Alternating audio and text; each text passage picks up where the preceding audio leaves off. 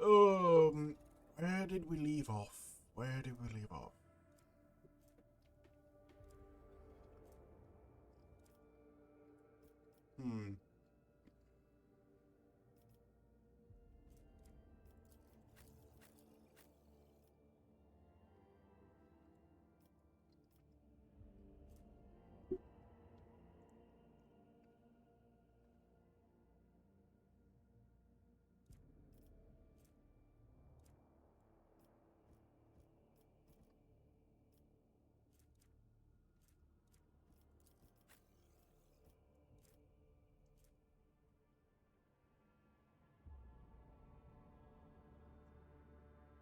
Yeah. Last time we left off, we had a bit of a problem. This rifle disappeared. I used the toy box and added it in. We now have two of them because my stupid ass couldn't find the other one, I guess.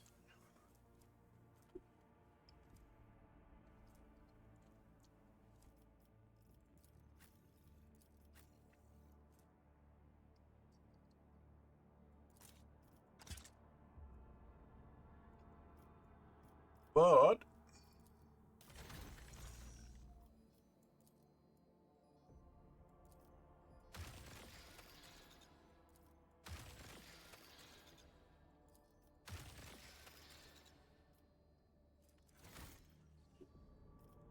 okay, so we have a few quests to do. We have this quest over here, which is the Solomon quest. We have this area here that we haven't explored. That's the initiation of kind of ending Act 2.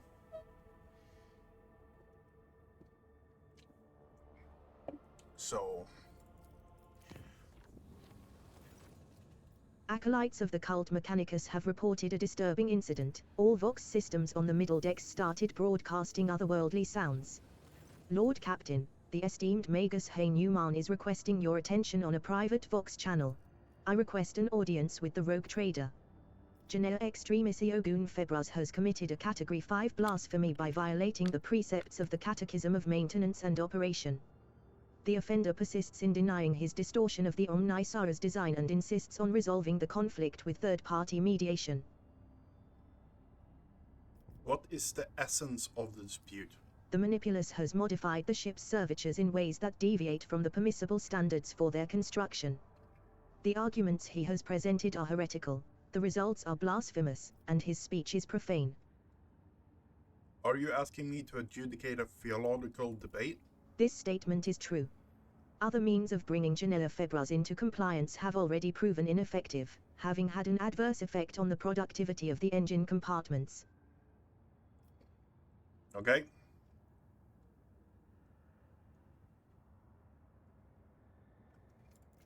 Acknowledged, Lord Captain.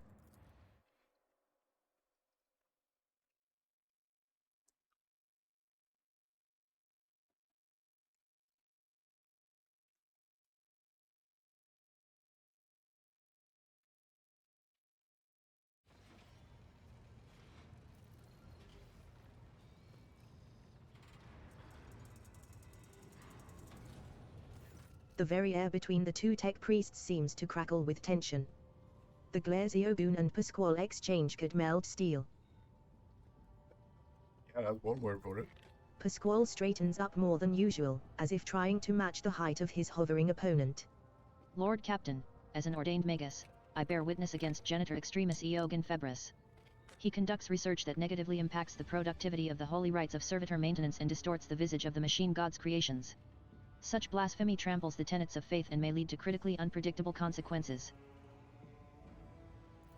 Out of respect for Magus Haynuman, I will not respond to such a blatant provocation with aggression. That would be counterproductive. However, I would note that my esteemed colleague is fundamentally mistaken in his interpretation of my actions. I have followed the quest for knowledge, serving the machine god as befits a Genitor Extremis. No blasphemy against his commandments has been committed, as Nuncius can attest. The servo skull remains silent, unwilling to enter the argument.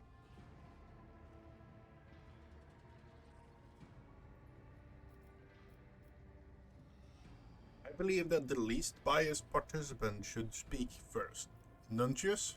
The servo skull tactfully remains silent, granting the opposing parties complete freedom to express their views. Nuncius, the issue of productive integration of augmetics into the living flesh of a host is the cornerstone of all my endeavors. Iogun falls silent for a few seconds, as if processing his interlocutor's response. I am disappointed by your attempts to remain neutral in this debate.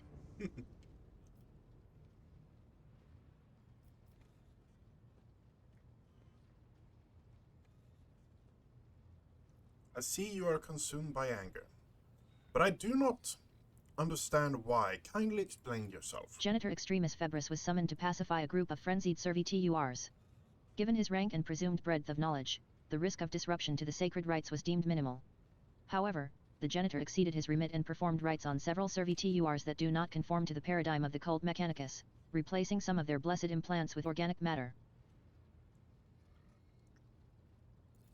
I do not deny my actions, rogue traitor. Indeed, I have introduced several experimental modifications to the servitor's construction, modifications that increase their productivity and task efficiency. But does this not enhance their utility? The essence of Magus Hanuman's accusations eludes me. Skal, what makes Eudion's experiment so dangerous? Their very nature is blasphemous through committing the heresy of invention. Genitor Febris was supposed to completely eliminate the source of the malign code that had infiltrated the servitor's neural implants. Instead, he altered their mortal flesh in such a way that it is no longer subject to the machine god's imperatives as transmitted by the implants. The operational stability of the resulting modified servitors cannot be prognosticated. The ship's machine spirits may find themselves defenseless and fall victim to entropy, which would begin to multiply within the computational cycle. Iogun raises a finger in a didactic manner. My intervention did not violate the protocols of servitorization. Their minds still follow the machine algorithms. No heresy has been committed.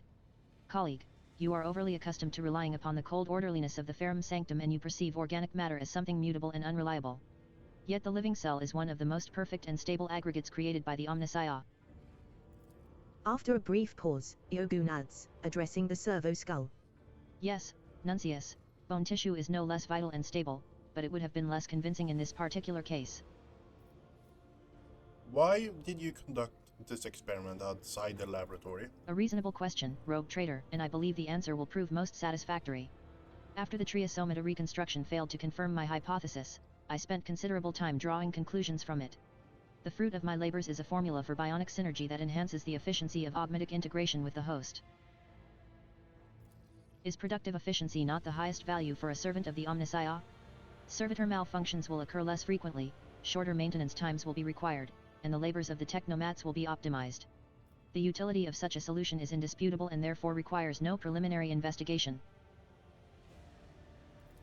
This statement is false. Efficiency is a consequence of observing proper rites, not a cause for worship. The rejection of standardized methods of service in the pursuit of increased productivity is a Category 5 blasphemy. Optimizing the labor of technomats is not the prerogative of a genitor extremis. Each serves according to their function. Magus Hanuman's visor flashes red for a fraction of a second. This alone is an incontrovertible fact. If you call each other colleagues, why do you not work together? Is that a rhetorical question? The alembic on Iogun's shoulder hisses, releasing a cloud of acrid vapor. No, I see that you truly wish to hear the answer. Each follows their own path to knowledge, comprehending existence through the wisdom of the Omnissiah. My path and that of Magus Hanuman diverged at the very beginning.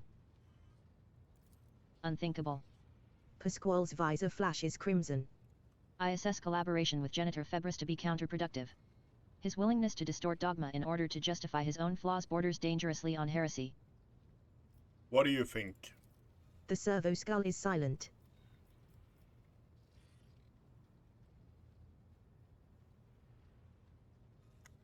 Ostentatiously listen to Nucius. What is that? You think the esteemed magi are behaving like squabbling children? Yes, I would agree. Both tech priests turn toward the servo skull, which has not uttered a single word. Pasquale glares malevolently while Iogun opens his mouth to object, then thinks better of it.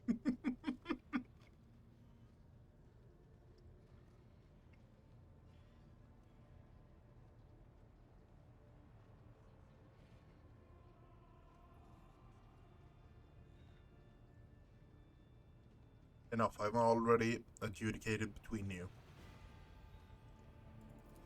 Both tech priests stare at you intently.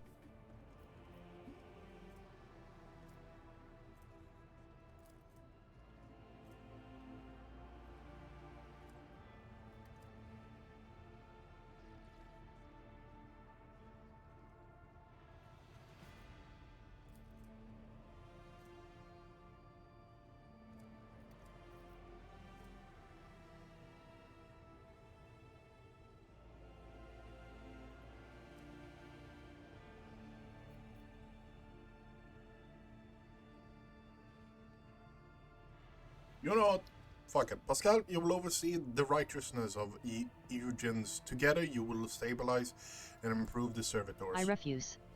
Pasquale raises a mechadendrite in warning. This decision leads to an irresolvable conflict. Cooperation is impossible. Out of the question. Iogun shakes his head. The outcome of the proposed cooperation is predetermined, and it is most unfavorable, rogue traitor.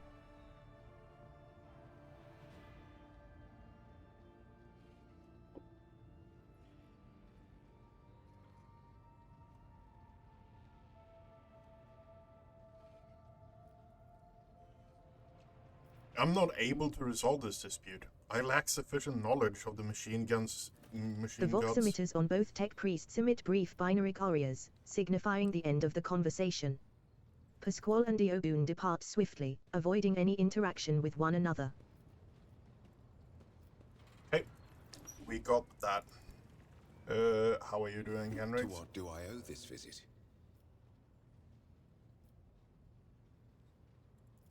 The cult's ordinary members are humans who have been corrupted. As for those at the top of the cult's hierarchy, I need to confirm governors, commanders. We discovered that, as you wish. How long? Since the day of my initiation as an acolyte. So, decades. How many real years it's been, it's hard to say. When I return from a journey through the warp, I often discover that much more or much less time has passed in real space. You visited many worlds during your service, I wager. I have visited many of the places brought to the Emperor's light, and those sullied by the filth of the archenemy. In truth, even after all these years spent visiting the various corners of the Imperium and looking beyond its borders, I still consider the Segmentum Solar to be the greatest of all humanity's bastions. Nothing compares to the majesty of Holy Terra, the might of Mars, the grandeur of the Segment's other worlds. Segmentum Solar is our system. It is the Milky Way, pretty much. Or it's kind of rough in the estimation. I don't know. So is the Milky Way actually the Warhammer 40k universe? Or is the fact that it's... I don't know, honestly. Yeah. Gladly. I know nothing about it.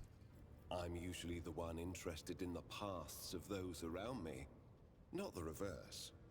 Do you remember your home planet? I do, but I have no ties to my homeworld now. None except my first name. I left Guizorn 3 when I was still a child. My family disowned me, stripping me of my family name. Yep. Like many psychers unaware of their curse, I found out when a strong emotional reaction triggered an involuntary response. My great-aunt had a pet grink. One day, it bit me, and I boiled it from inside out. And when my great-aunt slapped me for what I'd done, I boiled her too. I don't know what I'm more surprised about. The absurdity of the story or the fact that you're capable of showing such emotion. I don't consider raw emotions to be a necessity in everyday communication. But let me assure you that I am more than capable of anger. Fortunately for others, I learned to focus it. Yeah. Properly measured rage reveals the full potential of combat psychana, In much the same way as aged cheese reveals the notes of a mature amasec. Heinrich nods wordlessly. You're not an Inquisitor, only an Acolyte, correct? Of course not. The Lord Inquisitor's entourage comprises dozens of people. The best of the best. Experts in various fields and disciplines. Some of them I know personally. Others I have never met. To be honest, I'm not even certain that the people I know are still alive. I used to work with other acolytes of the Lord Inquisitor, but in the Coronis Expanse, I have been working alone. Wandering amongst the star without a family or friends, don't you get lonely? I rarely have the time or the opportunity to think about it. If you're an interrogator, does that mean you hold special position in the retinue? We are not a retinue. We are acolytes. As for your question, I am closer than anyone else to the one I call my personal teacher. The Lord Inquisitor deemed me worthy of undertaking the most important and sensitive tasks requiring the attention of agents of the Golden Throne. Are there other acolytes in the Coronis The Expanse? interrogator narrows his eyes at you and releases a disappointed sigh. After several seconds of silence, you... Such as? What can you do as a psyker? The Lord Inquisitor was most insistent that I master the discipline of Santic Demonology. I use my faith and my power to crush the enemies of the impure. Heinrich politely inclines his head in response. Okay, let's talk to Agatha. Lord Captain, your presence is welcome. Would like to And I sell wish us to primal. apologize for my pride. Of course, my mission is all I can think about. Remind me, is our mission? To find the way to the planet called Salis Prime. Saint Argenta. Gladly. Listen. Long ago, there was a blessed world. Thousands of stars covered the sky there, so bright that its denizens hardly knew the darkness of night. Thousands of rivers nurtured the soil. Thousands of gardens bloomed every spring, and at every moment, thousands of prayers were flying into the clear air, thanking and praising the Emperor. But one day, the people learned the meaning of darkness. Like a storm, accursed heretics who had sold themselves to the archenemy descended upon the planet. Shells flew from the sky that desolated whole cities and burned the gardens and filled the riverbeds with the blood of the faithful. Smoke and soot swallowed the skies and the 1,000 stars that had once shone over the world. Among the handful of survivors was one orphan who had watched all her family die, and the garden she'd grown up in burn to ash. But in her heart, she knew the absolute truth. Just these 3 words. The Emperor protects. And knowing that, she never looked away from the black, terrifying, smoke-covered sky. There were no more bright stars to be seen. Except for one. The one star. The bright star. The silver star shone in the sky. And when the orphan smiled at it, the one star fell right into her hands.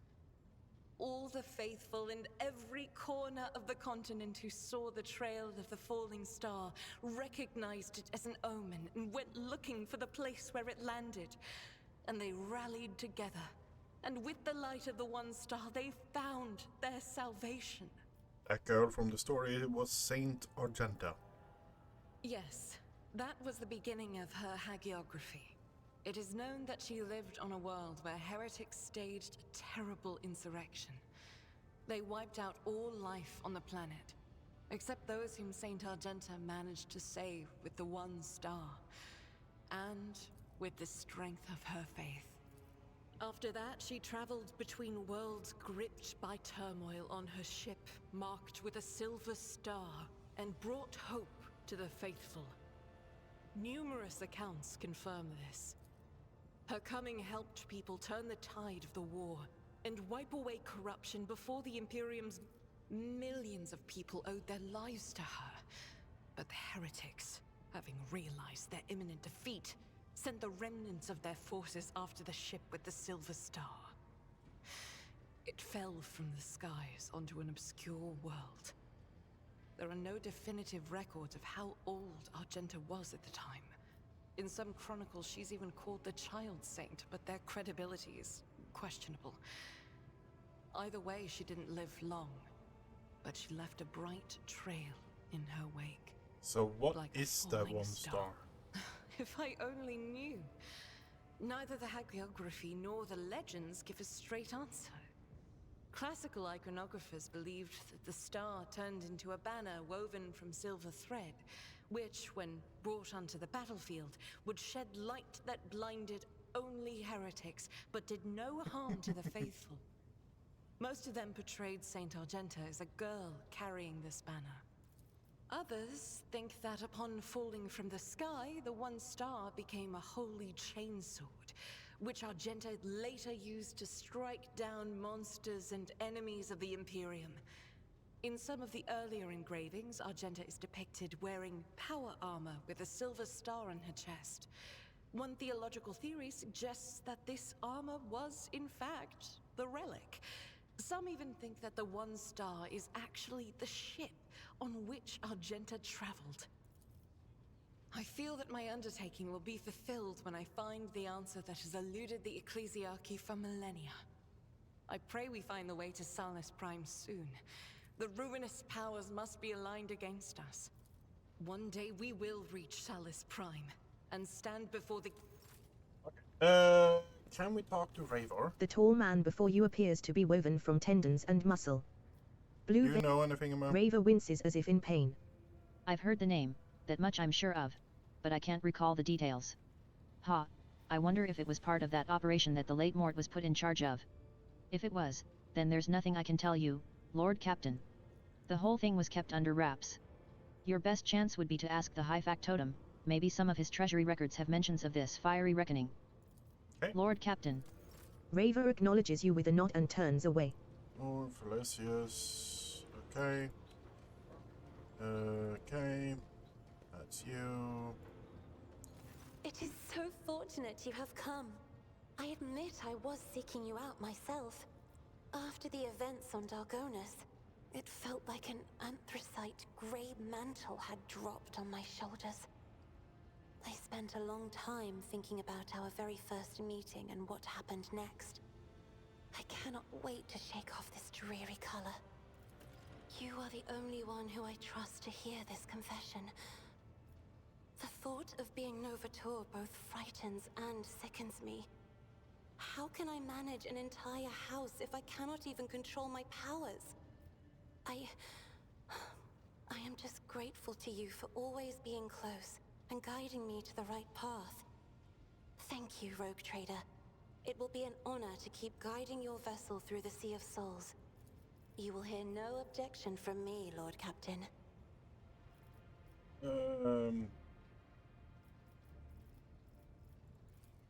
I would never reveal this secret to an outsider, but you have come to my aid more than once already. The Starway Atlas is a sacred artifact of House Orselio. It helps our navigators chart a course through the warp. This crystal, the Atlas, has been inside me for as long as I can remember, giving me strength. But the others... I noticed the renegades in the palace were choked by ashen ghosts of despair when we met face to face. I swear the ghosts were reaching for their atlases. So the Atlas is some kind of crystal that is implanted in the navigators at birth. But my Atlas is much more powerful than the others. It's the Atlas of Tisiphone herself. That is what people have whispered behind my back my whole life, although no one knew for certain. But I always suspected. I simply did not wish to admit it to myself. certain navigators in your household fear statless power. Certain navigators in my house have tried to kill me more than once. But the tales of Tisiphone's brutality, I am beginning to wonder. What if they are all true? What if I will be a new tormentor to those who serve me? You said you wouldn't share your secret with just anyone. Does that mean I'm someone to you? I didn't. I only meant that I am at ease in your company. Thank you for listening. I must beg my I leave. haven't. Okay, Solomon. Greetings, Rogue Trader. I would like to report that Glato and I have finished our initial inspection of the upper decks. The list of infractions ended up being 5 pages shorter than expected. I'm beginning to worry that a servant of the Lex might have little to occupy himself with aboard your ship. Am I imagining that, or do you seem relaxed? I doubt such a word could ever be accurately used to describe an arbitrator, but there is some truth to your observation. Since we're not in combat, I permit myself to stand at ease, which is to say, I'm standing by on full alert. Good, that means we can converse like normal people. A rogue trader and an arbitrator. You have an interesting notion of normality. Well, I'll try not to disappoint you with my conversation skills. Must be strange without your I've never unit. been a part of a rogue trader's escort before. That said, I adapt to change more quickly than you might think. And as long as Glato is with me, I can handle any transition. Hello, Glato. The cybermastiff pricks up his ears, examining you with an intelligent look that seems anything but bestial. Does Glato have a favorite type of training or some pastime of choice? Sometimes I let him play with heretics' corpses. That was a joke. If you're asking about entertainment, that concept does not really apply to an Arbite's dog. But I like to imagine that Glato is enthusiastic about training with me, that he enjoys running long distances at my side, and during target practice, he always seems eager to hear me give the attack order. That can't be all of it. Fine. Let me satisfy your curiosity. I do have a special exercise that helps to sharpen Glato's hunting instincts. I take a few ammo casings and hide them in hard-to-reach places. One time, after a raid on a manufactorum, I gave him a whole abandoned workshop to run around in. But I also played a trick on him by throwing one casing onto a ceiling beam. Then it was Glato's turn to play tricks. He waited under the beam until I walked up to him. Then he jumped onto my shoulders and climbed to the top. He cut my temple open with his claw and almost broke my clavicle, but he got the casing.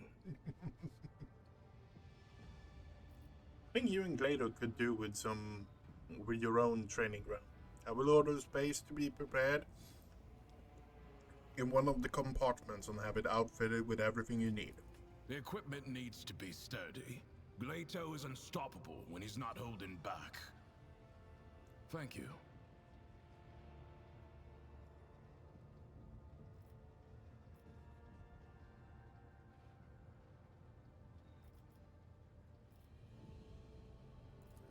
The cybermastiff growls quietly. It seems he does not take kindly to anyone making eye contact with him for more than a second.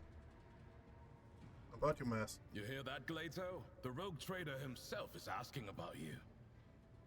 He only listens to you then. Correct. Both his training and his augmetics ensure that Glato only accepts orders from me or from my superior officers. Apart from having the obvious benefits, it also serves to prevent disarray on missions involving multiple cybermastiff handlers. Yep. Solomon's? You know where...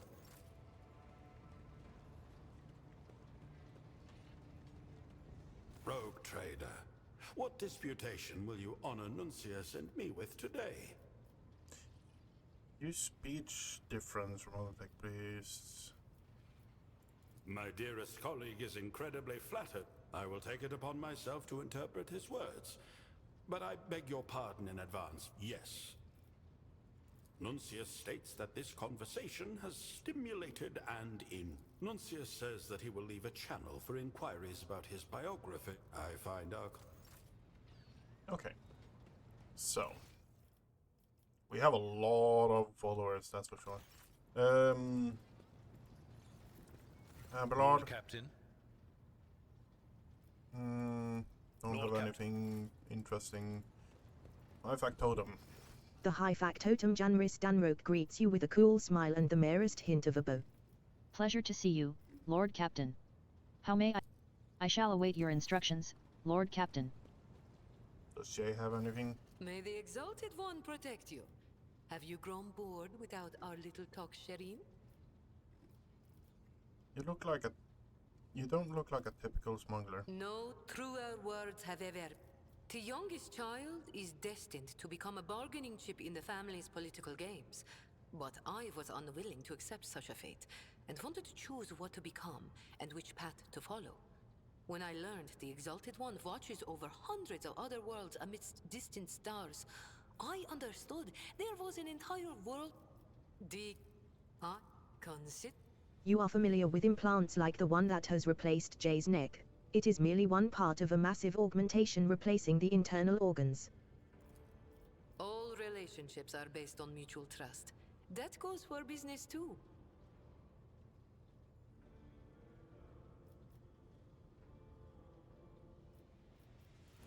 Oh. It's interesting with Jay. The tall, middle-aged woman stares straight ahead, her eyes vacant, as she... It was just my nerves playing up.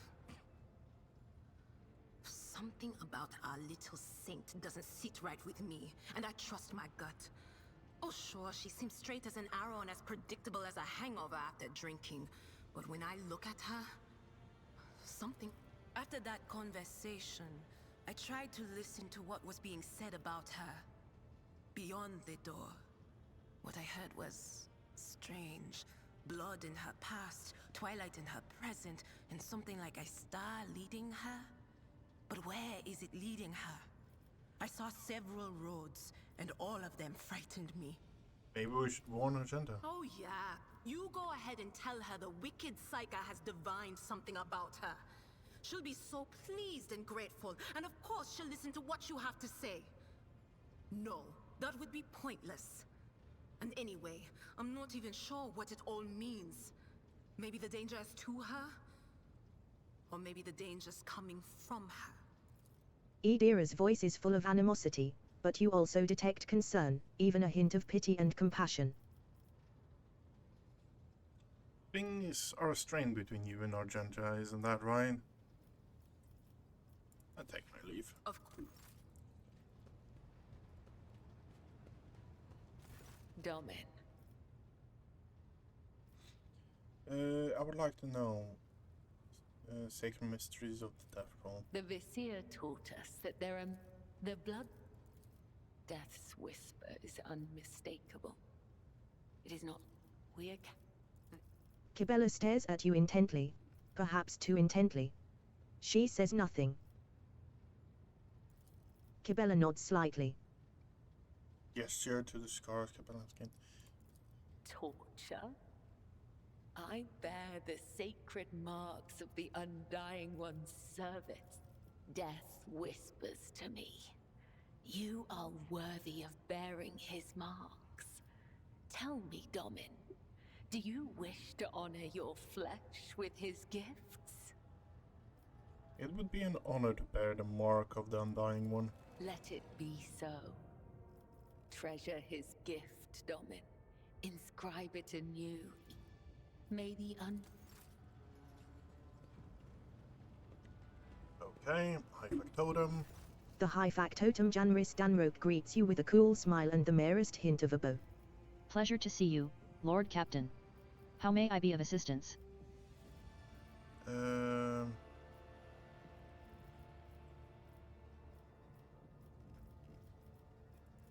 I shall await your instructions, Lord Captain. Okay, so we are...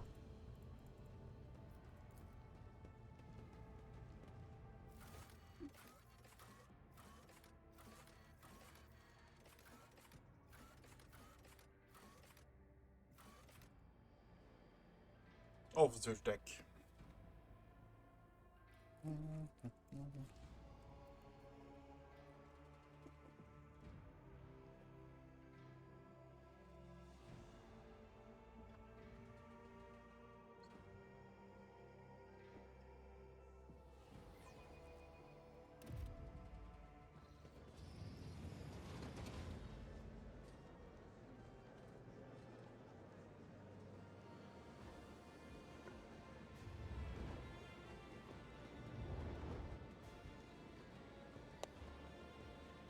Kibella stands out. Danro. Daman Shotgunius. You are here.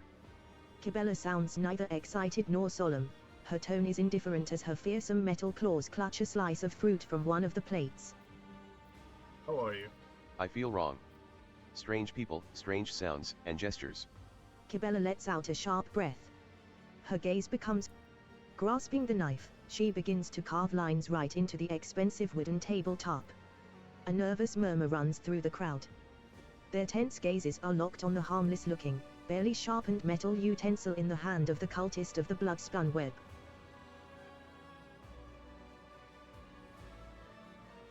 I see you've already mastered the art of commanding attention. You seem to be quite in your element.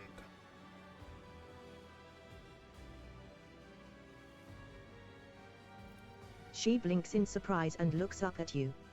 She glances back and forth, seemingly privy to the meaning of your words. And then, her clear, genuine laughter fills the room, startling everyone around her. I suppose that's true, Daman Shotgunius. I will not fluster your subjects further.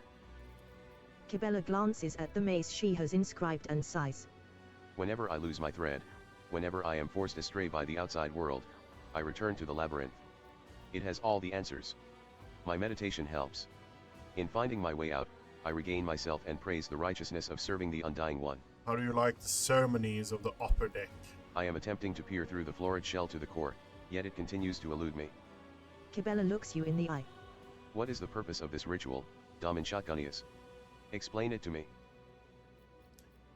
Camaraderie, spending your day toiling, can be dreary. Dreary. Is serving one's thread not the greatest joy there is? You of all people should know this, Daman Shotgunius.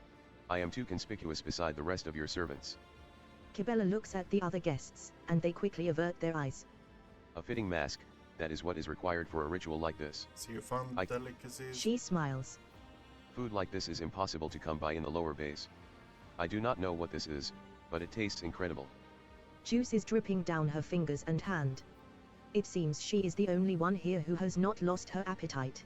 The officers' faces have turned into pale, alarmed marks. Danroke sighs heavily and looks down. What? You have looked behind the curtain at my existence, and now, I have looked at yours. Kibella stares at you intently. I do not think that we have heard all the words that should have been spoken here today. Is it because you do not wish to say them in front of I grow witnesses? weary of the crowd. Take a walk with me. Kibella avoids your gaze as the two of you walk away from the other guests. She seems calm, but the slight tremble running down her right hand betrays her agitation. I have discerned what you are doing here, and I know that your calling it a ritual was a ruse. True rituals are constant, immutable, like the cycles of the cooling machines in the ship's bowels or the shifts of the bay's servants. This was spontaneous, something you prepared just for me, and then you stayed at my side the entire time. Now, here you are, granting me yet another request. Why is that? What do you mean, why? There is no place for idle benevolence, neither along your thread nor along mine. Kibella's eyes seem almost to glow in the dark. Yet, you offer me attention and privileges that are both undeserved and unnecessary. What? You are my instrument, you are my blade, the one that I intend to maintain. You wanted to sharpen me. Kibella's expression hardens. You are wise. Now that I have studied your world, I can excel as your protector, your servant. Thank you for gifting me this clarity. I have seen enough to understand what masks and gestures his servants use around you. That is enough. Let us each return to our respective threads and aspire to give our all to the Undying One.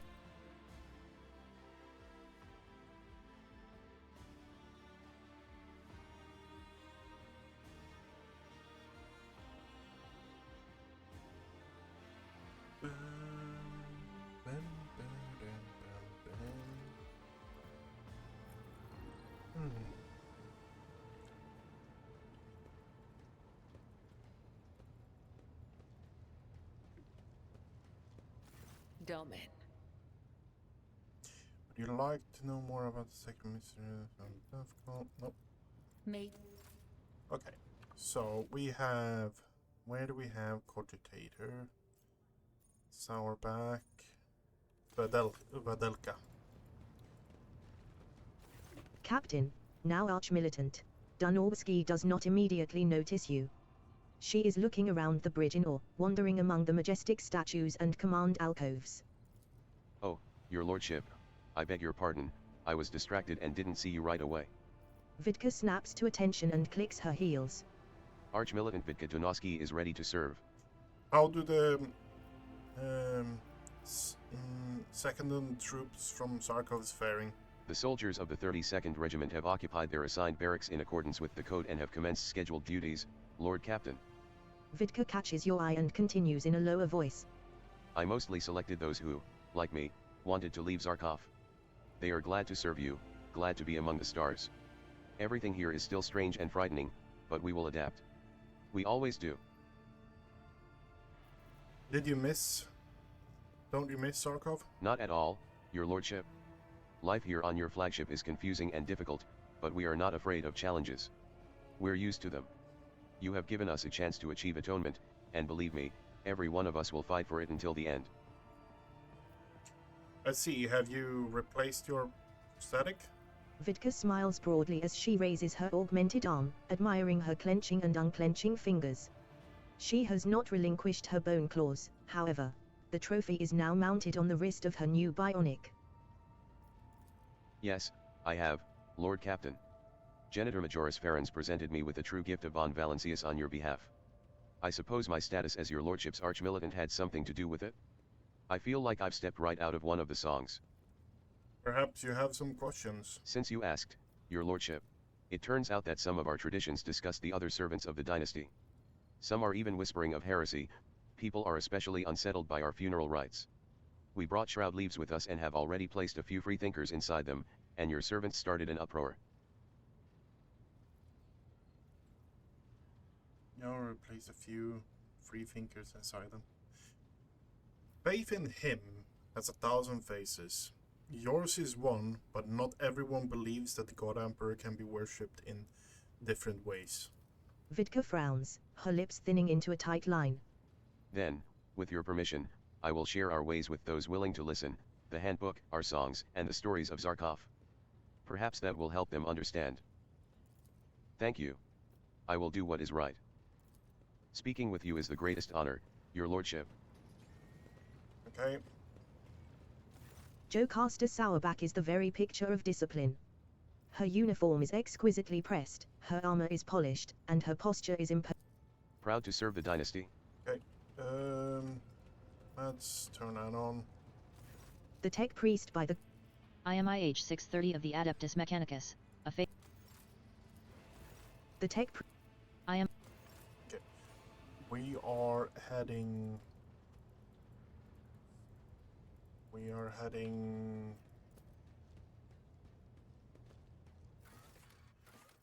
to the officer's deck again. Who do I want with me?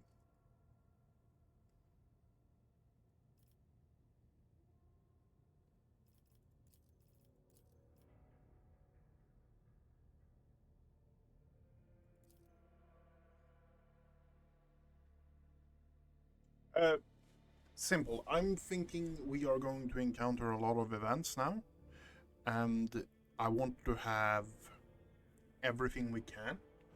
Jay pretty much holds up all tech things and stuff like that, but at the same time, I'm interested to see if Solomon has some unique dialogue, because this is the assassination attempt talk, I think. Sourback barks at the enforcers gathered before you.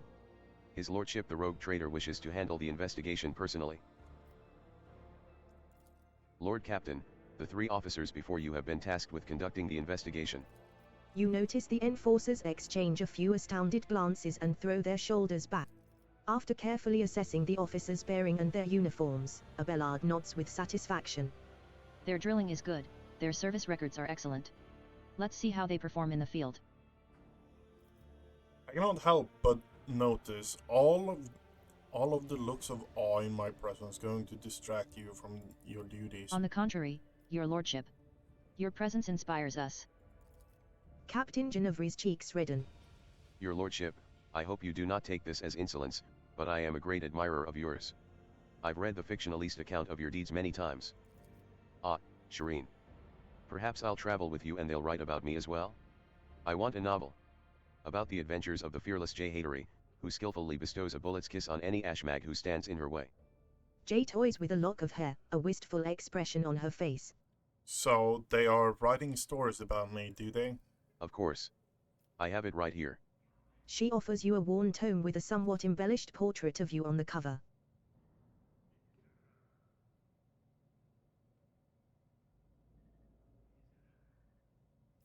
Correcting inaccuracies in the tomb.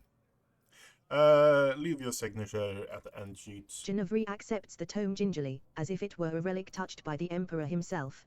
Sourback's murderous glare silences Ginevra's frantic expressions of gratitude. Does that take care of the pleasantries? Then let us return to the attempt on the Lord Captain's life. What are your findings thus far? We have discovered a worker's corpse, mutilated and desiccated. We are still looking into the man's identity and position, but the chirurgeon's report has confirmed that, among all the blood that was pumped into your bath chamber, the blood-carrying mutations was indeed his. The workers from the nearby decks have all been checked for genetic aberration, but the mutations identified are all within the norm for laboring masses. They are being rounded up for interrogation as we speak. Even taking into account the neighboring decks, only that constitutes hundreds of people. How do you plan to? Our interrogation techniques are broad and varied. However, nothing loosens the tongue like corporal punishment, beatings, mutilations, torture, public executions. Sourback almost purrs as she lists ways of making people suffer. When combined with psychological pressure, such methods work wonders. You did not answer the question of how you intend to organize this process. So far, this looks like a fire in an obscura den. Although I don't know what else one could expect from.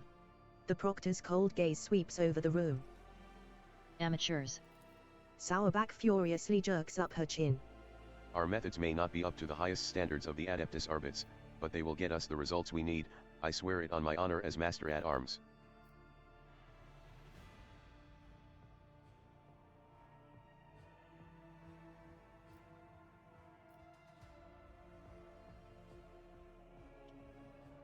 I order you immediately cease using these barbaric methods.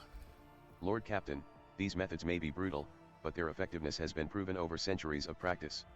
No criminal will confess if you ask them politely. But if you shatter their finger and courteously remind them how many unshattered bones they still have left in their body, that is a different conversation altogether. That is how the truth is born. I have faith that my masters at arms is capable of finding other methods of speaking the truth. Sourback's glove creaks as she grips her maul. Her gaze remains cold and calm. As you command, Lord Captain. Do you have any working theories? The mutants are plotting. Klein spits in disgust. They've been breeding like void rats, so they're getting cocky. Must have wanted to infect your lordship with their plague. It wasn't an attempt on the Lord Captain's life, it was a threat. The rabble are planning a revolt, so they're trying to terrorize us. Meanwhile, Captain Hrotko is convinced that it was the work of Voidver's surviving cultists. However, I believe this to be a warning rather than a threat. What we need to establish is who is trying to warn us, and of what. Interesting hypotheses, but I doubt it is that simple. Mistress Sourback, grant me access to the investigative files. I have my own thoughts on what is going on here. The Master at Arms nods coldly. Of course, Master Interrogator. What do you propose we investigate? The body. Once we have ascertained the dead man's identity, we'll be able to locate his associates. The body was discovered on a suspended platform not far from the room with the armillary sphere. Take a left once you're out of the mess hall, your lordship, and go along the balcony. The corpse is on the next platform after the one holding the Infernus Guild suspects. I'll show you around the scene once you're there. Infernus Guild yes, suspect? your lordship. They are undergoing interrogation like all the rest. The scum refused to comply, so they were My people are at your disposal, Lord Captain. Okay.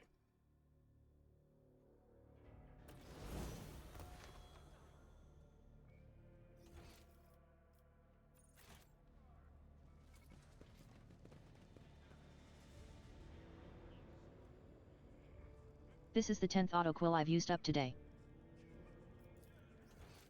The mounds of protocols enclose the transcriptors like paper bastions. You blink, and already, another thick folder is added to the fortifications. I won't tolerate weakness. The Emperor protects, Lord Captain.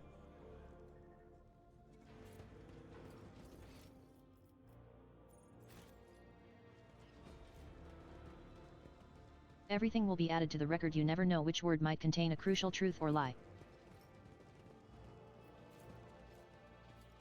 The cabinet is bursting with treatises, codes, and statutes on the practice of sailing a void ship.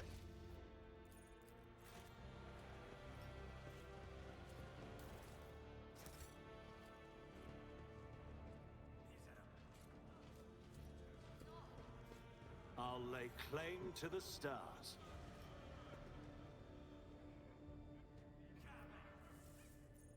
Okay.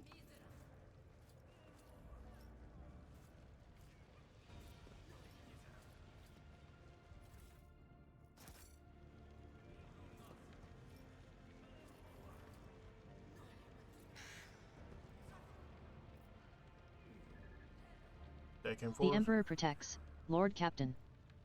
The Emperor protects, Lord Captain. Follow my lead.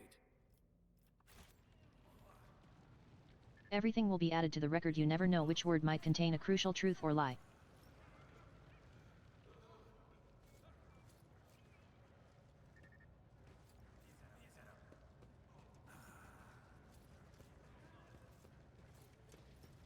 Okay. Let's see here.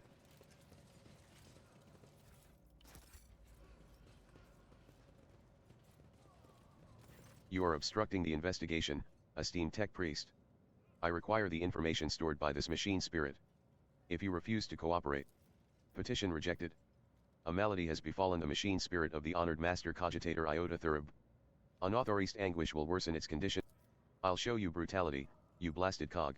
What's going on here? The greatly esteemed tech priest Androvtify does not seem to realize the importance of investigative action and refuses to grant anyone access to the master cogitator. Okay. Androvitifies mechadendrites creak as they bow before you. Exalted ruler of the vessel, I mean not to harm, but to protect. I merely care for the machine spirit's health. It has fallen ill of late, and now its temper is worse than ever. If the laywoman starts torturing it now, the venerable spirit may take offense and leave us forever, taking the logs of the work logs are on it. They might contain important. Androvitifies Vox explodes in a furious binary roar. This laywoman does not even know what she intended to inquire of the blessed elder. Blasphemous disrespect. I have faith the two of you can come to an The agreement. menacing crack of Ginevri's knuckles and the venomous hiss of Androvitifies Vox suggest that such faith is misplaced. Ginevri and Androvitify offer you a mannerly bow before immediately resuming their tempestuous argument. The Enforcer and the Ginevri and Androvitify offer you a mannerly bow before immediately resuming their tempestuous argument.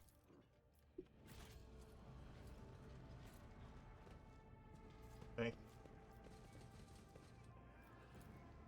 The desiccated body is horribly mutilated. What was once a face is now a shapeless mass of flesh and bone shards. The worker's ruined body lies in a waxen pile on the platform. His face is crushed, his throat open, and his body riddled with cuts and lacerations. Above it stands Captain Klein. It might look human, but what's inside it is all wrong. Unholy. Irredeemable. Have you started Wrong. the autopsy yet? I have, but The furrows on the Enforcer's face deepen. I will get back to it in just a moment, your lordship. Something the matter? You look pale. Klein hesitates, avoiding your gaze. I suppressed a dozen mutant revolts on Dargonis for Lady Theodora. I've torn the freaks to pieces myself. But to open one up, to sink my hands into their impure guts infested with the mutant blight. I have seen this aberration utterly pervert the human form. The thought of it touching me, disgusting. You will indeed, Captain. If you like, I can recite a few paragraphs from the regulations to enthuse you. In other words, the captain has a phobia. Such irrational fears are common among veterans who have faced the enemies of humanity. This is a most unfortunate set of circumstances that won't help us here.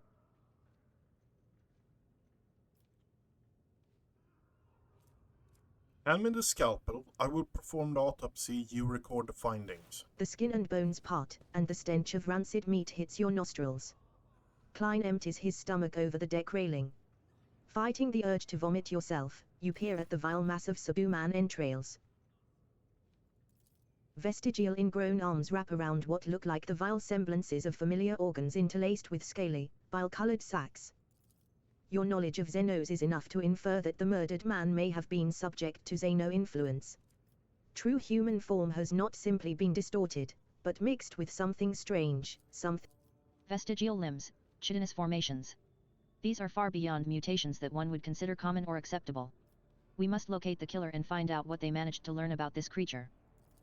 Jay, you are so fortunate, they said. Your life in the rogue trader's retinue will be all about feasts and ballrooms, they said. Jay looks away from the corpse squeamishly. I think I will keep this little tale of mutant disembowelment to myself. Let my friends go on envying my life of luxury. Inspect the wounds. Judging by the damage, the most brutal wounds were administered posthumously, over the top of those inflicted while the victim was alive. It is as if someone deliberately wanted to make it harder to identify the victim and his cause of death. The truth is, the killer acted quickly and with surgical precision, then suspended the body upside down to drain its blood. Heinrich bends over the corpse. Shotgunius, take heed, all these mutilations are a facade. They were inflicted post-mortem, clearly a while after. He died instantly from a stab to the heart. He was killed by a professional, someone who knew exactly what they were doing. The twisted abnormalities of the mutant's insides make you wonder if he can even be considered human at all. As you probe deeper, your hand finds something lodged in the victim's gullet. Someone has stuffed a black feather into the man's throat. A certain legend springs to your mind, one involving Saint Quirine, who was granted a portent of enemies hiding among the faithful. When Quirine prayed to the Emperor for a sign that might reveal the traitors, a raven's feather burst out of her mouth to inscribe the names of the conspirators. Only someone versed in the symbology of the Imperium With some difficulty, you are able to discern a mark on his neck, almost ruined by the wound across his throat. It is a tattoo of a skull with a valve in its mouth and a string of letters and numbers encircling it. The enforcer offers you a rag soaked in disinfectant. Your lordship, I must commend your fearlessness and insight, and apologize for my weakness of spirit. Shame on you, Captain. An officer's duty is to be a support to the Lord Captain, not the other way around.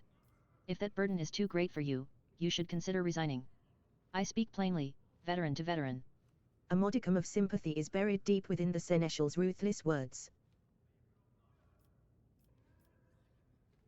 Someone tried to conceal the victim's identity and the cause of death. Klein takes a closer look at the precise wounds you indicated, almost undetectable beneath the mutilation. You have a keen eye, your lordship. But why would someone do that, then leave the body in plain sight? They could have just disposed of it. There has Bloody business. You turn your attention to the floor around the corpse.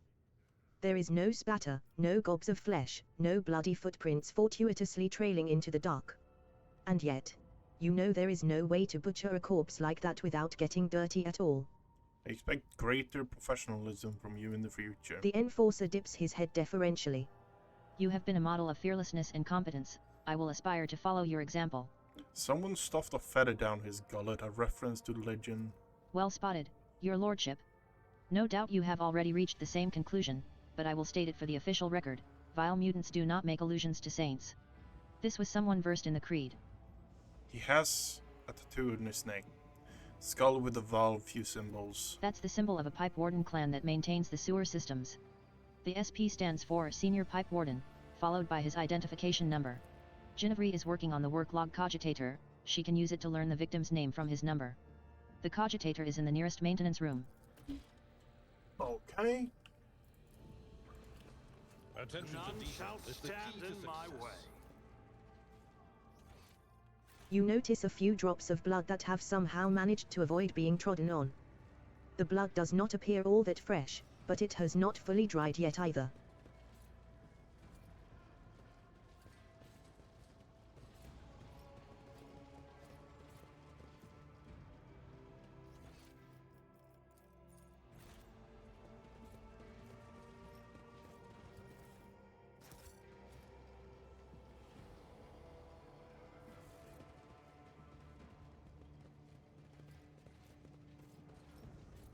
A new challenge for me.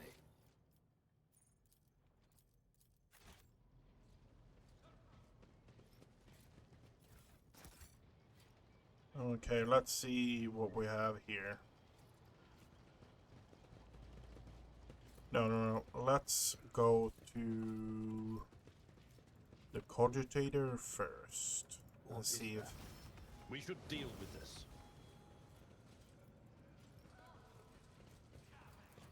A scrap of human skin with jagged edges is stuck to the deck.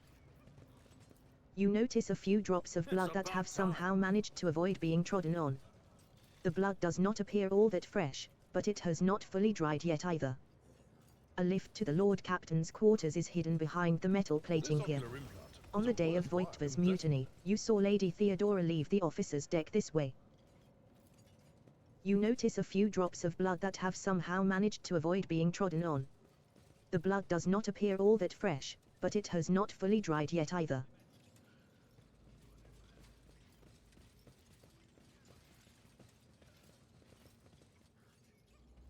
The quiet humming of servomotors is occasionally interrupted by clicking coming from somewhere within the servitor. I won't tolerate weakness.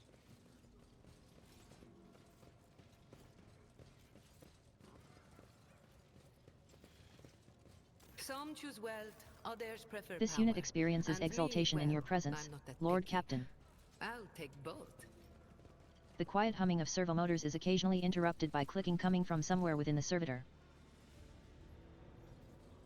The quiet humming of servomotors is occasionally interrupted by clicking coming from somewhere within the servitor. Someone has shoved a tattered and blooded synth coat into the vent. Such garments are included in every enforcer's uniform. okay. Follow my lead. So we have a problem. The enforcer and the tech priest hold their bickering while in your presence. We need Clearly, to this armistice will not last. We need to investigate this cogitator in order to obtain the information about a certain pipe order. Ruler of the vessel, why do you insist on interrogating an elderly soul when it is in such a miserable state? You are making a mockery of the omniscience tenets and the privileges of the priesthood of Mars. You have my word that I will treat the machine spirit with due respect. You may observe the interrogation. Androvatify lets out a screeching sigh. Access privileges granted. I reserve the prerogative to interrupt the interrogation the moment I detect the slightest threat to the machine spirit. At your approach, the lumens on the master cogitator's bulky hull light up peevishly, and the cooling filters breathe an exasperated sigh. The machine spirit appears to be in a rotten mood.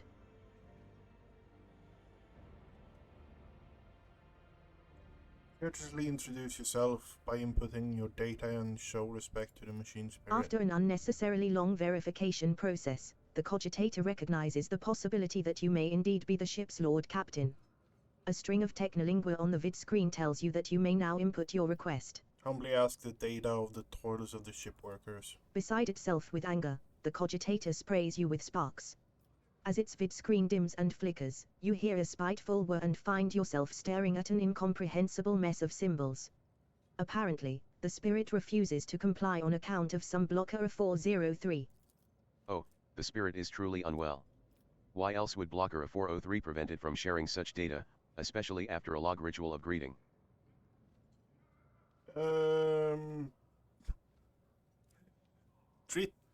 Treat the cogitator board with thermal unction, let it slumber for a while and then awaken it once more. The unction, as well as the short breather, have done wonders for the old spirit's disposition. Mollified, it wipes the data blocker from the vid screen and agrees to indulge your enquiries. Inquire about the cause of the old cogitator's ailments. Your question upsets the spirit terribly. The honored cogitator is so incensed and erratic in its expression that you cannot comprehend. After mulling over your question for a while, the spirit recalls that the number is assigned to a senior pipewarden by the name of Otto. This Otto... That's the same valve that was used to pump the blood into the bath chamber. That must be where they killed Ordo before At first, the cogitator... We have our suspect. It looks like Vidon killed his fellow worker and put on this entire... The honored machine spirit is tired. It cannot bear any more of this torture. I see that you got what you came for, so I would ask that you let the elderly have their rest. The blessed elder is resting. Do not disturb its data dream. Stand in my way. That's actually a fair point. Oh, you don't have a helmet on. Why don't you have a helmet on? Why did you take off your helmet? To be fair, weirdly enough, this is one of the better looking helmets. It's absolute dog shit for you though.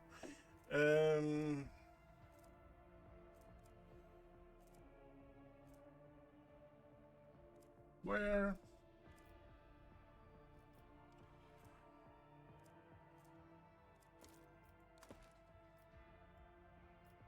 I want something to cover your bowl cut. I can't help but I do not like that. I do not like that bowl cut.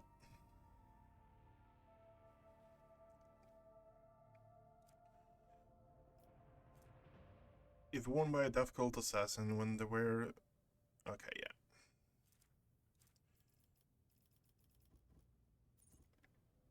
Hmm.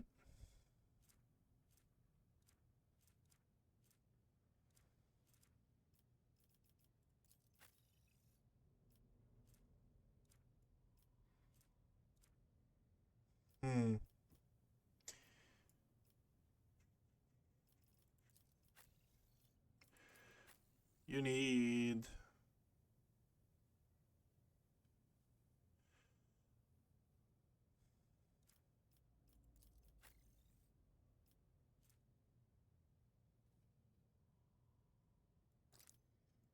That's actually...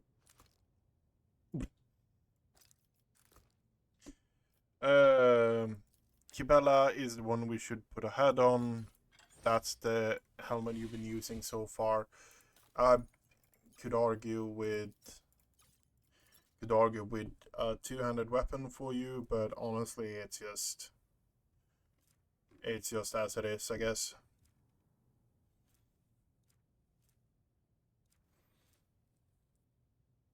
This one gains a bit more like dodge, the parry and stuff like that. That is the blood cult sword as well. Yeah.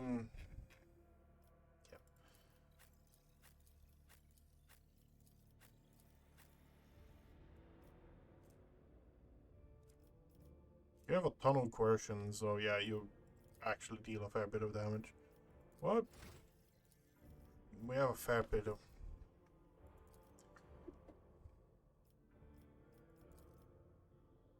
Coercion goes on Fellowship.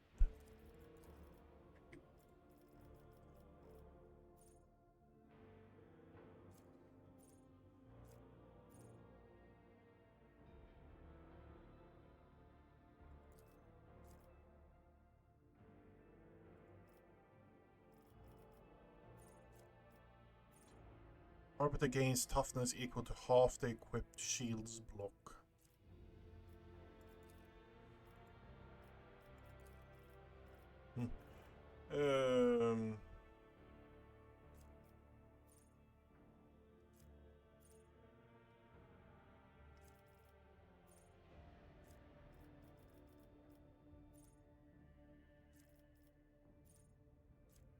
Weakest link, whenever the overseer hits an enemy, target right after.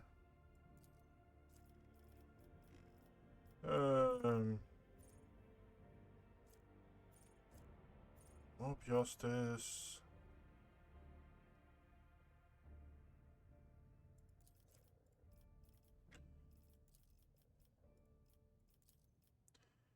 Fellowship.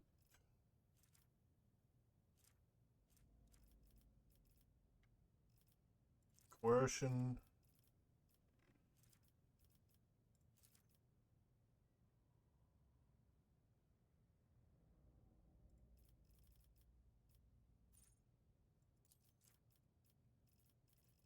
Get that.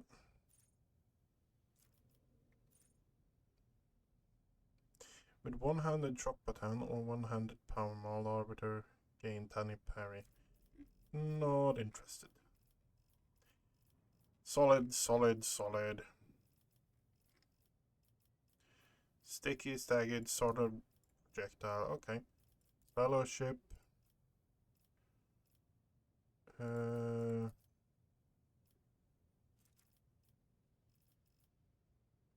Persuasion. Don't have persuasion. Medicate, tech use, awareness. Demolition is fairly high. Bite, I guess.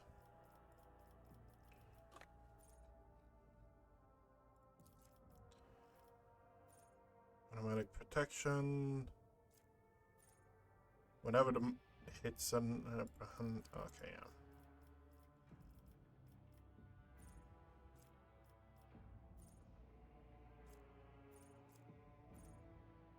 Whenever an enemy adjacent to the arbiter fails a willpower.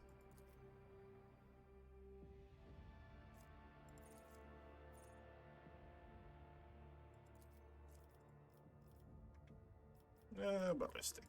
Why not?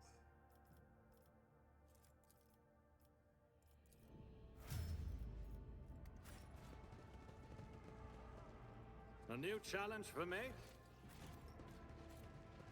We are going to have a talk down here.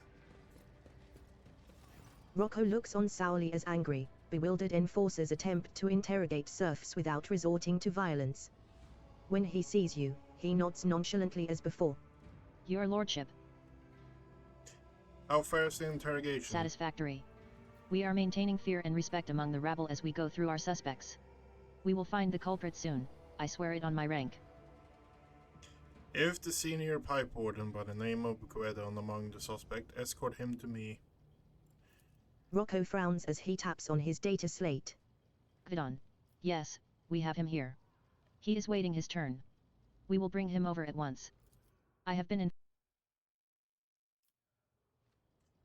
informed that of your decision to question one of the suspects, Lord Captain. I consider it my duty to be present. Before you stands a gaunt man in work clothes. His face is swollen from the bruises, and several of his fingers are broken and sticking out at odd angles. He stares vacantly into the distance with watery eyes.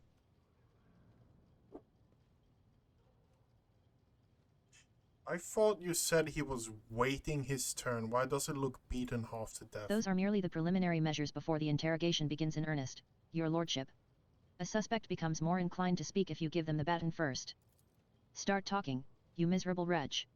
You tried to kill the Lord Captain, didn't you? Rocco grabs the worker by the lapels. Guidon's coat flies open, revealing crude occult symbols painted all over his body. What's this? Heretical brands? Guidon yells, baring what remains of his teeth. Yes. It was me. I tried to put a curse on the Lord Captain.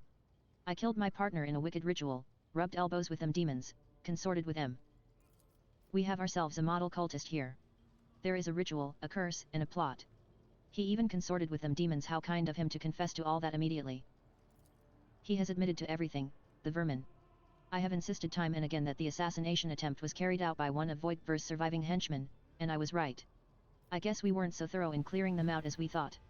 Rocco casts a sharp look at Sourback.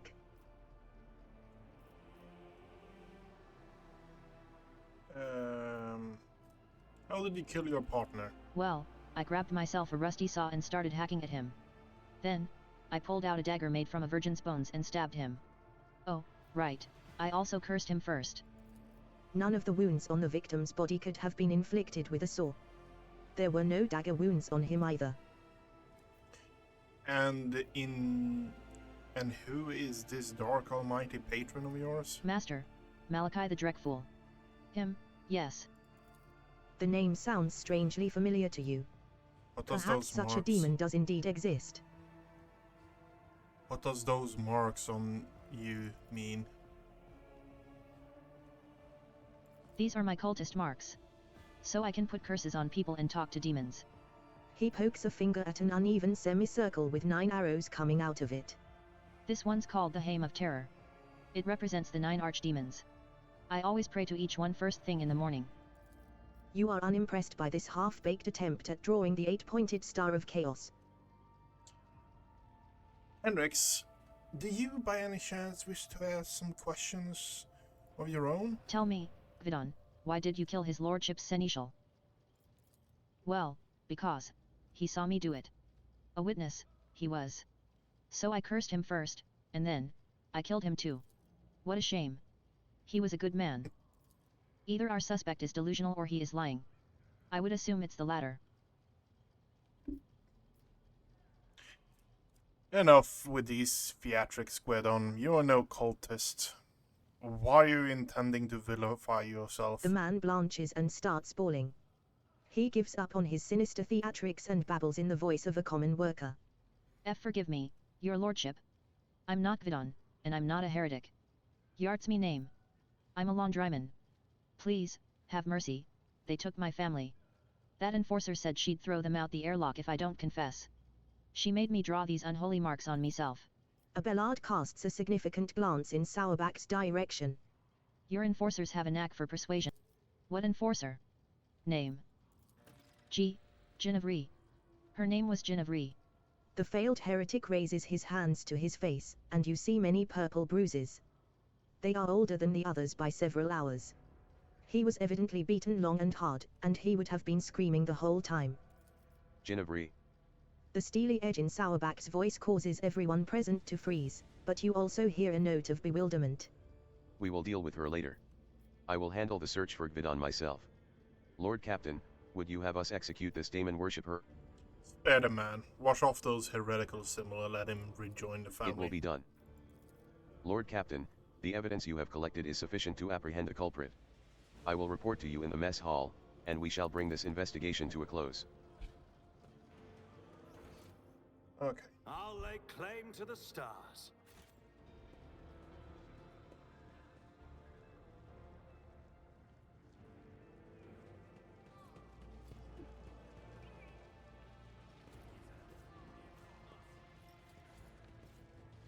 Okay, we...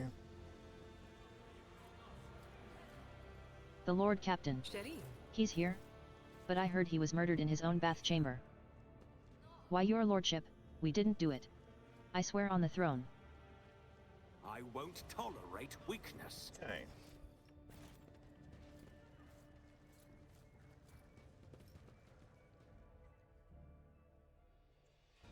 Let's get this started then. Lord Captain, the real pipe warden Gvidon has been found and is being escorted here as we speak. Are there any remaining questions you wish to address before we hear from Gvidon himself? Someone attempted to mislead our investigation. We cannot let this go without consequence. Undoubtedly. Let us go over the facts we have on this sabotage. The body of the deceased was mutilated after death. It is likely that the nature of the injuries would have proven very useful in the investigation, and that the perpetrator concealed them for that very reason. Instead of the murdered man's partner, we were given a fool, one who thoroughly incriminated himself first, before admitting that Captain Ginevre had put him up to it. Sourback glowers at Ginevre, and she pales with fear. Who was guarding the body? It was Ginevre. Klein reluctantly nods at his fellow enforcer. I relieved her when I came to inspect the corpse, which by then had already been cut up. Ginevre nervously adjusts her armor under Sourback's piercing gaze. The corpse was already looking like that when it came under my purview. But I could not get the name of the officer who discovered it. The deck was such a mess that I decided I would deal with it later. A blood synth coat was discovered not far from the corpse. I would ask the enforcers in this room to present their coats. The rustle of synthetic fabric fills the room. All the enforcers show their coats, except Rocco. He shrugs complacently under the gaze of his comrades. I do not wear it. An enforcer must be able to withstand the cold, and the serfs treat synth coats as a sign of weakness.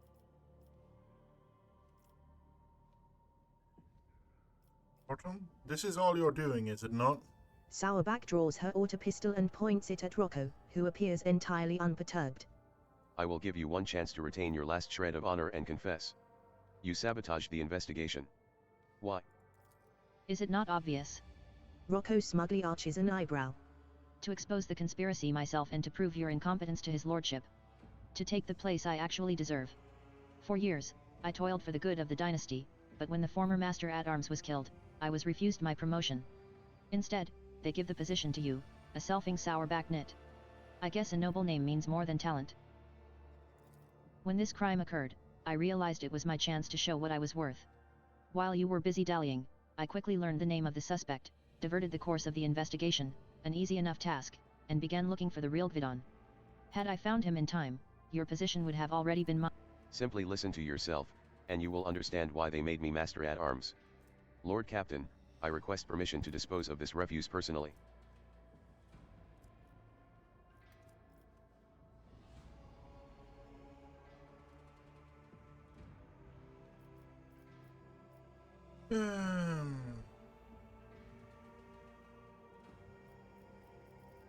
Gordon, were you really hoping you could deceive the masters in arms and me?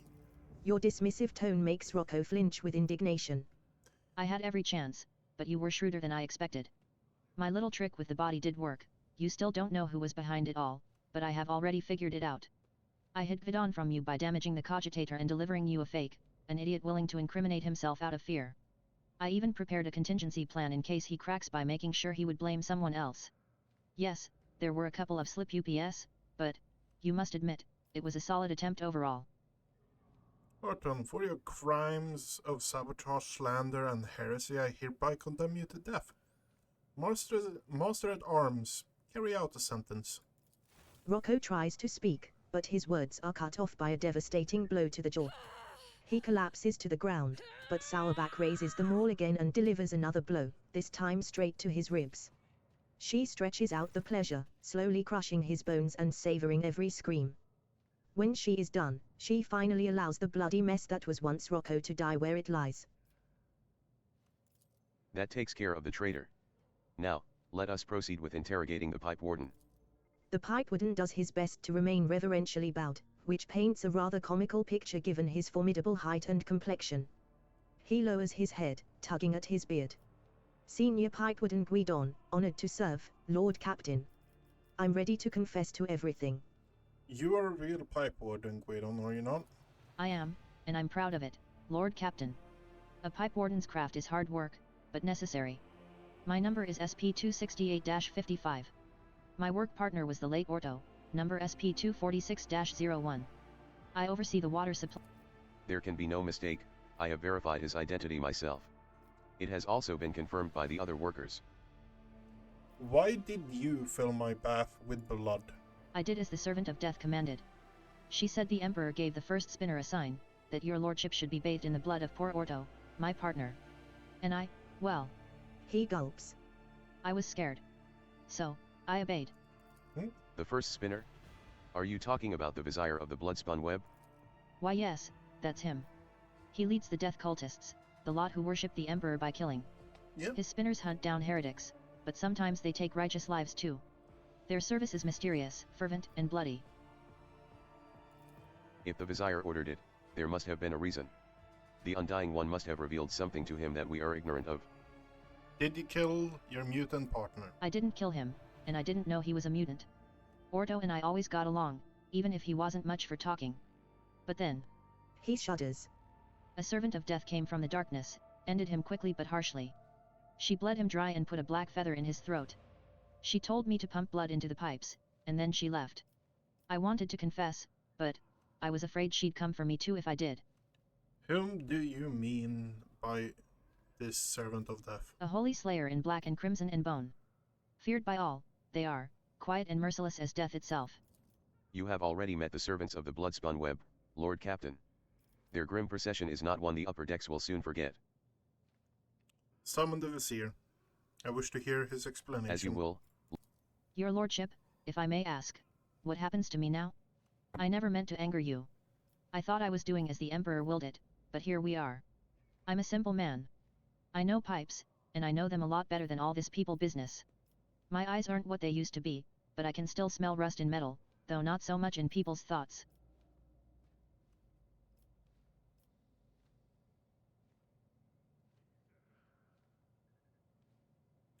You act as a true servant of the Emperor. I will have you provided with the best ocular implants for you to work.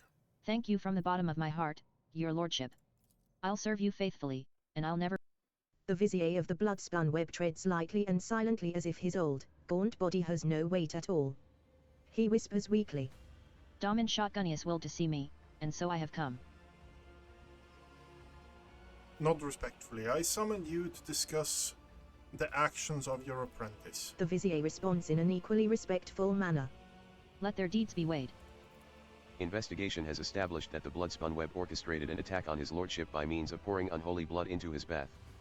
This affront. The old man's murmur drowns out Sourback's relentless voice. Damin Shotgunius knows the truth. So it was done, for so I did will. It was no affront, but a prophecy. For my hands to divine, unsullied martyrs offered their souls and bodies into his imperishable embrace. I gazed into the red rivers of their smoldering lives, and I did see a roiling unclean staining the bays, reaching for the anointed lord of the ark. In my apprentice's last sighs, I heard the undying one's whisper. He bid me bathe the Damin in the blood of he who must go and they who have been righteous, for this will shield the Damin and strengthen his body against the roiling unclean. I obeyed. What do you mean? Do you claim that you did it because of the Emperor willed it? I speak, move, and draw breath because he wills so. I defy not the undying one, neither in death that gifts and takes nor in my living existence. Kibella, did you know about this? When I saw the wounds made by the hand of a fellow believer, I guessed. But the Vizier chose not to warn you, and so it was not my place to do so either. If there had been a plot against you, and a knife aimed at you, I would have given you some sign. But the Vizier means you no harm, he is your servant. Where your other subjects' threads are clear and straight, his lie in the shadows of hints and secrets. Trust him as I do. The man you killed, who was he? I know not. I heard only the name, and I knew he must go. He listens to the empty space above his shoulder and nods. Yes. We need no more knowledge than that. What do you mean by roiling unclean? He did not reveal. But it is corruption itself. It offends him. It tastes as sweet as fetid waters in old pipes. Its promises are the deception of an enforcer's smile. Its face is elusive. The situation is clear, your lordship. Sourback makes the sign of the Aquila. The Emperor has sent us a portent. The protector of mankind guides the hands of his holy servants to guard us. Shotgunius, regardless of how regularly you kneel before an altar, I advise you to take this warning seriously. If I am correct in my suspicions about what is transpiring here, and I pray to the throne that I am not, then you can indeed consider this incident a sign that the Emperor is watching over you and this ship. Why so cryptic? If you have theories about what is occurring, share them. My theories are classified information of the Inquisition that I cannot divulge without good reason. If evidence comes to light that confirms my fears, I will disclose everything necessary. If, however, my concern is baseless, I would not wish to share knowledge dangerous to you without cause. Could it be a coincidence that the victim of the ritual was genetic apparent? The officers around you keep a respectful silence, but you can tell by their faint smiles that they find the very idea of doubting the Emperor's providence absurd. Could the Bloodspun Web in the face? No. Repercussion of the deeds. The cult of the blood will not face any repercussions. The Vizier freezes, listening to silence, then nods to nothing. Yes, yes, I will tell him. He turns his sewn-shut eyes to you once more. We are seeds in your hands, giver of life. Whether you keep us or scatter us, we will remain grateful. Be that as it may, we have hit a dead end. We hope that exposing the culprits would lead us to the aberration's lair.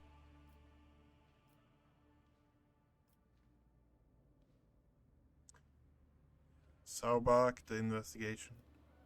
Let the Bloodspun Web find the mutants breeding on my ship.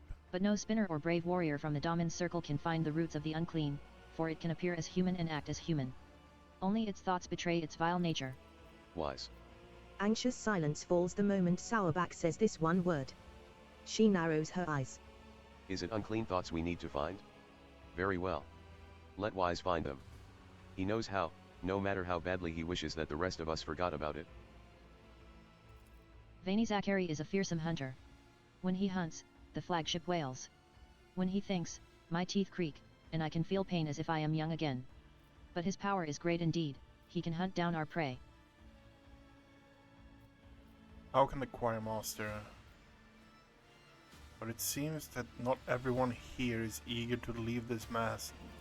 I would say the one least eager will be Master Wise himself. Last time, his efforts caused some severe warp manifestations.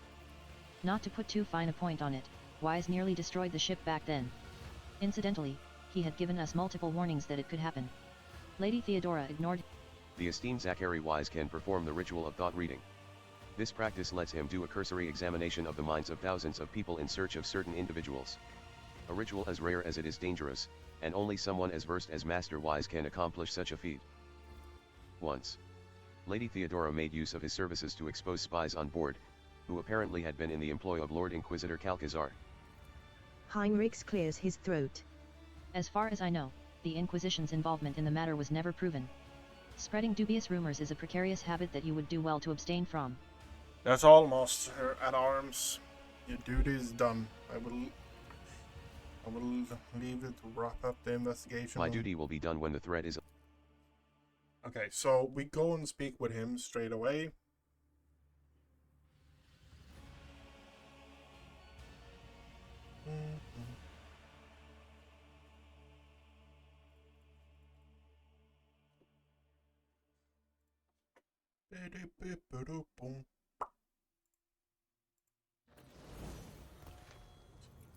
We actually leveled up. That's good. Adaptability, gain stack of versatility, increase critical hit chance.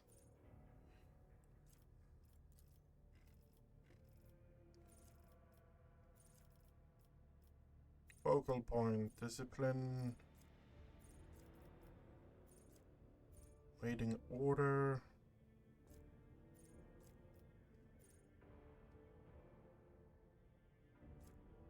Always ready, I think, is the best one.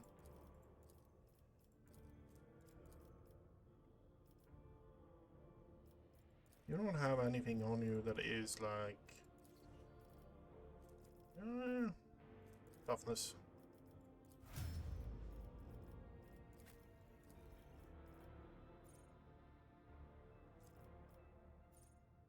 Next attack made by an ally under the effect of once per round, whenever an enemy considered anger.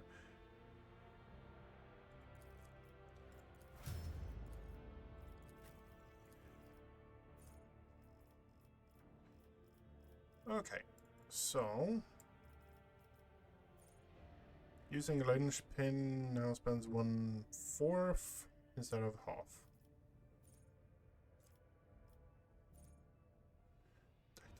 Or allied momentum, going defensive. Monster staging gain +1 for every hit they score on an enemy. I think that can be of good use. And we don't have the next Psyker version. When is that? That is 34. What level are you now? 32. Okay, so you're actually getting close to that.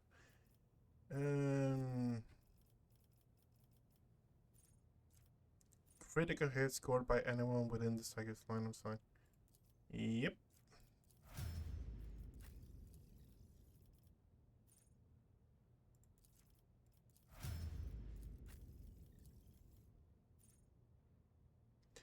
Each subsequent hit scored by the Cybermassive again.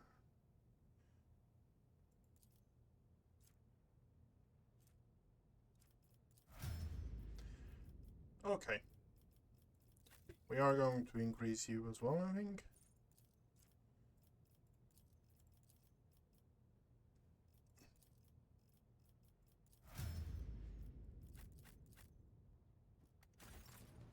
Okay. So, we are heading over there right now as well.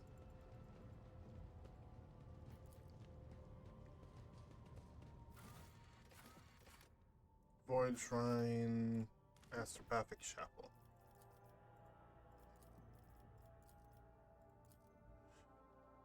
Removing Solomon, we still have 2 support characters out of 6. We now have 4 really good other characters. Alas, your lordship, the sacred machine is still deaf to the Engine Seer's ministrations. victory awaits. Haven't been here a single time, have we? Nope, we have not.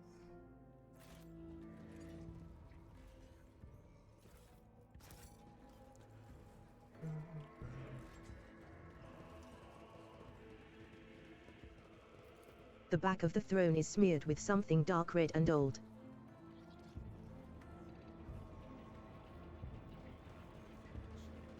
Protect us. The engine seer, his head lowered, does not. The esteemed engine seer. The young man. Forgive me. Follow my lead.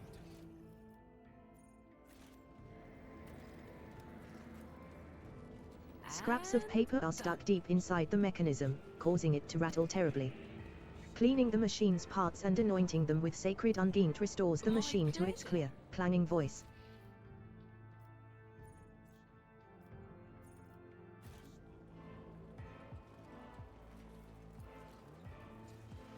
The miniature screens are displaying red error messages. You command the machine to run a diagnostic, and the messages disappear. Once clean of the candle wax that had seeped inside, the inner workings of the interpreter move much more easily. Once the text is ready for final interpretation, the compiler sends it to the choir master along with a list of meanings for the known images.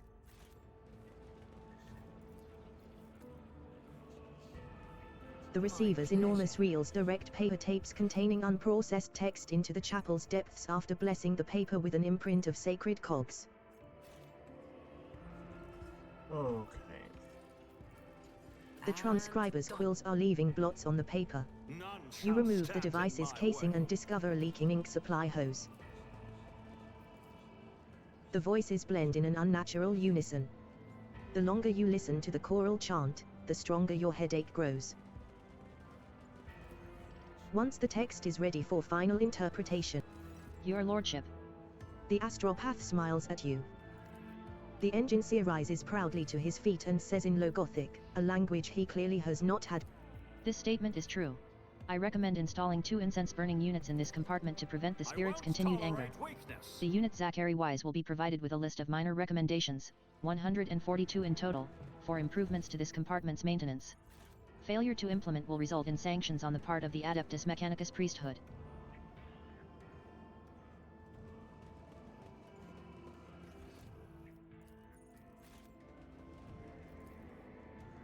Once the text is ready for final interpretation, the compiler sends it to the choir master along with a list of meanings for the known images. The voices blend in an unnatural unison. The longer you listen to the choral chant, the stronger your headache grows. Choir Master Weiss starts the conversation before you have opened your mouth to speak. Your Lordship, I have something for you. The choir master hands you a sheet of paper with uniform lines of machine type etched into it. Thanks to your assistance in repairing the compiler, we have been able to interpret a most curious message. It contains a call sign that agents of the Renegade Void were used in their especially important reports. Could the message be from He was more likely the intended recipient. When was the signal sent? I cannot say with certainty, Your Lordship. Following the repair work, I went through texts that had defied decoding before. What does the message say? Only a few words. Lilumd. Odinithus 11. The wines have ceased. It is done now. Lilumd is Voigtver's call sign for special reports, but the rest is a code we are unfamiliar with. That said, we know where to look for the truth, the Odinithus 11 system. I will deal with the report. Right now we have something else. Pity. The choir master's shoulders go limp and his face resumes its usual sullen expression. I was hoping that curious dispatch would distract you from the dangerous idea that brought you here, and I would not have to implore you to reconsider. Reconsider what? I have not asked my question. You feel a strange anxiety as the old man's burnt-out eyes seem to probe your inner self. Your intentions are fairly easy for me to infer. You are looking for mutineers. Your predecessor came to me with the same order many years ago. I remember that day, Lord Captain. When we arrived at the chapel, there was blood and human remains. It takes the entire choir's power to invade such a prodigious number of minds at once. Why are you worried? Lord Captain, do you know the proverb about staring too? And even if I agreed, it would be impossible. Worse than you can imagine. Argenta makes the sign of the Aquila. Protect the souls of the stricken and take them How under did your you I survive? managed to send out a call for help and did my best to contain the phantoms on my own before Lady Theodora arrived. I was the only survivor out of the entire choir. How did... Lady Theodora bombarded the Adeptus Administratum for months with requests to provide her with a new astropathic choir. In the end, new voices did fill the chapel. They were never told what happened to the previous choir, but they have inklings. And I pray to the God Emperor that they never find out the details of that tragedy. How is the ritual like this even possible? It's akin to It heresy. is not heresy, but it is indeed a dangerous tool that will only yield to a mighty hand. That time, things were going all too well. The choir was many-voiced like never before. Was it successful? The choir master cowers, as if cornered. I did find it. But the price. Yes, Lady Theodora got the names she wanted, but was it worth it? The tragedy has remained a secret hidden within the chapel, but we were a hair's breadth away from it becoming an epitaph inscribed on the ship's remains. It's fair to say my predecessor was being herself there. Please, Lord Captain, learn. I see. That is the harsh truth, your lordship. It must not be done.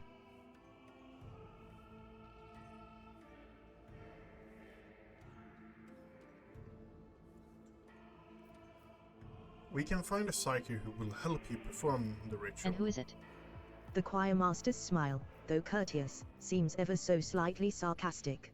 You mentioned knowing a powerful psychic employed by the Winterscale. Master Harriman is a seasoned telepath, but his lord would never part with such an incredibly valuable specialist. A sizable amount of money will be necessary to organize Master Harriman's escape. I will hire professionals to set up his escape, to send whoever. As you please. Master Harriman will welcome the news of his forthcoming release. His present lord is quite unpleasant. I will report back once Master Harriman has been brought on board. Okay. Then another quest is set up.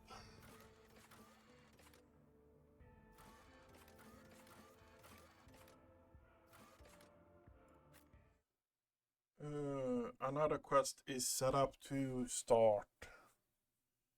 The hunt for the hereticals on our ship will burn.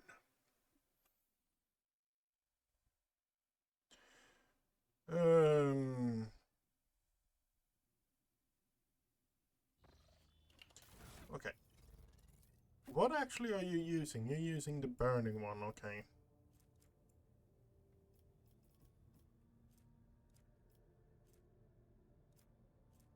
To be fair, we don't really have any good chest pieces for you, do we?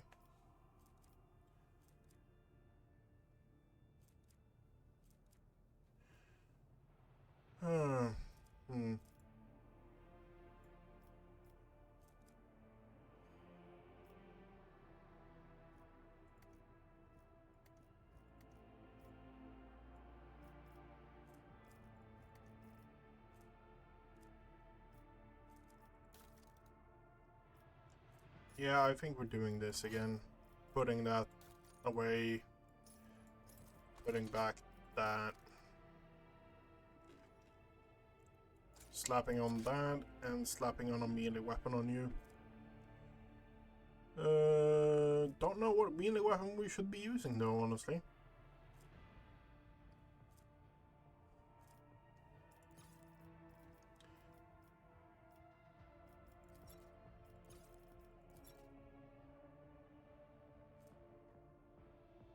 That's a force sword. A bio charge isn't relevant for you either. Really, a majority of the weapons we have is force swords? Okay, fair enough. Fair enough.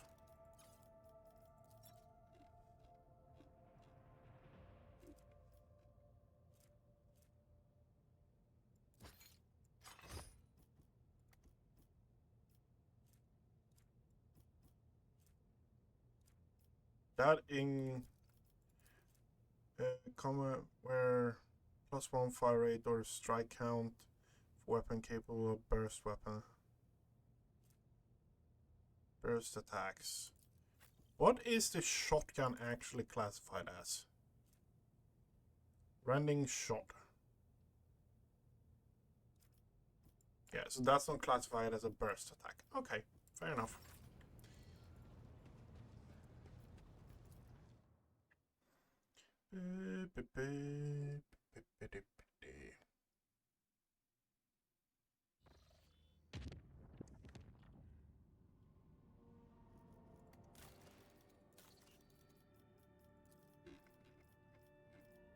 Oh, we actually need to build something here, huh?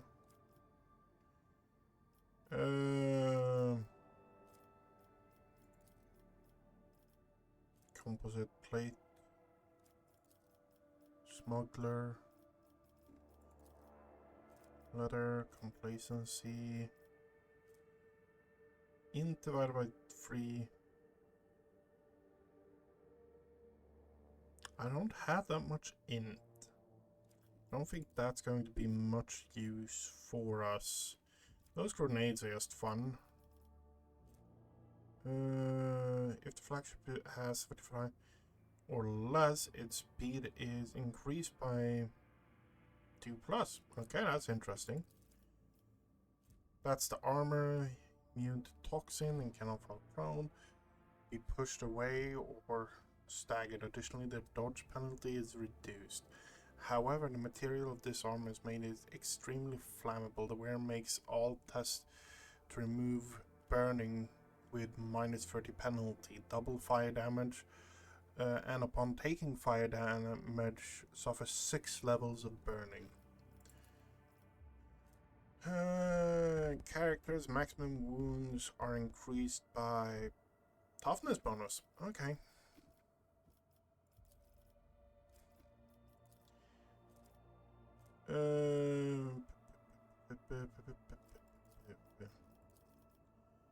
Duration. This is interesting. Shadow Sarkov, so that means we're picking that one. Okay. We're just running it down then, I guess. SolidWorks. Fellowship of the Void. Yep. That means you are done. You are done. Once I know that. You are also done. And you are done. Okay, so it's just... It's the last 3 now. Demonic eyes had materialized and begun to slither across the walls of crew quarter 49. The burning orbs swelled like bubbles of fetid swamp gas, only in secluded places at first, later appearing in plain sight. Everyone subject to their glare started experiencing headaches and spells of self-flagellation.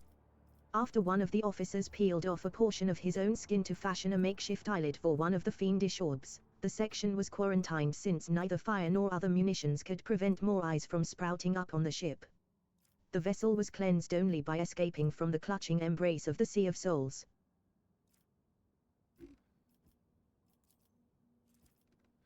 I want to go Bloodsport, but I think we said killing fields is the way to go. Yeah, I think so. Warp guide then. 1/4.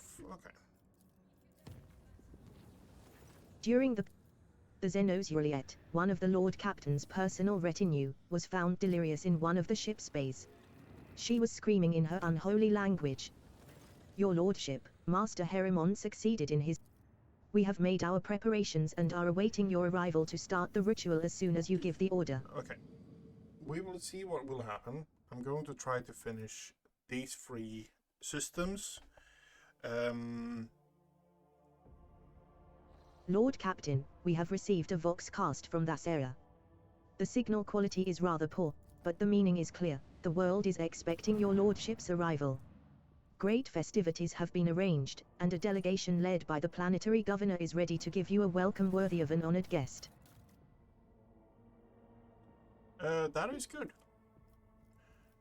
How are we with the ship? 90. Oh yeah. That's a good upgrade. Short range, short. 10 plus hull integrity. It's kind of meaningless. There, 12 points. No.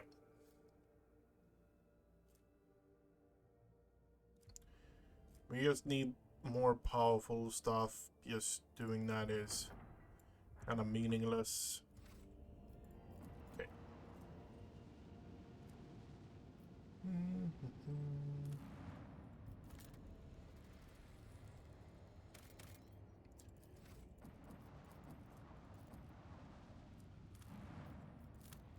In a scan. Amid the lifeless rocks and lava lake, the scouts are able to discern symbols of the Imperium on the buildings. Deformed and fused together by high temperatures, the ore mining structures tell a sad story. Centuries ago, the planet and all its riches perished beneath the radiance of the system's expanding sun.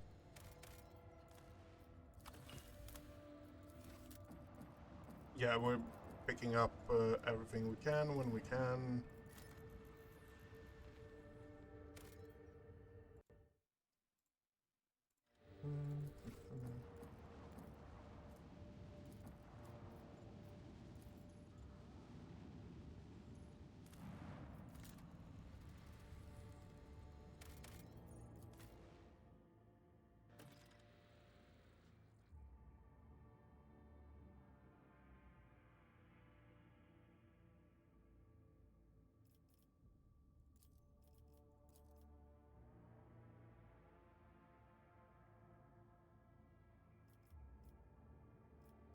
Yep.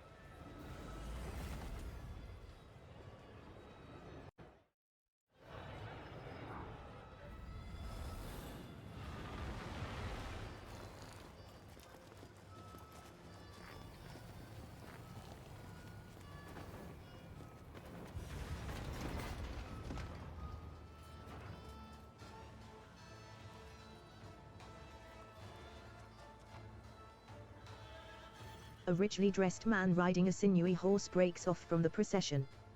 When he approaches, you immediately notice a strange detail. The man's face is pinned to his head with precious fastenings that stretch the skin across his skull. Celestial guests, there is no higher honor for us than to extend our hospitality to such noble eminences. Thank you for His your Celestial courteous Highness the Rogue Governor. Trader. However, I'm But of coming. course, your Celestial Highness. A smaller figure steps out of the crowd, dressed in the motley attire of a court fool and wearing a sneering mask. My name is Bluff. I am Lord Rueldu's good mood. I tickle his governorship with well-spouted jests and itty-bitty gossip. And now, I merrily doff my cap to our celestial lords and ladies and hand them this here key to that Syrah as a token of our boundless loyalty. The fool bows and offers you his gift. Anshal, you take it. I do not wish to soil my A hands. Bellard, wearing a grim expression, accepts the gift in your stead. Through comically exaggerated gestures, the fool displays his grief at having been unable to hand you the key directly, then steps back into the governor's shadow. Being the paragon of grace that he is, would my celestial lord, perhaps, also deign to feast his ears on the latest that Syrian gossip to go with my gift? The governor's heavy gold-stitched jacket adds a certain presence to his figure, but it cannot hide how poor of a rider he is. The way his boots dig into the horse's sides, his hands fiddling with the reins, his trembling fingers, all speak of nervousness and a lack of control. Abelard, announce the purpose of our visit to these Abelard clears his throat. His lordship Shotgunius von Valancius, inheritor of the greatest protectorate of the Coronis Expanse and bearer of the sacred warrant, has graced that Syrah with his presence in order to discuss matters pertaining to this planet's tithe. Enough. According to Data Protocol Calixus Sigma UX 11-4, this Mu-class planet, type feudal, estimare rating E874, with an assigned tithe grade of Solutio Extremis, has not provided its due tithe amount in full. You have violated the Lex and are hereby under investigation. You are to present all related customs reports and shipping manifests. I am most flattered by your attention, esteemed judicator, and by this opportunity to serve the Imperium with even greater excuses are the hallmark of the guilty. Ruoldo clasps his hands together and says meekly. Of course, Master Judicator, I will provide you with all the documents as soon as our internal review is complete. I assure you it won't take long, and the report itself will be exhaustive. I believe there was something else the esteemed governor wished to say. Thank you, Your Celestial Highness. We know your journey here must have been an arduous one. As a sign of our appreciation, we have prepared a veritable constellation of enjoyments in your honor. We humbly invite you to taste of our amasek, along with our finest dishes, and may you likewise savor. A thin woman emerges into the torchlight, looking at you with a mixture of fear and awe. Her diminutive figure is practically drowning in her velvet and silk dress, and a resplendent necklace of blue stone adorns her neck. Maeve, my celestial lord, at your service. Solomon leans closer and says in a lowered voice. Based on my experience, I would say we have been assigned a spy under a pretense of generosity, but this is a good thing. We will use this young woman as our source of information about the world. For now, it would be wise to play along and question her thoroughly once we are away from prying ears. Relax, Maeve. Just pretend you are giving a good friend a tour of the palace. Maeve smiles sheepishly. I'm afraid that is easier said than done, my celestial lord.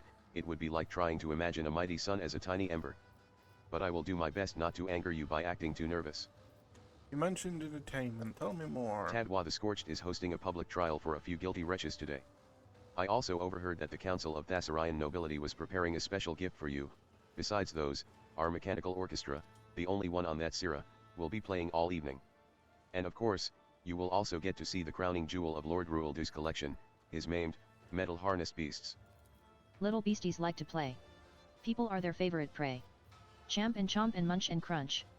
Look. It snapped your head away. Screams and tears and gore and more. Happy beastie, happy day. Not that the servitor was fascinating. How did you manage to acquire something like that? Though at most only once in a generation, even that seer receives visits from time to time, Your Celestial Highness.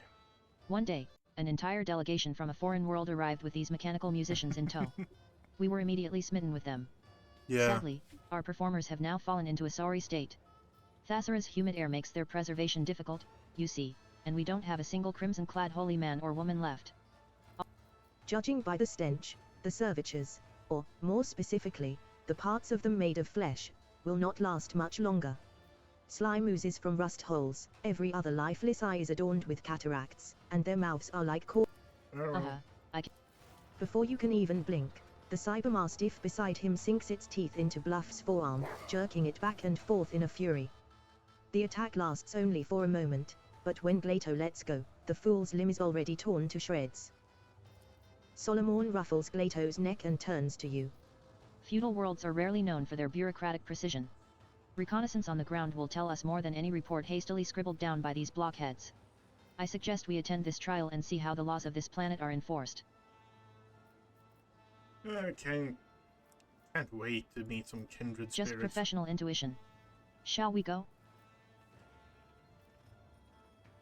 If it will help the investigation, we should not dally. I am pleased to see that you prefer. Solomon looks at the throng currently staring at you in wonder and trepidation. So, Celestial Lord. Your coming is a historic event for these people. Rest assured, the locals will be watching your every move, and a single word or careless gesture from you may well transform their lives on this underdeveloped world. Road Trader Trasera.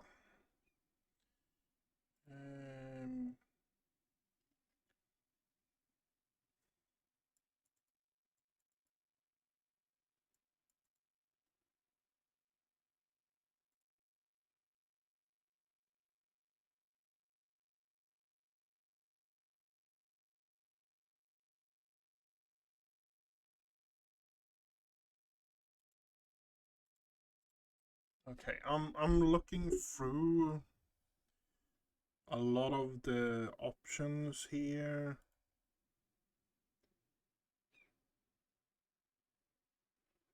You can get a Cyber Raven.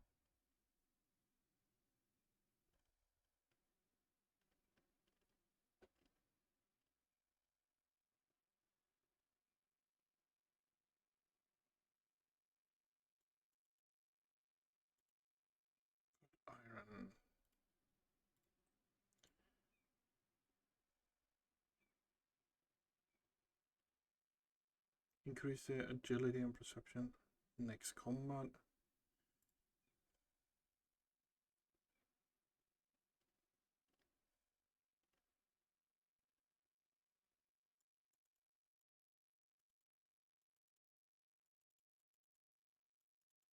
Find the imposter.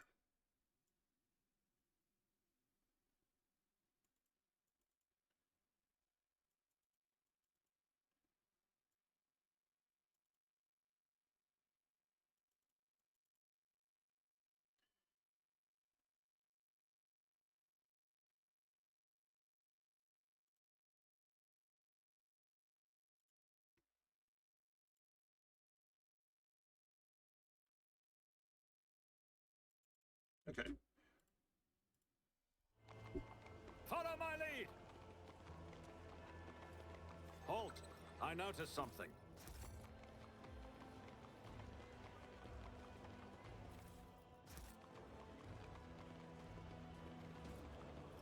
Attention to detail is the key to success. The Emperor favors me today. We should deal with investigate. Let's... Never doubt me. Duty prevails. That is an eagle. And we also get... Oh, I call it the solo sword because it is a fantastic weapon. The only problem is it kills your teammates more, almost the same amount as it kills your This is our chapel enemies. where we pray to the Emperor, the holder of the key to all destinies. The bell in its tower can ring so loud, it makes your ears pop. That tower is even more ancient than the castle. They say the Emperor himself pulled it out of the ground, along with the entire mountain range. Unlocked. Run and it's done. I won't tolerate weakness. They say a little bit of humility never hurts anyone. I help others better themselves by wholeheartedly Noticing your gaze, humiliating Maeve turns them to you. at every My step. celestial lord. She hesitates before continuing. They say you are the God Emperor's anointed. Have you truly seen him? Alas, no, our God Emperor resides on the whole many light centuries from here. To behold him is a privilege denied to all but the few. Maeve lets out a forlorn sigh. I wish I could see him, but I am sure his splendor is so dazzlingly bright that one glance upon his visage is enough to blind a person on the spot. Oh, pardon me.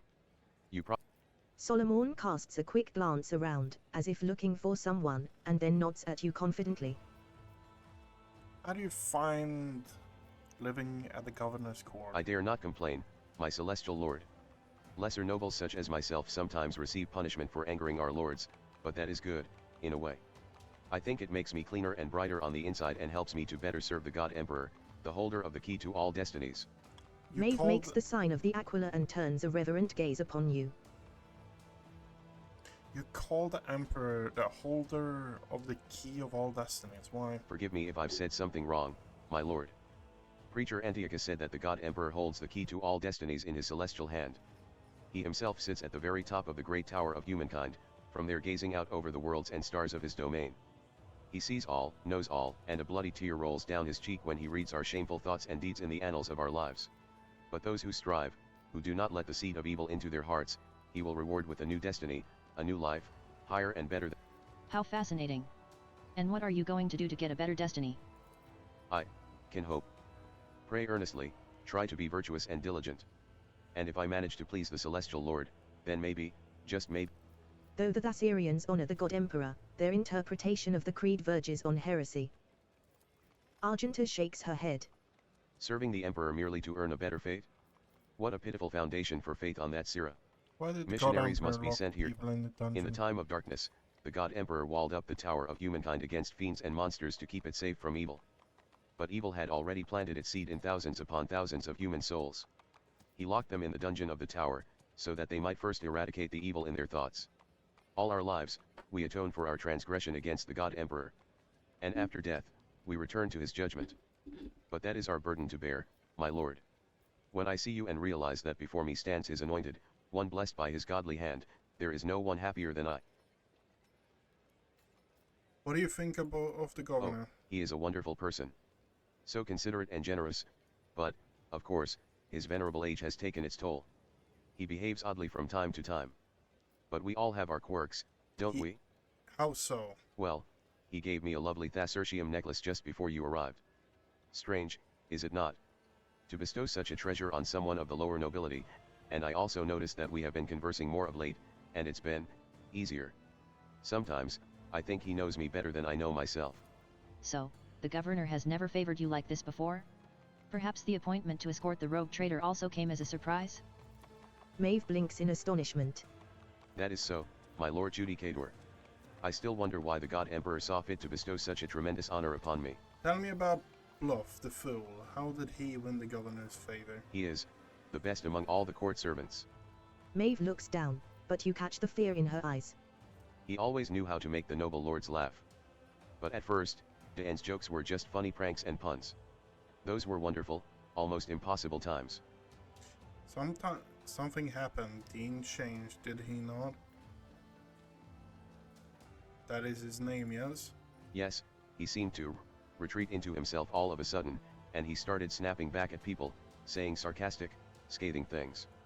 His jokes were simple before, but now, there is always a nasty bite to them. And he started exploding at every little thing and ordering me about my own brother. Having said all this, she freezes in fear, turning white as... For a brief moment, a deep wrinkle cuts across Solomon's forehead.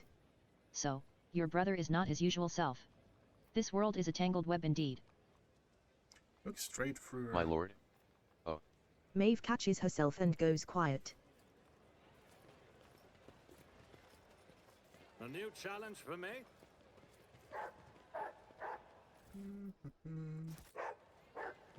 Collect.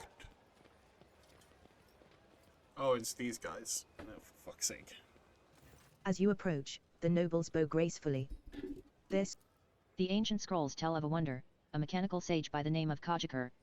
It knows the answers to all questions, can make the box in a Bellard sighs heavily and leans over to you. Sometimes, when information... Heinrich shrugs. I've seen quite a few distortions of Gothic on primitive worlds, but I do not recall ever seeing such a miscomprehension of the Omnisciata's gifts. Listen to the sounds coming from the box. There is a barely audible breathing coming from the box. Whoever is inside wants... Glato stalks toward the box and bares his fangs, while Solomon frowns grimly at the device. Really? Then again, what else could you expect from this ignorant world? There's something I wish to ask, Cogitor. If I may advise the Celestial Lord, in order to receive an answer, one should take a piece of paper and slide it into the hole here. Then, touch this stone and ask the question loudly and clearly. Cogitor, answer only yes and no. Is your next answer going to be no? The miraculous device reluctantly accepts the offered paper and makes a vague moan-like sound. After a languid moment of waiting, you are presented with a sheet that reads A, which most likely means error.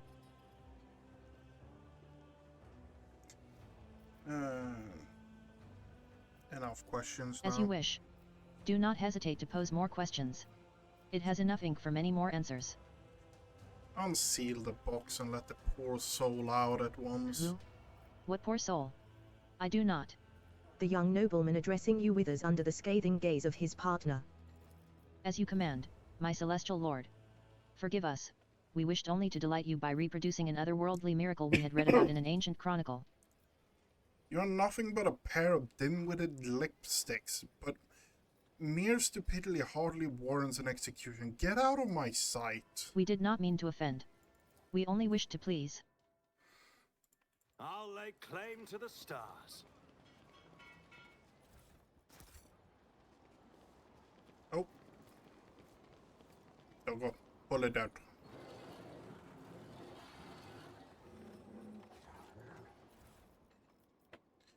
That is one of the weapons. Unlocked. For me. done. The blacksmith has somehow managed to forge shells and casings. These do not belong on a feudal world, but there is no doubt as to what they are. The blacksmith has somehow managed to forge shells and casings. These do not belong on a feudal world, but there is no doubt as to what they are. Nothing's impossible for this old officer. What do we have? We have Cyber Raven. Cyber Raven willpower. Enemies affected by relay psychic powers must passionately or become slowed. If an enemy is already slowed, it has to pass an agility test with plus 20 or become immobilized. Target immune to immobilized suffer warp damage equal to 5% of the maximum health. Okay. It's about time. An expected result. Lesson learned. What do you say here? Judging by his attire, the man was of high social standing. Someone has carefully and skillfully peeled the skin off his face.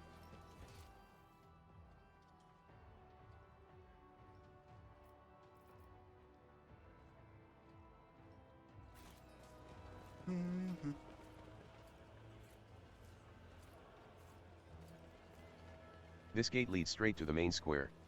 Let us hurry there.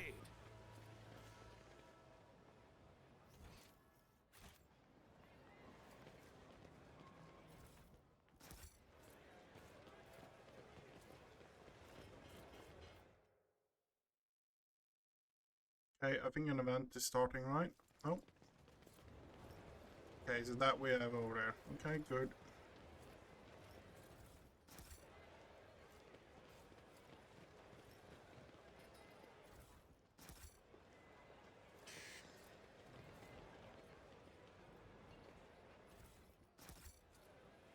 Let's go over here. There's something not right about number 4. It doesn't know command. This Lacerix's augmatics are just as rusty and a quick inspection is enough to determine the cause of the problem. Some of the Lacerix's augmatics are clearly not working correctly. I've seen Glado convulse like that when his augmatics were malfunctioning. Solomon says, then adds with sudden anger. I doubt the local halfwits have the first clue about maintaining implants. You try to reach your hand inside to get at the Lacerix's augmatic, but the cage's bars force you to withdraw. You are unfamiliar with the operation of the mechanical lock, but that does not stop you from disabling it. Yep. You find the issue and fix it with ease. With a flash of its visor, suddenly, you see something moving out of the corner of your eye, a whirl of skirts, a frail figure. With a small shriek, Maeve throws herself between you and the snarling beast. Off with you. Get away from my lord. Step away, Step away, Maeve. That's an order. The young woman casts a desperate glance at you and is on the verge of saying something, but never musters the silent duel with the Laceric. Solomon gives you a nod of respect. Not only did you deal with the augment, you also made a deadly beast recognize your authority with a single glance. Though, I cannot help but wonder about the repercussions of this jailbreak. Salivating profusely, the Lacerixes watch the food disappear into people's throats. Judging by their protruding ribs, the beasts have not been properly fed in some time. Victory awaits. Judging by the deep scratches, there used to be a makeshift bridge here. If you put something in its place, you can try to cross to the next roof. Despite the gaps, the metal lattice looks both sturdy and long enough. Nothing matters more. And we demo that, and we pick up the I loot. better myself through my service.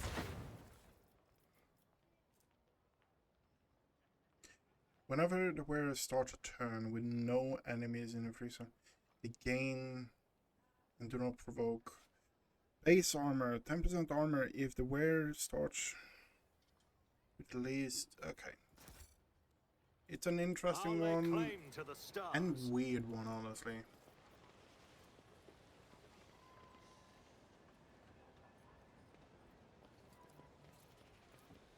An expected result. Oh, that's new for Glato, isn't it?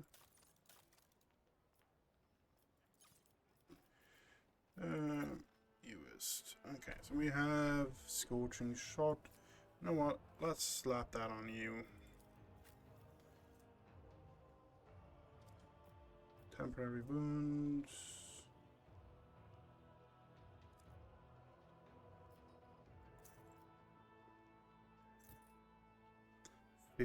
154 coercion, okay. That means you do a fuck ton of damage.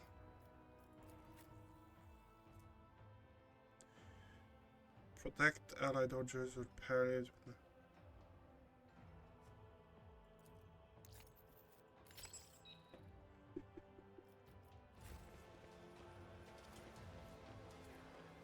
I won't tolerate weakness. Okay, we do a look around. Okay.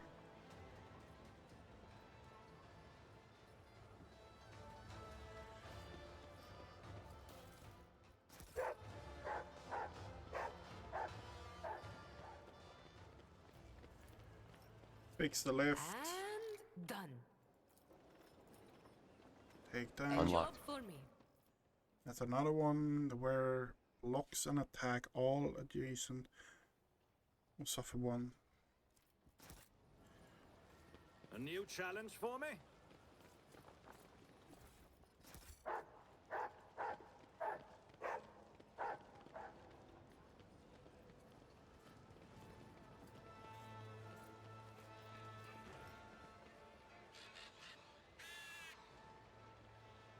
What a life. To own entire stars. Caesarian. Seeing people of such noble blood is the highest blessing.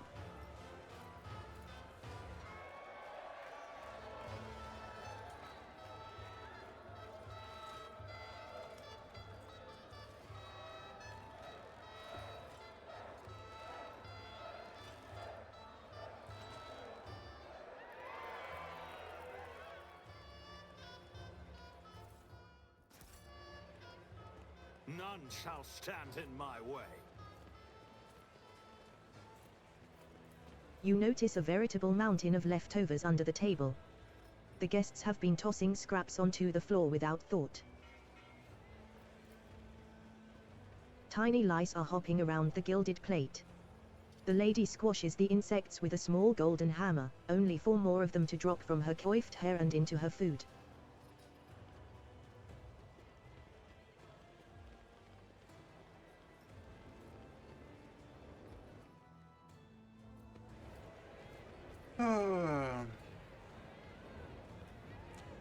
Let's see how this goes.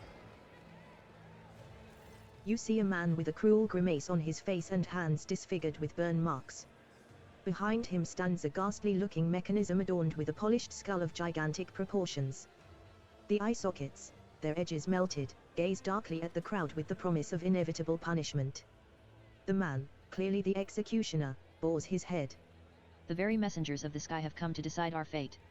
We are honored, your celestial highness.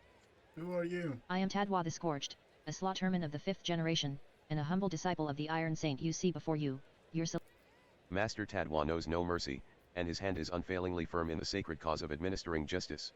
Maeve is careful to keep her posture straight, but her frightened gaze is deliberately averted from both the executioner and the mechanism behind him. What is that structure? This instrument of punishment is a personification of the great Phasmophorius the Martyred, who accomplished the legendary feat of slaying 300 heretics.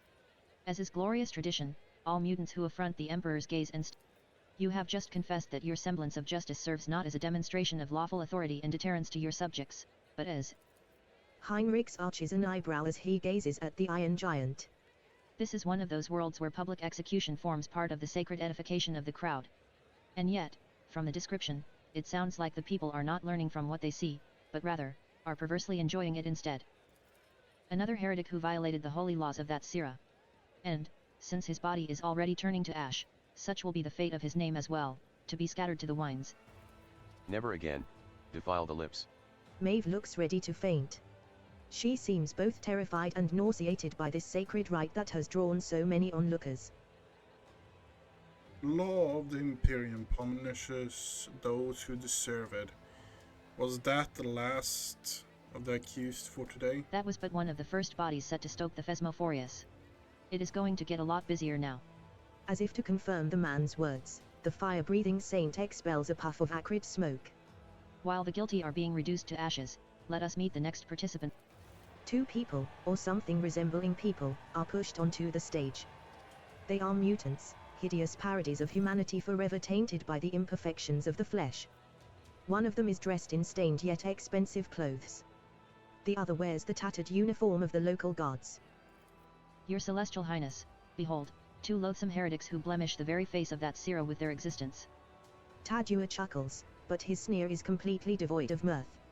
The degree of their guilt may vary, but they both deserve to enter the blazing bowels of the But, since fate has graced us with such lofty visitors, I eagerly cede the right to punish these miscreants to you, your Celestial Highness.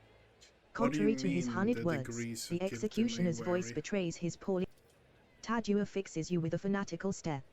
One of them, despite being one of the highest lords of that Sira, spat on our world's customs by refusing to alter his destiny. The other did change his fate, even though he was just a lowborn wallowing in the mud. What in the Lex's name did I just hear? Solomon raises his voice slightly, indicating that the usually impassive arbitrator is profoundly indignant. I normally have no trouble passing judgment, but in this case, I don't even know where to start. Was the opulently dressed man's mutant's crime? Ah, a rotten stain upon the noble families. He was hiding in his manner to conceal his deformities, but had trouble keeping his mouth shut. He spread corruption among the minds of courtiers, cast aspersions on the traditions of the world, was insolent, swore profanely. Luckily, he has no heirs, and today, this accursed bloodline shall be put to rest once and for all. The richly garbed mutant moans something. You notice stitches on his disfigured face. The zealous servants were evidently in a hurry to silence the condemned man early and sewed his twisted mouth shut. What monstrous cruelty sew the man's mouth shut. Take those stitches out immediately. Eager to please you, Tadua carries out the order, but his work is far from gentle. The condemned man groans and chokes in pain as the executioner pulls the threads from his flesh. GNKU. With his mouth oozing blood, the mutant is unlikely to say much more. What did the mutant in the guard uniform do? A thief, a brigand, and a murderer. There is no way to list all the crimes lying upon this freak's conscience. However, his willingness to change his destiny against all odds merits this mutant at least some honor. Despite his feeble-mindedness and simplicity, he had enough sense to obscure his countenance with hoods and helmets until he made his way from beggar to guard. It was not long before his excessive passion for fighting and stabbing gave him away. The mutant utters a foul curse under his breath, then immediately gives you a frightened look and falls silent. The mere sight of the Celestial Lord seems to instill a reverent awe in the common denizens of that area. You praise the lowborn mutant despite the vicious acts he's committed. They are both mutants, and have thereby violated his law. Yet, when one finds a spark of nobility in an abject commoner, one cannot help but feel a grain of respect for them. This heretic may be of low birth, but he does not flout the values of that Sira the way the nobleman does, and thus honors our traditions and his will. Born into the rabble, he applied all his abilities and skills, defied the restraints placed upon him, and crushed those who stood in his path, all in order to forge a new destiny for himself. Forge a new destiny? Solomon repeats slowly, with an undertone of utter disbelief at what he is hearing. Even you, a degenerate, should know that man is bound to serve the God Emperor's plan from birth, and that any attempt to change that is a violation of his will. Even on a planet forgotten by all, humanity continues to seek freedom and to honor the Emperor in their own way. Sighing, Jay turns to you. Humans need to believe in something in order to live. And a better destiny, who among us has never dreamt of that? What do you say, Maeve? Which one deserved to Maeve's die? gaze darts fearfully around while visibly avoiding the doomed mutants on the platform. I am, of too low a birth to take on the burden of being a judge, my celestial lord. The word of a distinguished guest is law. We are all trembling with anticipation. Maeve seems to have reined in the emotions that were overtaking her, and she casts a timid glance at you as she awaits the verdict.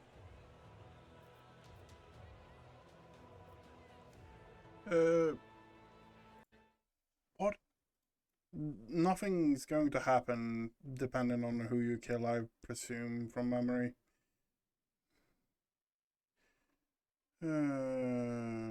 No.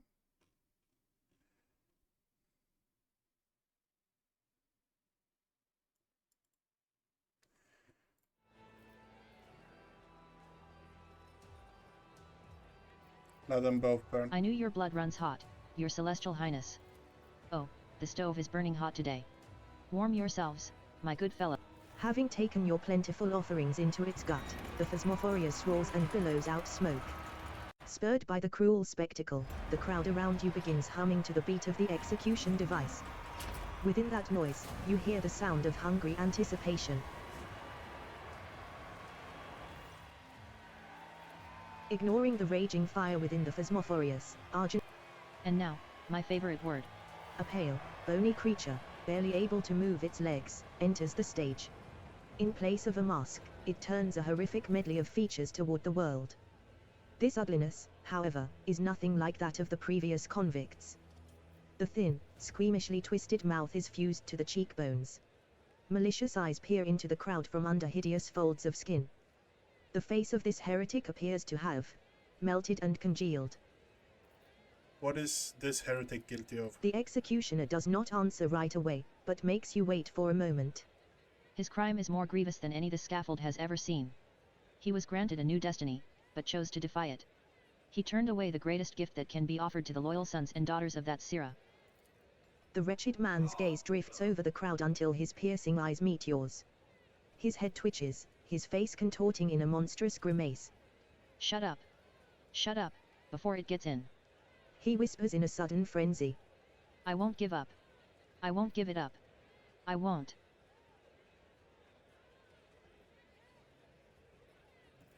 Oh, no no no. We didn't come here for you to stay quiet. Squeal now, and squeal louder. The crowd takes up the fool's outburst and begins demanding more screams. Where is the blasted cool fool? You glance at the crowd, and suddenly see the fool, prancing and flitting among the gawkers, clearly trying not to be spotted by you.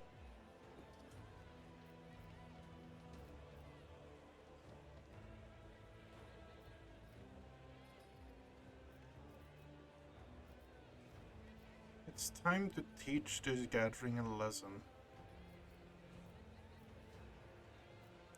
I have thought of better and forget about executing. Whoever brings me the fool will receive an honor of kissing the celestial lord's signet.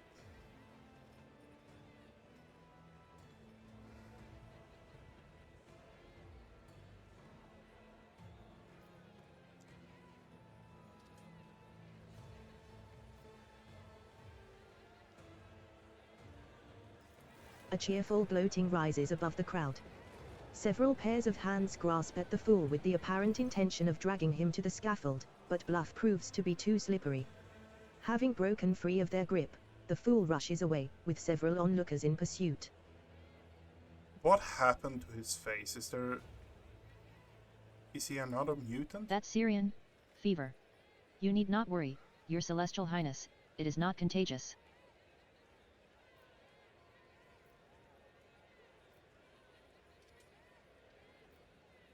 Just enough. As Tadua opens his mouth to say something, the convict takes a step on his clumsy, spindly legs, and then another one. The face. Pretty, strong, shining. A gnarled claw points directly at you. Give it here.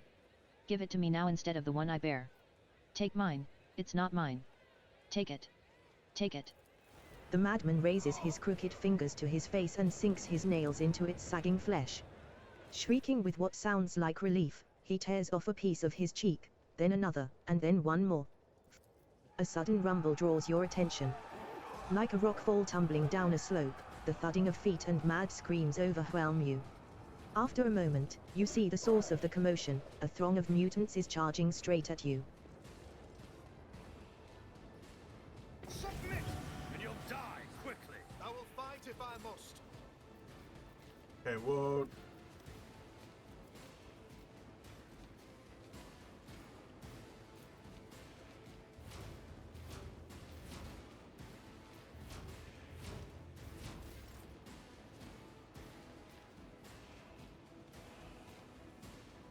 God Emperor, move through me. Be the fire in my heart.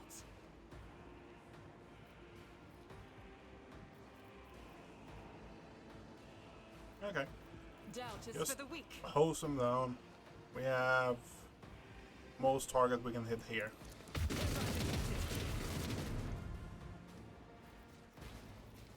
Faith without deeds is worthless.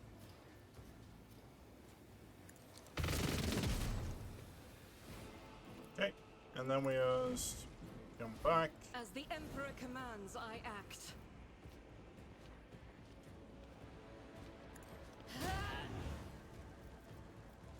Okay.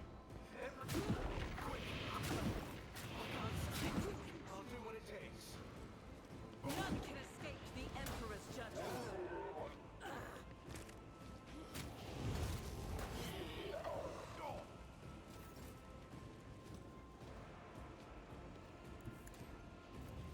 Oh, nowhere to hide. Not a problem. Nothing I can't do. High momentum.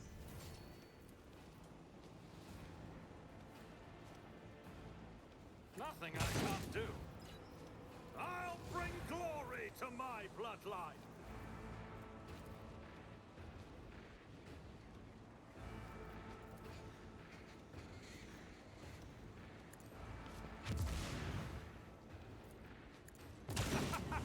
Another clean strike. Okay. And then we go All backwards too a bit.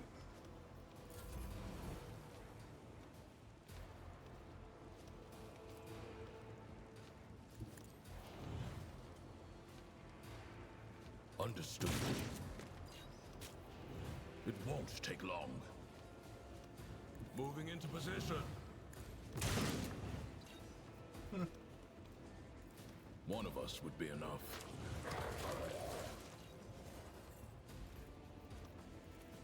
Glato, we're undertaking this task. Okay. Good. What is that? Also pledge.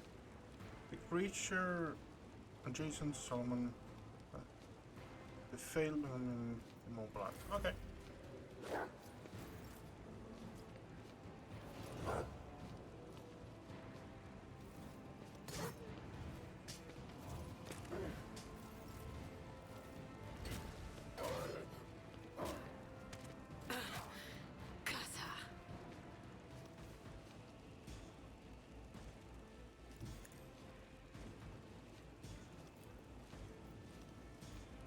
Don't get too cocky. Tell me you never fight fair.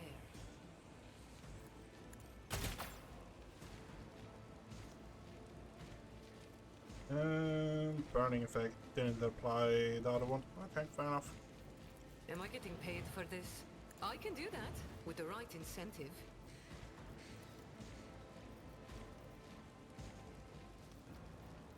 I'll do it.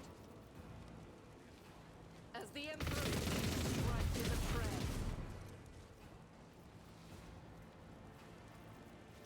I refuse. Oh, I can't use those. Okay, fair enough. High momentum. I've seen worse battles than this in my time.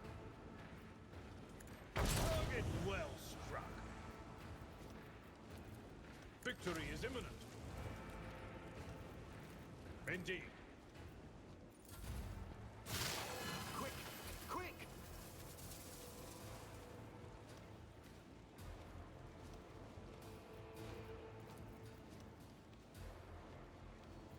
But of course, Lord Captain, for the throne's glory.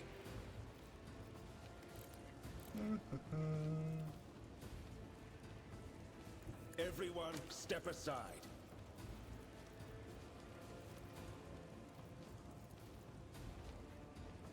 Do my bidding.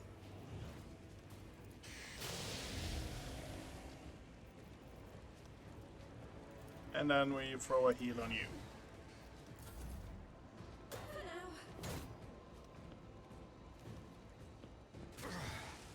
Brace yourself, Tamerlane. Just a minor setback. Follow my lead.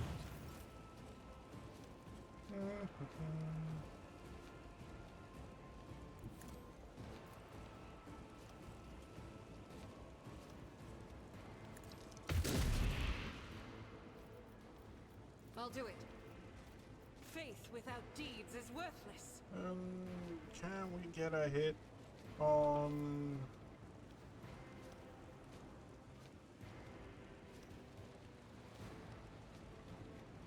Shift 4, and we are hitting there. I need to do everything myself. Cyber Raven dead. Okay, fair enough.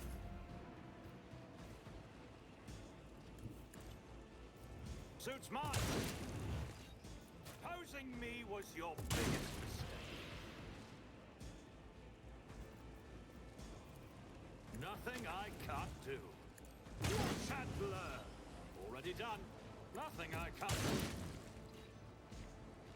do. Okay. We must act.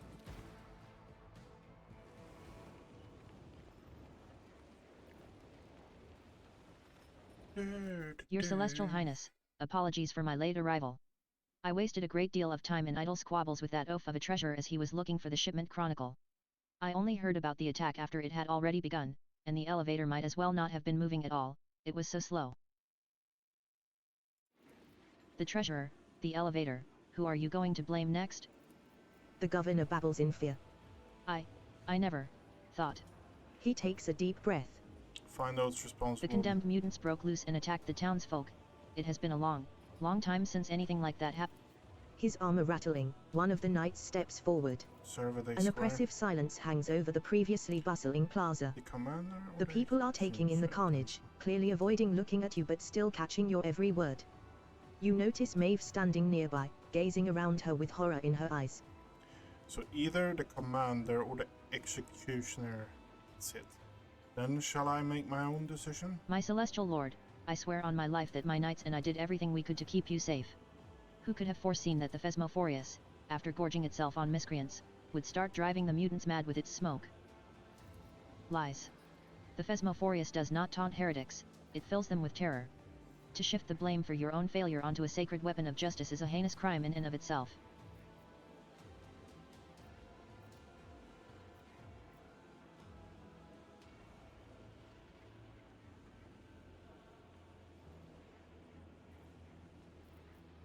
There's been enough death. I will not order an execution. The commander and the executioner stop their bickering and turn their eyes to you in astonishment. They quickly recover, however, and offer you their deepest.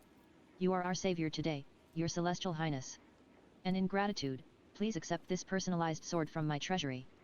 Fatebringer once decided the outcome of one of our feuds. It killed a rebel leader, and... Thank you. The governor bows at your feet. After putting herself in order, Maeve catches your eye and looks away shyly. Not in the least. I will not let some beasts ruin everything we have worked so hard. It amazes me that that idiot just underpaid the tithe and did not somehow lose the whole planet as well. Her face pale, Maeve raises a hand. My celestial lord, it is only a few steps away. The noble lords are already lifting their glasses in their savior's honor, awaiting your arrival. Shall we proceed? It's about time.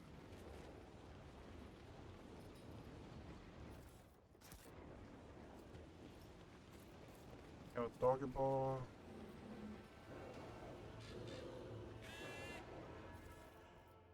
Have another one of those shields.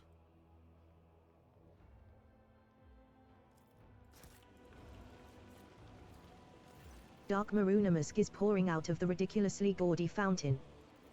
By no means. Such frivolous naturally, my celestial lord. I dare not protest. Victory Should you change your awaits. mind, I am always at your service.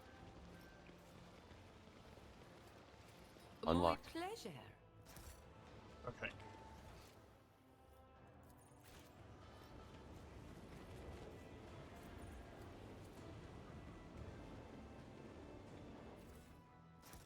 Collect that. We have another corpse here, here.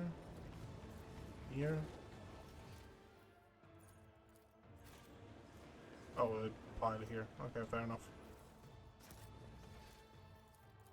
And then there's... Okay. I won't tolerate weakness. The sculptor's mechanical hands crawl over the rough stone. their many jointed metal fingers remaining in constant motion. Even now, you recognize your own features in the unfinished piece. It seems someone When I sculpt, your these musings on destinies and fates remind me of a heretical cult that has been plaguing the von Valancius domain of late. Your visions, sculptor, are whispers of the warp. Heinrichs glares ominous. I have passed through the halls of the Black Ship. My celestial lord may be certain that my creations bear no evil within them. Tell me, what do you wish to see shaped in stone? All that I have accomplished is in the present. The sculptor's hands scuttle over the stone like huge metal spiders. Somehow, his sightless gaze perceives exactly those details of your appearance that you are proud of the most. Your destiny will soon be complete, my lord. I will have it delivered to your celestial vessel. Your augmatics are most impressive. Such implants are impossible to come by on a feudal. Where are you Lord from? Rualdo had my limbs replaced before he took me from my home planet. The sculptor's This man appears to belong to a rare variety of psychers, biomancers capable of recovering even from otherwise deadly wounds and diseases.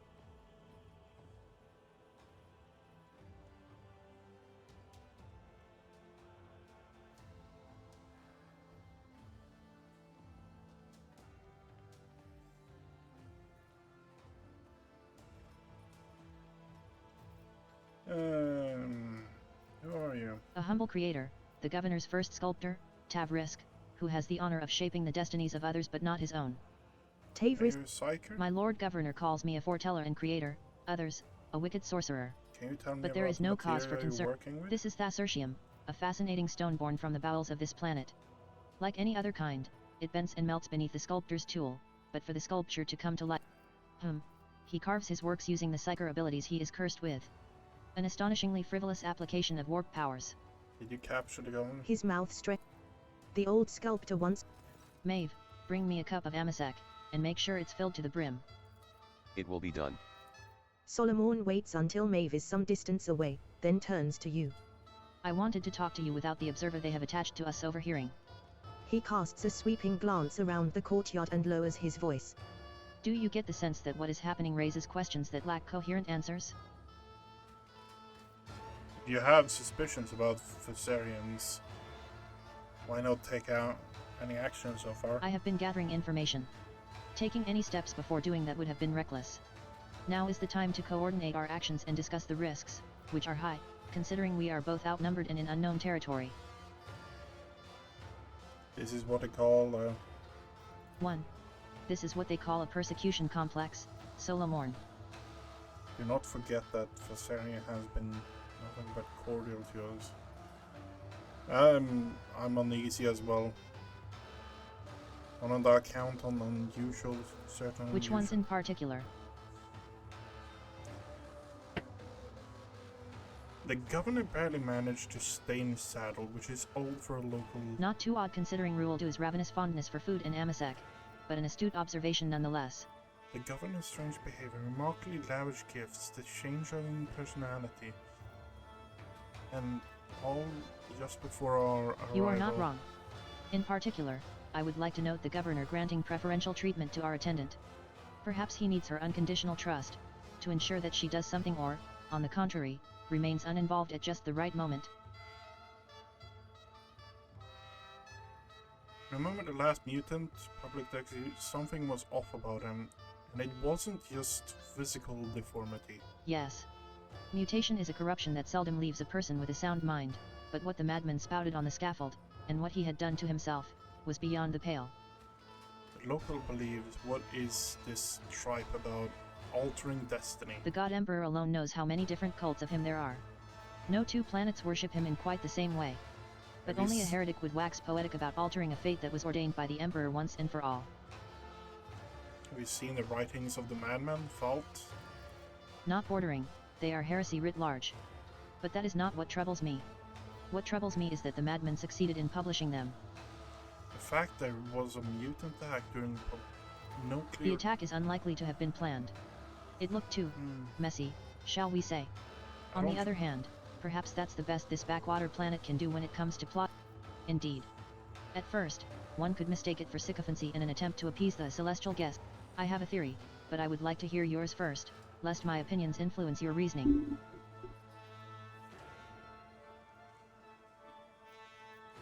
The Zarian have failed to gather a time, now it's distracting. Would wager that this cult predicament is usually I'm not making out to be not a feudal world with primitive populate, a Ford words or else industrial one pointing a smaller tide. There is something in this area's atmosphere that alter the human brain. Sooner or later anyone who lives here become a clumsy idiot.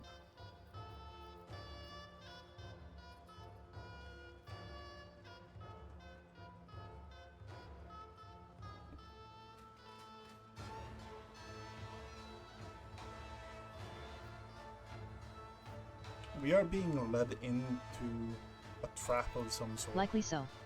But while we are ignorant as to the nature and purpose of this trap, we have nothing concrete to go on and can only stay on our guard. My hypothesis is that this is not about the tithe.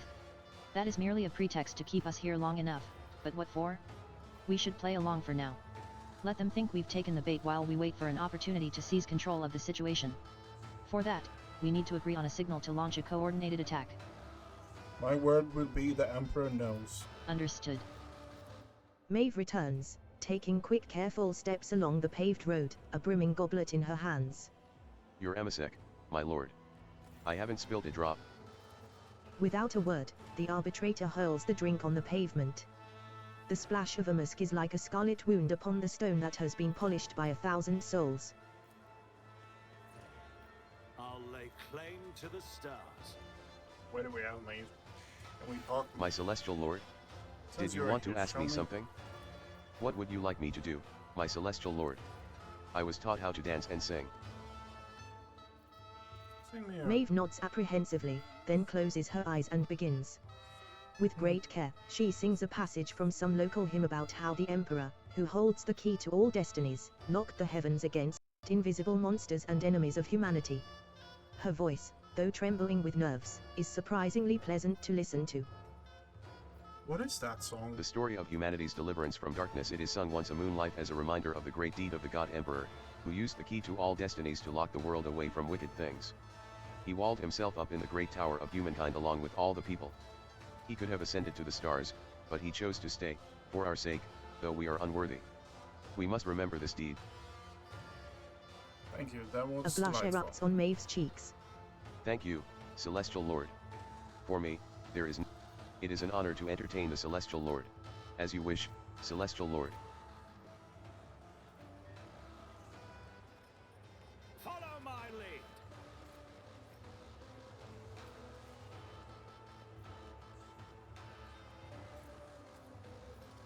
The tables are overflowing with rare and peculiar food.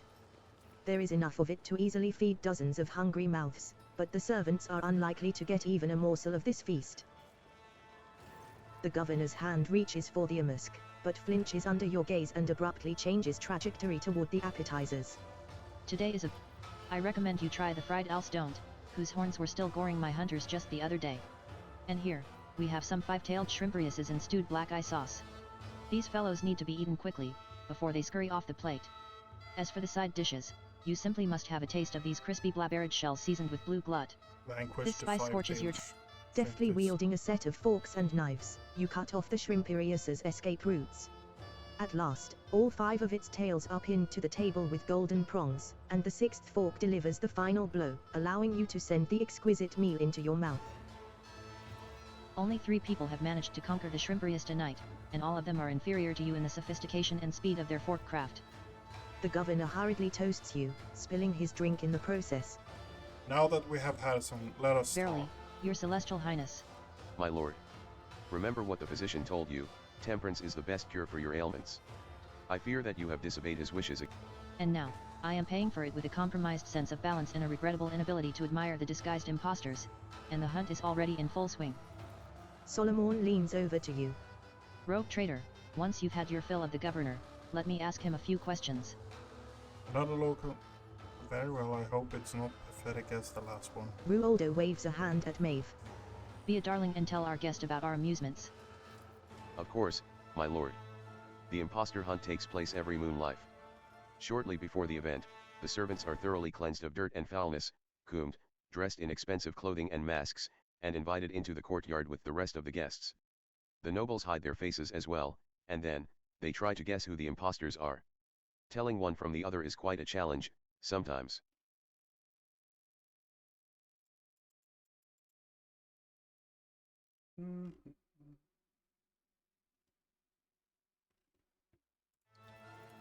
The governor suddenly perks up again.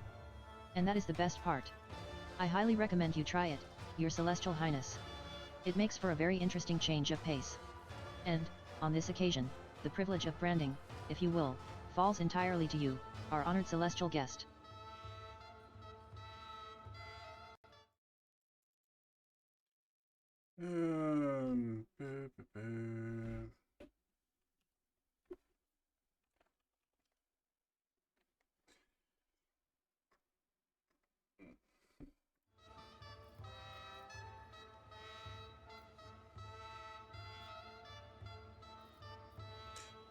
Suppose I shall find what happened. Maeve produces a shimmering slate featuring a string of fine inscriptions.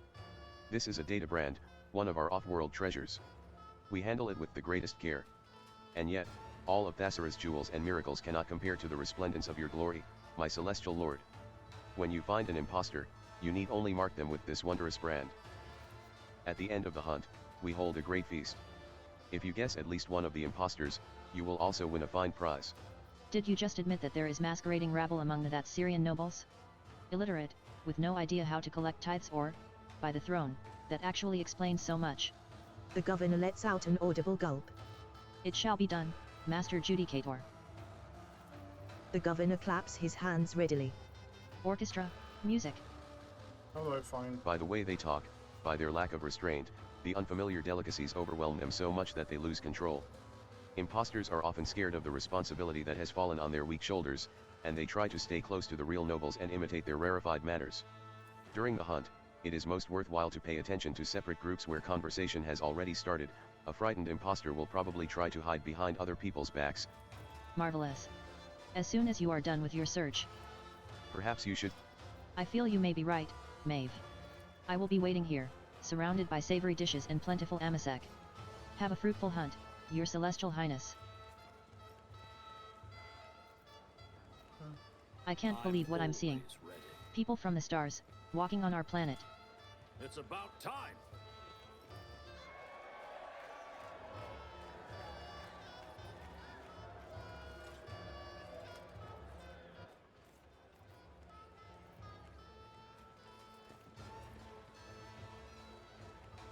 What a life.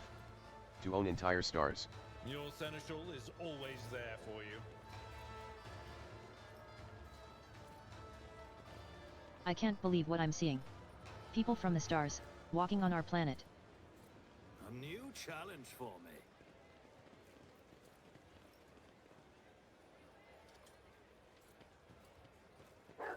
What a life. To own entire stars.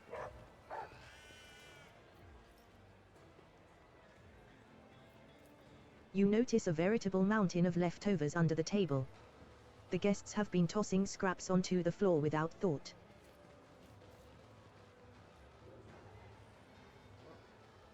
My celestial lord? Did you want to ask me something? My lord? Oh. Maeve catches herself and goes quiet. None shall stand in my way. Tiny lice are hopping around the gilded plate. The lady squashes the insects with a small golden hammer, only for more of them to drop from her coiffed hair and into her food.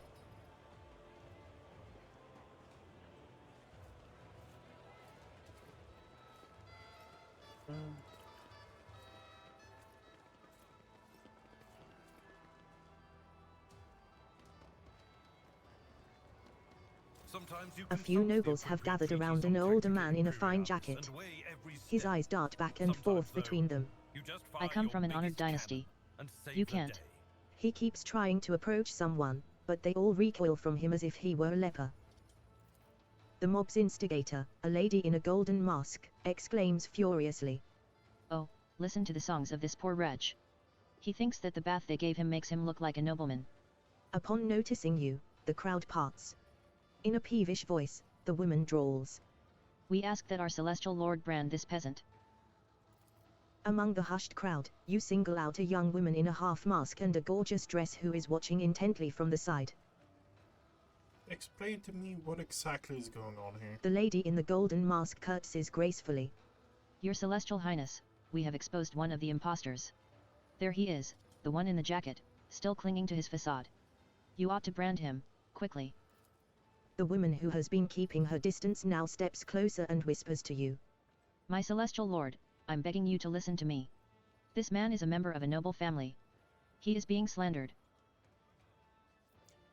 Look closely at the man. The old man is terrified. His hands are clutching an expensive cane bearing an intricate family coat of arms. Why are you standing up for him? She whispers quietly. I'm just a commoner in a fancy dress, lord. This man is my master. I know I'm supposed to be playing the part of a rich girl, but I've served many lords, you see, and Sir Timeus is the only one who treats his servants with gentleness. I want to protect him from these cruel people. What do you have to say in your defense? My celestial lord knows how ruthless court intrigues can be. My F family only recently attained its lofty status, and many here are opposed. He stutters, his teeth chattering in fear. Their vulturous gazes shift to you in anticipation of your verdict. Do you truly believe this man is a commoner? The loudest among the onlookers exchange glances. The woman's golden mask bobs as she offers a deep curtsy. Most certainly, your celestial highness. His plebeian nature is apparent to every self-respecting aristocrat. The woman is not lying, but neither is she being completely candid. The way she looks at the accused speaks of an old, inappeasable hatred, the kind one shows to one's true enemy. This man is a noble. Why are you so intent on hating him otherwise? The lady in the golden mask clears her throat. There is not a word of a lie in what we have said. This travesty of a nobleman was granted his privileges less than 100 years ago, a family of upstarts who have elevated themselves through peddlery. For any true-born noble, he is no different from a masquerading peasant. A tired sigh escapes Abelard's chest. That Syrah has more in common with Dargonus than I first thought. The nobles around you hold their breath as they try to read the direction of your gaze. And the brand to the servant. I called this young woman to make the decision in my stead.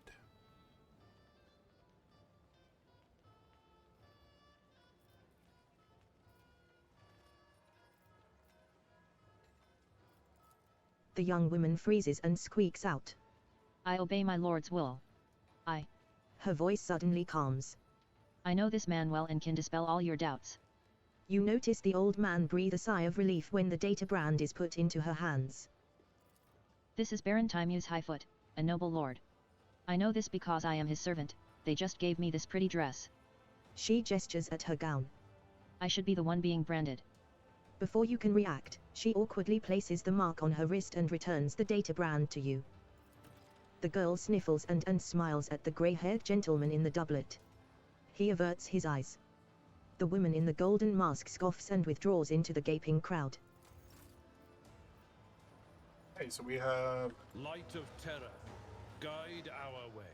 We have done one crowd. I'll lay claim to the stars. Okay, do we have... Tessarian.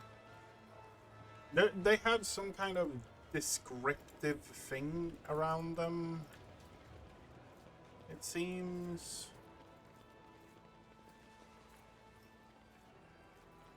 Tessarian. Stall owner. Seeing people of such noble blood is the highest blessing. Knight. Old and young priest. Okay. The two men in clergy robes are bickering loudly. The older of the pair is eating with great appetite, while the younger one watches him in disgust. Your overindulgence is pure hypocrisy. A true servant of the faith would have abstained. The old priest shoots his companion a glance over the plate. A true servant of the faith must keep his strength up so that he may offer the God Emperor not just words but deeds as well. The young man flushes when he notices your gaze. Celestial Lord, how fortunate is your arrival. Only you can solve this conundrum and decide which of us is the true clergyman of noble birth and which is the arrogant impostor.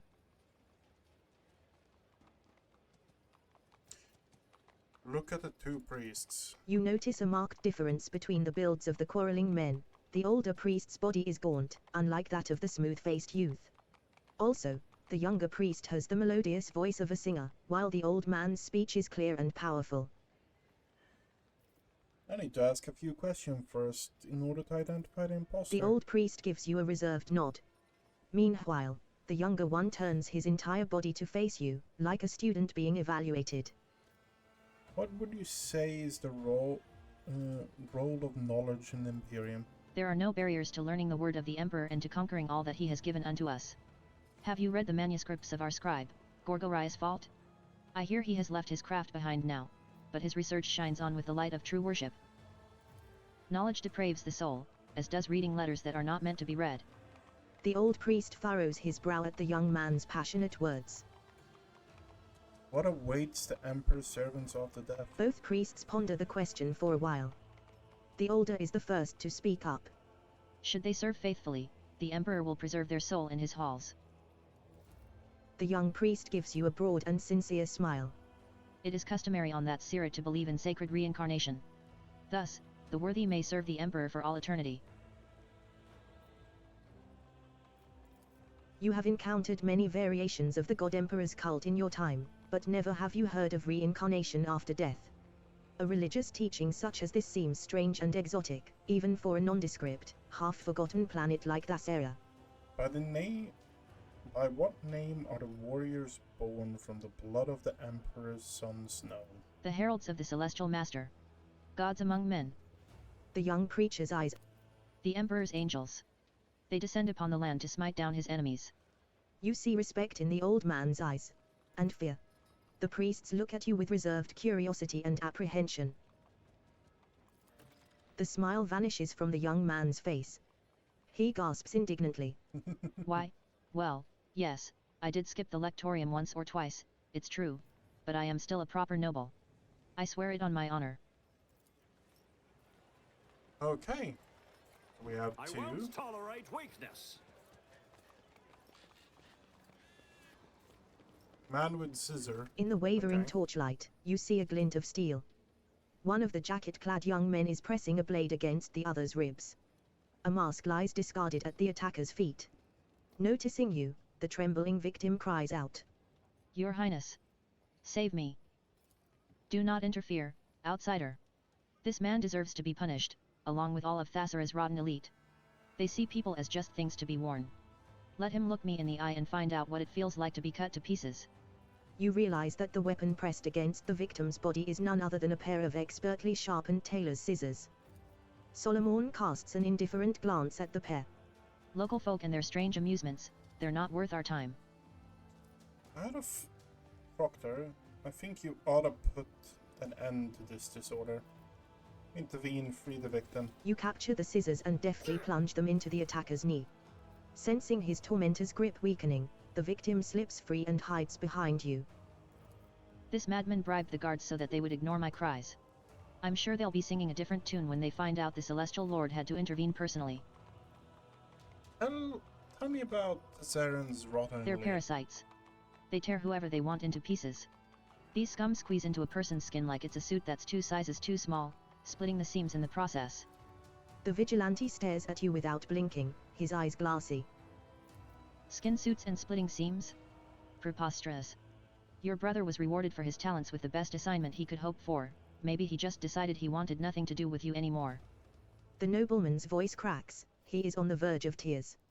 Your Celestial Highness, if such were your will, you could send servants to the dressmaker this very moment and find this man's brother alive and well. Tell me about this valet. The nobleman eyes his attacker fearfully.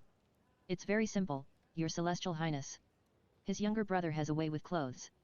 I noticed him when I was looking for new servants, and I sent the boy to apprentice under a renowned dressmaker in the upper quarters. I thought I would make him my valet, you see. But then, this fool decided that I took his brother, not because of his talent, but to use him for my rejuvenation. Why would I even need a new face? I haven't even worn out my own yet.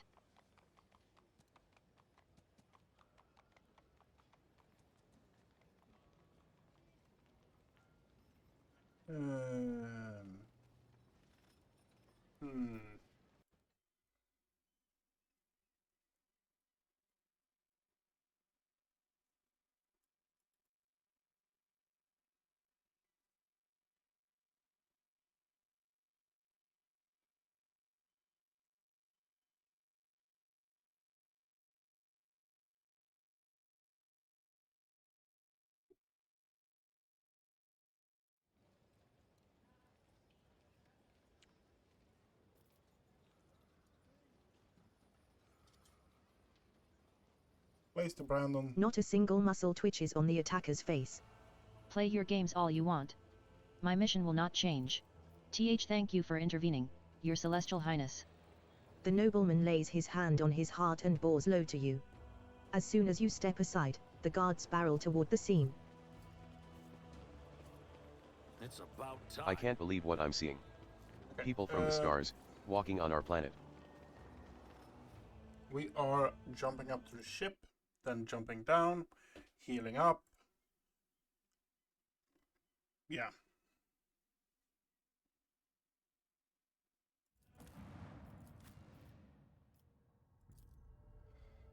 Same crew, then we go in for the kill.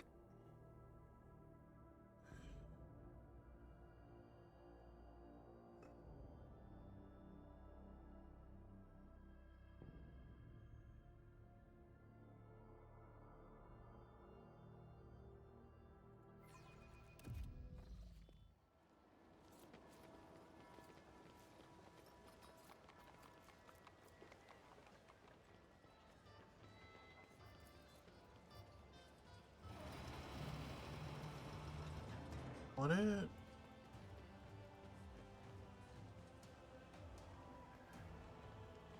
Come on.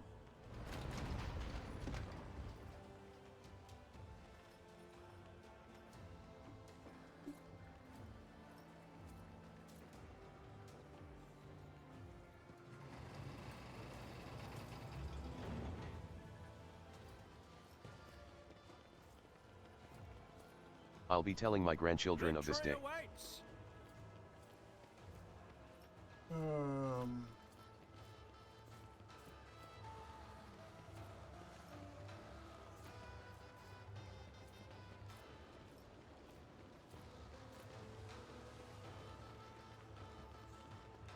Down, Gera.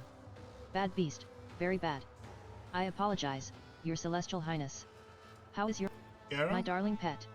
She is guarding the Shrimpriuses. Every once in a while, she gets an allowance in the form of Alstone bones. What has it done wrong? She almost ripped off my finger along with a slice of Alstone. It's my fault for forgetting their predators, albeit domesticated ones. You have reduced a beast, born to hunt and kill, to a domesticated pet. Without purpose and discipline, both man and animal alike are destined for degradation. Solomon nods at Glato, who is completely unfazed by the multitude of delicacies. See? This is the level of obedience and dignity we should strive for. I have concluded my Delightful. search. I will immediately summon the court for a final celebration of hypocrisy. And who knows, perhaps, today, one of the impostors will be lucky enough to earn your favor. Straining to add a note of gravity to his voice, the governor proclaims. Most radiant ladies and noble lords. I hereby declare the impostor hunt officially over. The participants of our masquerade already stand before you. Did you guess correctly? Did you expose them all? Please don your oculars and have a good look. Ruoldo turns to you and whispers conspiratorially. Not one noble was permitted to hunt the impostors this time, my lord. Had it been me in your shoes, Your Celestial Highness, I would not have guessed any of them. I dare say I would have, anti-guessed. After all, even a scrub woman would look like a princess if you dressed her in silks and laces. But you are able to see through any deception. Maeve, go on and present our special gift to our celestial guest. Ruoldo leans toward you slightly, gracing you with the strong smell of a musk. And that you see more impostors before you than anticipated, that's just to add to your enjoyment, Your Celestial Highness. You hear the fool's voice from somewhere among the crowd. A noble torso, branded at the behest of the rogue traitor himself. Oh, what bitter irony. My standing ovation to you.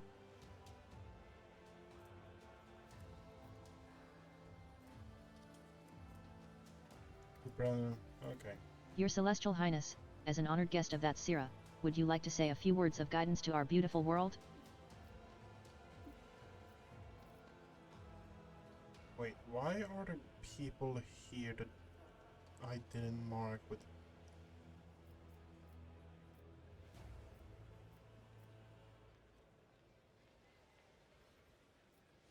Give Seneschal a pointed look. Abelard adjusts his coat. His Lordship Rogue Trader Shotgunius von Valancius, ruler of the greatest protectorate in the Coronis Expanse, wishes rapid growth and many centuries of prosperity upon your homeland. Remember your duty, and may you labor tirelessly for the glory of the mighty Imperium. That was a grand speech. Thank you. And now, good lords and ladies, the time has come to make the fateful decisions. There is naught but one true reward, the highest favor, that any branded impostor desires. That is correct, your celestial highness. Whomever you grant your favor will be showered with all manner of honors and go to serve in the governor's palace.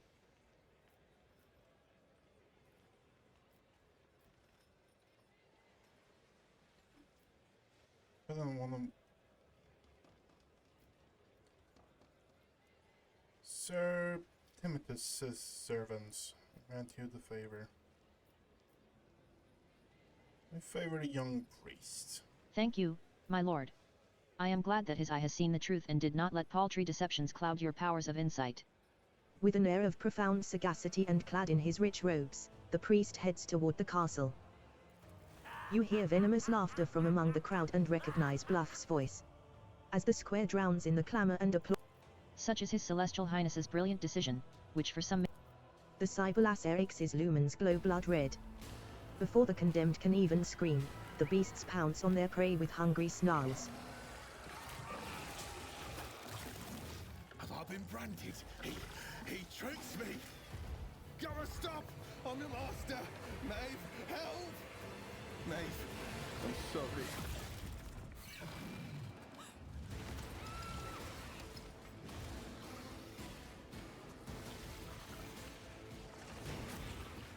Annihilate them!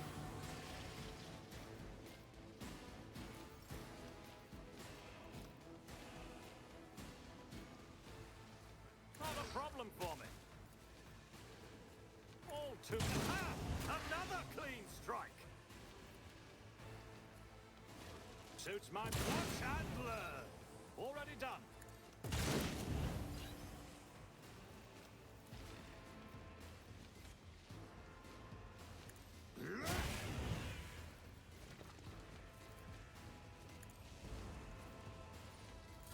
Okay.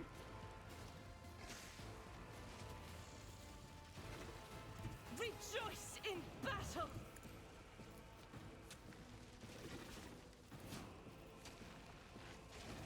There we go. Good. I'll do it. As the Emperor commands, I act.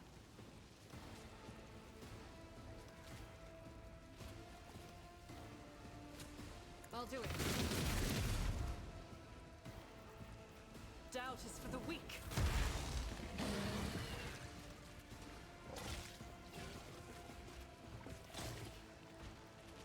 I'm not injured. I'm enraged. Ouch. Another scar for my collection. Solomon's getting a beating, huh? The Order's no heretic rejected punishment. I'll take it as a priority. Let's test our skills, Glato.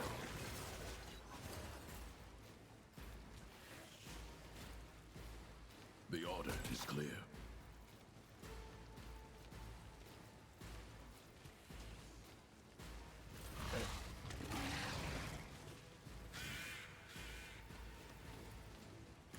Well, we are in the group, that's for sure.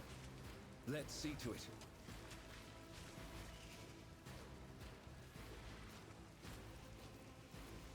I won't object to it. Let's see to it.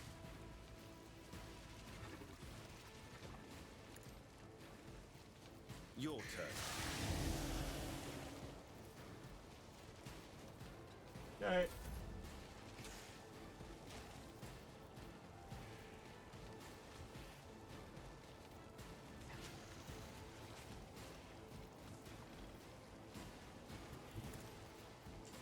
And then we charge in. Throw us out of the At your pond. beck and call, I will do my duty. It will be done. Stop hating me, Ashmag.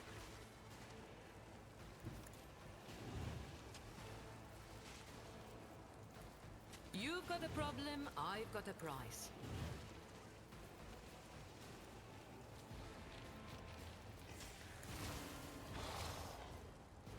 Start kick.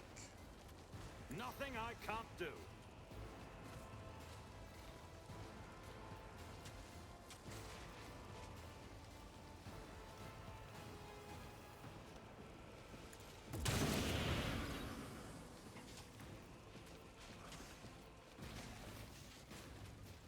All to you didn't stand a chance. I am fear incarnate. Watch and learn. Not a problem for me. Okay, good. You are now up to Tell me, 36. and it is done. Am I getting paid for this? Missed it.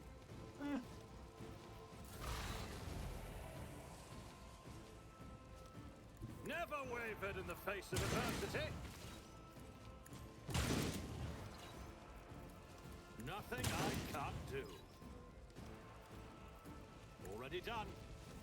Nothing I can't do.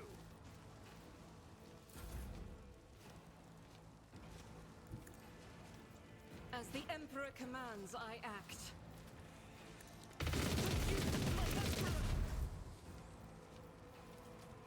There's one way of doing it, at Deeds least. is worthless. We've got a job to do, Glato. Target eliminated. Reports. The bane of an arbitrator's What happened was no accident. At the end of And if every my mission, suspicions are I'm at correct, the mercy of The paperwork. arbitrator looks at his palm thoughtfully, then holds it out to his cybermastiff.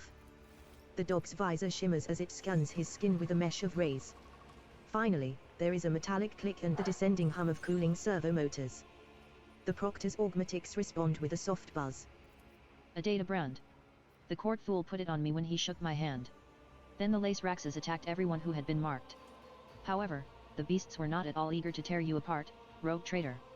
It appears you are wanted alive. Oh God, Emperor. Maeve presses. Lying nearby is the lifeless body of Lacerix number 4, which he released from its cage. Its fur is clumped and sticky with blood, its vicious eyes glazed over. The one with the damaged implants. Perhaps they were the reason the beast defied the order that the rest of its pack followed, to destroy all bearers of data brands. Or maybe. Solomon looks pensive as he straightens Glato's collar. Maybe it was a fine animal that was unlucky enough to have bad masters. This is the... My Lord Judicator is fond of animals, is he not? I never would have thought you had a kind side like that. Maeve's smile is gentle and sad. Solomon casts a heavy glance at the young woman. Or maybe I just cannot stand people. Rillo mentioned being branded before he died. Can you scan him too, Solomon? At his master's command, Glato directs his scan rays at the dead man's severed hand, which has somehow avoided being reduced to shreds along with the rest of the body. The cybermastiff's augmatics emit a warning signal. Ruoldo was branded too. He couldn't have known, or else he would not have doomed himself like that. I assume this is likewise the work of that buffoon. The only question is whether he was acting of his own accord or at the behest of someone more important. Whose soul are you praying for, Maeve? My brothers, my lord. I had a feeling he wasn't acting himself lately. If I'd known he had fallen in with scoundrels, I would have found them and strangled them with my own hands. Ronaldo called your name before he died. I have no idea what's going on. I'm so confused. Maeve stares at Ruoldo's mauled corpse with unblinking eyes. What could be Is the this just a reason? horrible nightmare? It's a mystery to me too, my celestial lord. I think about it and I can't even imagine what. But lately, it's like he's not himself. He keeps muttering these awful rhymes about blood and fate. And it's like he's waiting for something, but I just can't understand what. You fought what? I thought it was my brother calling my name, not Lord Ruelduc. You think back to Ruoldo's last moments. It is hard to tell for certain, but it really did seem as though his voice had changed, that it's... If only I knew, my celestial lord. If only I knew. Maeve's glistening eyes are You're full of actually shock. sure.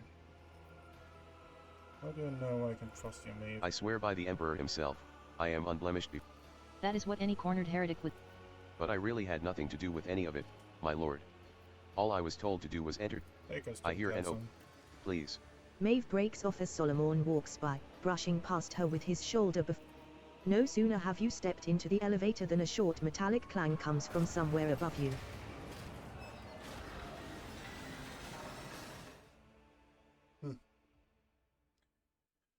Okay, okay.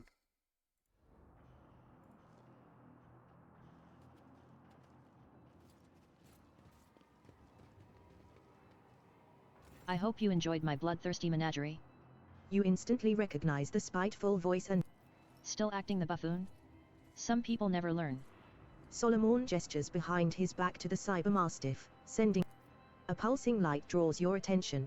Against the far wall, an old man stands behind an ominous-looking altar. The heavily... At once, Tadua the executioner stands behind the fool and gives you a crooked smile. Nearby, Alucra, the fortress commander, keeps a sullen vigil. His hand never leaves the handle of his weapon. Perhaps you could start by explaining what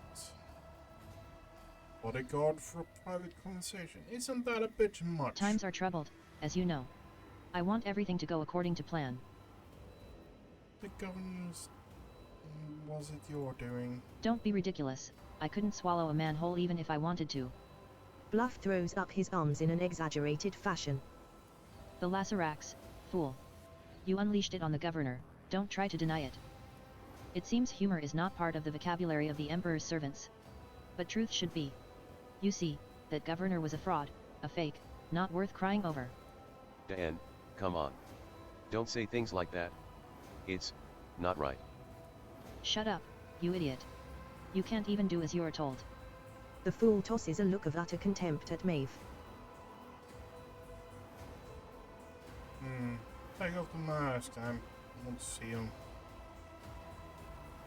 What was it that Maeve should have done, Bluff? Bring you here, to the altar of change, and not ask questions.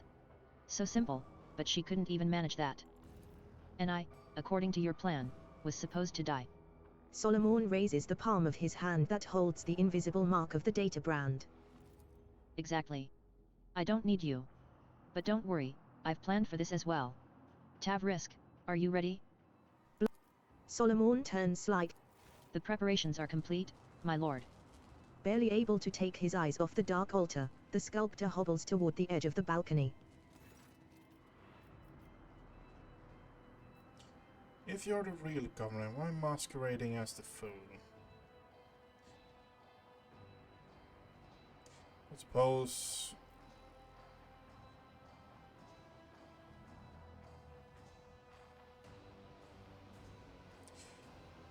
Script Gorgias flat. Intriguing notes in them appears he describing switching bodies. Is that part of your plan? You are perceptive, aren't you? My previous experiments were failures. You have met some of them, actually, including Fault himself. Remember the crazy mutant by the Phasmophorius? His brains turned out to be a bit of a complication. Mocking laughter erupts from behind the mask, making the fool's body shake all over. But do not fret. This time, it will work. I suppose the irregularities with the tie was part of a plan too. Oh yes. One small part of the grand design. To be precise, the first bait you had to take. Which you did, with command. The concept was simple, disrupt the shipment and provoke a response. An ingenious trap that the Arbits walked right into. But fate granted me a special boon. You were caught in my net along with them, Shotgunius. You didn't trap anyone, you shot yourself in the foot. Only an idiot would think they could outmatch a rogue trader and a proctor together. The arbitrator gives you a subtle nod. The cybermastiff is close enough for a decisive lunge. The Syrian is not your home world, is it? Isn't that I see right? you've already found me out, eh? That's right, I was born and raised on Idex, the greatest world in all the Imperium. I'll never forget that mix of Plasteel and Ferrocrete, the glitter of proud spires, and the eternal humiliation of my appointment. Why were you sent to that Syrah? To serve the Imperium faithfully and honestly, why else? Our all-knowing administratum benefits if the feudal throne is occupied by someone with an intelligence level higher than a Grox's. A golden shove for all my diligent service on Idex. I packed my bags and came here to govern this backwater. What a joke. Governor, fool, or perhaps you're just a madman, Bluff. Do I have to be any one thing? Bluff ignores the arbitrator, his gaze fixed on Maeve. You see Solomon's hand signal out of the corner of your eye. You are surrounded by the smell of old rust. The darkness reluctantly retreats. The pain comes first, throbbing in your head, then the metallic taste in your mouth, and finally the feel of the hard floor, chafing your stinging cheek. Surrounded by rust. Maeve's necklace is more than just pretty bauble. I take it. Let's make a real deal. More than... Much more. You see, with the right knowledge, the right tools, and some complex rituals, people can transform a simple, dirty blue pebble from the depths of that Syrah into something truly special. You see Bluff through the bars of the cage. The mocking smile on his sinister mask seems to grow even broader, or is it a trick of the light? There are markings on the floor at your feet, a crooked circle bordered by unholy symbols. Rogue traitor? Can you hear me? You turn to the voice. Solomon is trapped in one of the side cells. Apart from a bleeding bruise on his forehead, he appears unharmed. Right? I'm fine. He looks away for a moment and then back at you. Under Bluff's unwavering gaze, he cannot communicate any more clearly. You look over to where Solomon indicated. Glato lies motionless in the middle of the room. Judging by the flickering lumens on his implants, the dog is still alive. Get out of here. Enough chit-chat. Tav Risk, begin. Maeve's gaze leaps from you to Bluff in alarm. Tereden's eyes widen as she realizes what is happening. The world explodes into shards, suffused with a blinding light that burns out your eye sockets, incinerates the air in your lungs, and makes your... You are bobbing like a boat tossed upon the waves. At your feet lies... Staring daggers at you, Ruel. The guard takes a heavy step in your direction. The look on his face... A sweet, melodious voice rings out. Glato, attack. Your head swims, and through the haze you recognize the figure of a guard coming closer and closer with no sign of stopping. Your gaze sweeps over the room, searching for a way out, for a solution, until, somewhere at the periphery of your vision, you notice a streak of scarlet. It is the Cybermastiff's visors lighting up, giving you a chance to run. Your mind is a loose shard, cast out into nothing. Your memories of the last... You are wrenched suddenly out of oblivion by a blunt, merciless bite. You try to breathe and hear your own ragged wheeze. You try to shove the head away from... Your shout is as thin as a death cry. Memories that are not your own. Your muscles cramp in bitter agony. You could swear. Your hand finds something on your chest, something so cold it burns your fingers. As you look at it, the crystal step. You sway. To complete the picture, you have no choice but to look into a nearby water trough at your reflection. You see familiar features, some unnatural force has dragged you out of your body and into that. A mountain of vegetable waste rises up ahead. You pull out the... You pick up what used to be someone's arm. This could be a deep... The horse behind you snorts and shifts about. Through the opening above the gate, freedom winks at you mockingly. Your arms barely have the strength to hold onto the edge, let alone pull your whole body up. The creature that dragged you out of unconscious... The horse snorts and shows you its large teeth. It is unclear what this creature usually feeds on, but right now, it would happily munch on your fingers. The animal's nostril... Snorting frantically, the horse hurtles toward the stable door and smashes straight through it.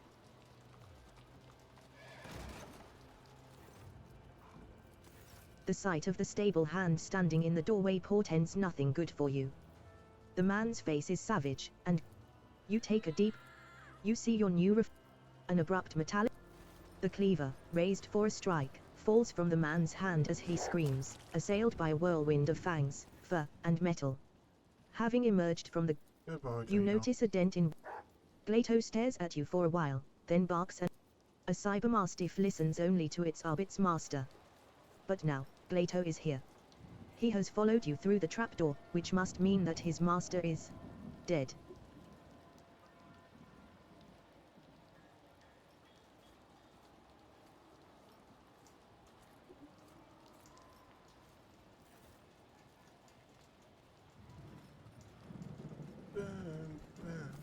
The local... Hey, Poppet. Where'd you get that dress? You know, my bride-to-be would love to wear a dress like that on her wedding day. Would you lend it to her? Of course The I'll one-eyed lend it to bandit you, right glances at after your I dirty yet flay you expensive from where you clothes. stand, scum. Something in your gaze causes the bandit's smiles to disappear. One of them whispers something to the leader.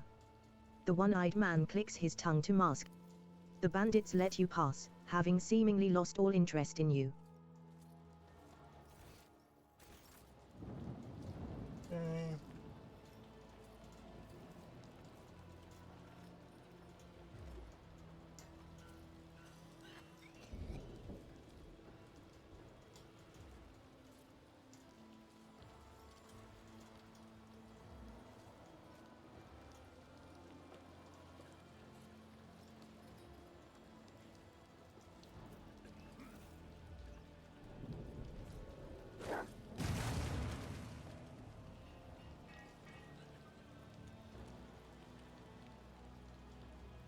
Oh, yeah, they keep swearing at me weirdly now. Yeah. Okay, and up we go. Up we go. Come on. Half sunk in malodorous mud, the houses, if one can call them that, are packed together like buttes on a plague-stricken body. Okay, and...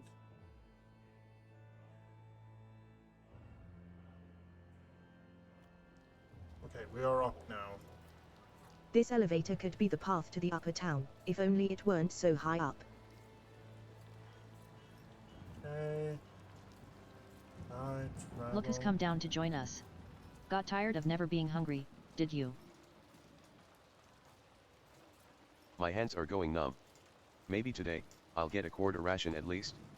Huh? Right.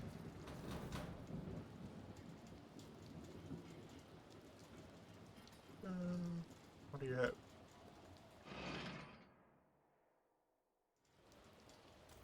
Here, come in. Okay, thank you.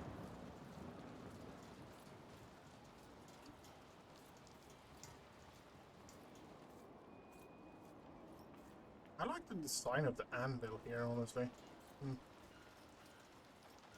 Several commoners are talking in a loud whisper, taking no note. Yeah. Rubbish. I've heard that tale before, and only an idiot would believe it. Oh, I wish it was like you said, but something tells me... The people's are... I heard that when Bluff the court fool handed him the key to that Syrah, the Celestial Lord didn't so much as touch the gift. He ordered a servant to take it. He shuns the rabble, same as any nobleman would. That was what happened, wasn't it, Maeve?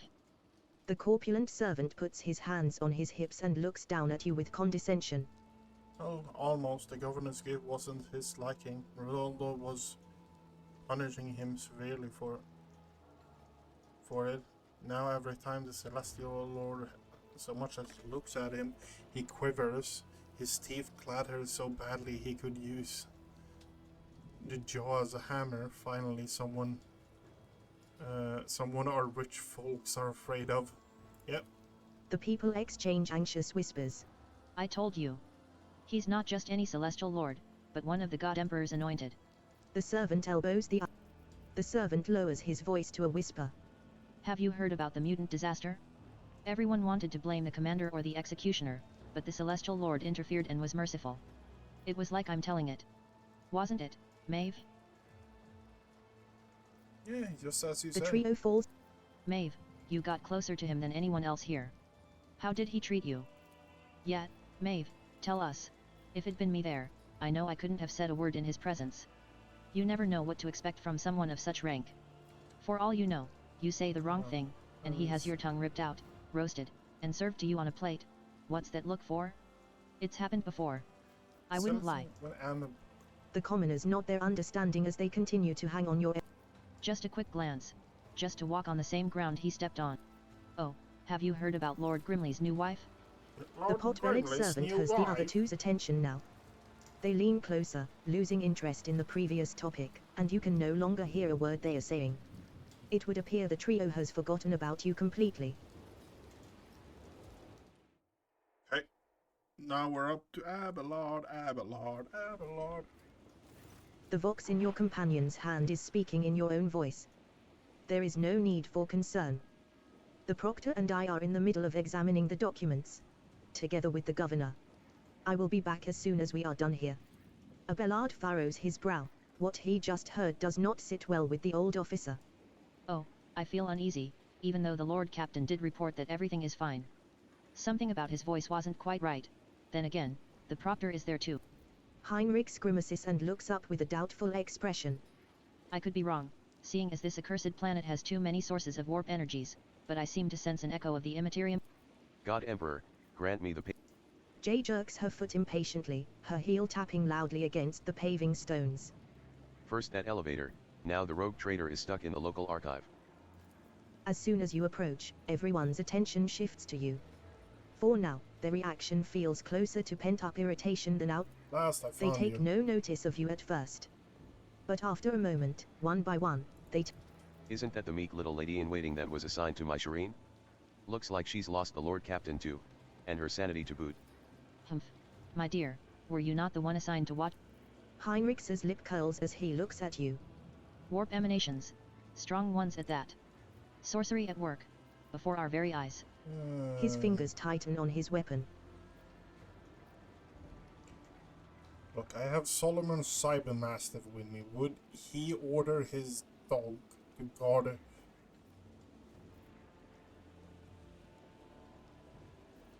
Abelard, present me to my... I have Solomon's Cyber... The evidence is difficult to argue with, unless the arbitrator was forced somehow.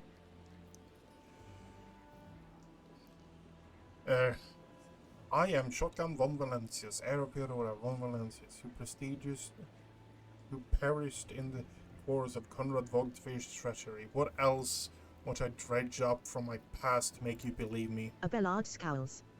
You could have memorized a few facts from the Lord Captain's biography. Are we to play guessing games now?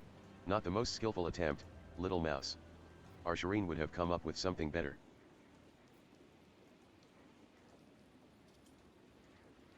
We need to get upstairs. Just trust me on this. You'll find a rogue trader at the top. Tell the shuttle pilot to take us there. He won't listen to me. The suggestion to stop puzzling over your identity and start acting seems to have had an effect. At least, no one is arguing with you anymore.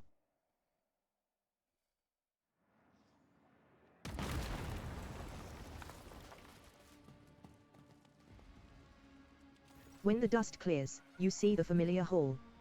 From the shadows, the jester's eyes spark with malice as they meet yours. Behind him stands a cage, in which you, or rather your body, is sitting. Your face is awash with tears, your lip is split, and a vox lies next to you. In another cage. But how did you? The elevator. Damn it, why did you have to make all this commotion? Why couldn't you just sit in a cage, out of the way, and wait for the ritual to be completed? The fool looks back at the altar. The psyker's cracked skin seems ready to crumble to dust, but his Thassersh eyes burn with an otherworldly fire. The ritual is nearly complete, my lord. Chance. How very generous.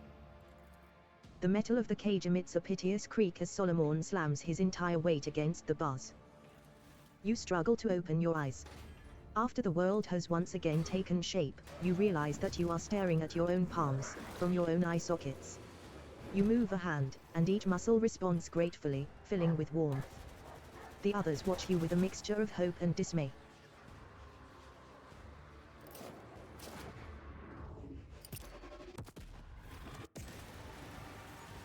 Nice one, Solomon.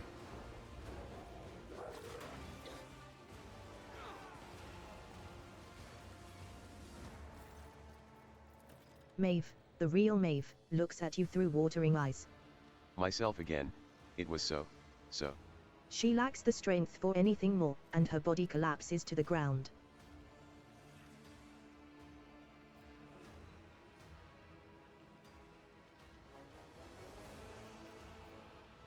Any last words? Let's go with an old that Syrian proverb, do not feed the horse you cannot outrun. I have heard plenty of nonsense spoken by convicts, but that drivel wins first place. All of you are going to pay for everything you've done to me. The fool delivers a mocking bow, as if inviting you to dance. Dying was not among my plans tonight. Sculptor, get to work. My lord's destinies are already set in stone. As long as I live, you cannot destroy them. Blood red sickle of the moon.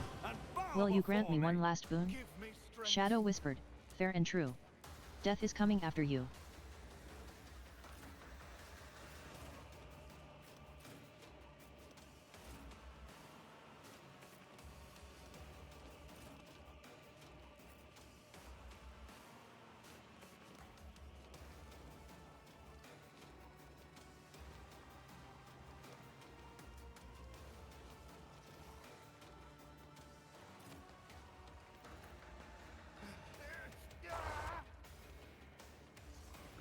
My faith shields me. Save them! Make them Ouch. bleed! I'll do it.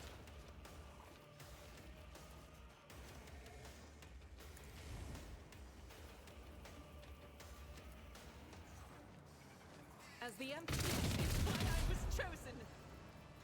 I'll do it. Thou art eradicated.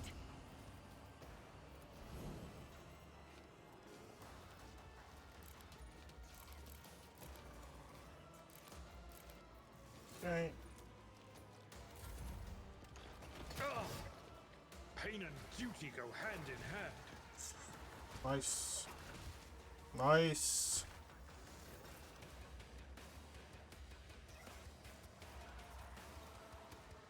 Okay. Let the butchering begin. Start with you. Suits my purposes. All too. Another clean strike. Suits my nothing of value has been lost. Not a problem for me.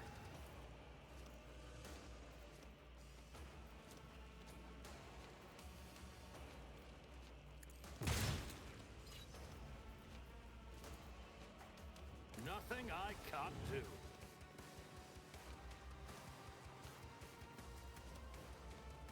Corrupt the noble, corrupt the guard, and then him. Okay. Emperor, protect me!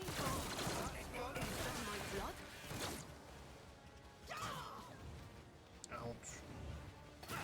I'll live Ouch. another day. Out of my way! Orders supersede pain.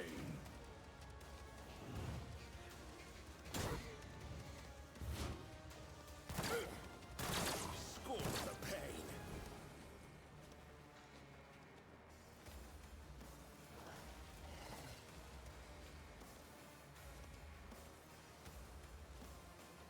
It won't take Blood red sickle of the moon. Will you grant me one last boon? Shadow whispered, fair and Accepted. true. Death is coming after you. Understood.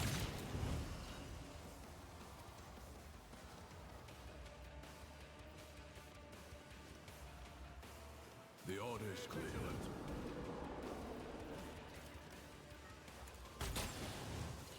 Okay, I'm toxic on you.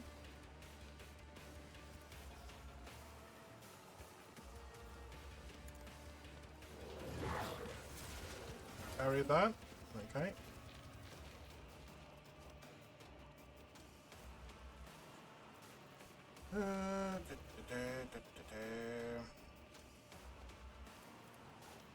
I'll take it as a So priority. that I never leave debts unpaid.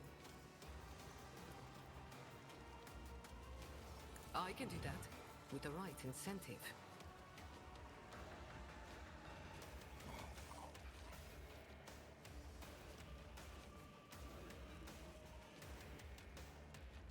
This effect lasts until the end of combat.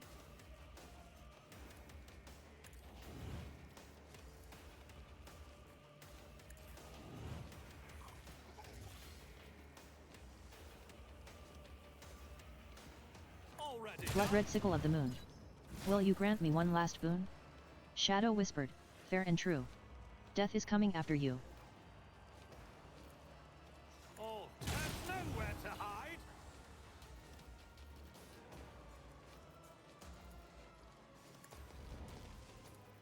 Opposing me was your biggest mistake.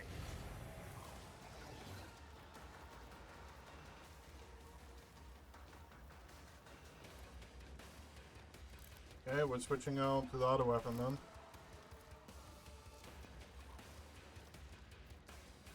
You cannot hurt me. What a pity. I guess fate is not on your side.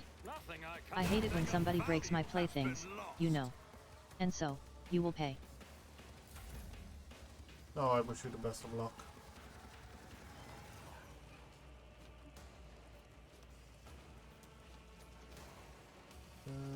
I know. Amaset would be better. Back into the fray. Never cross Akazbalakan. Okay. I can get everyone. But of course, Great. Lord Captain. Let's Stay close, Glato.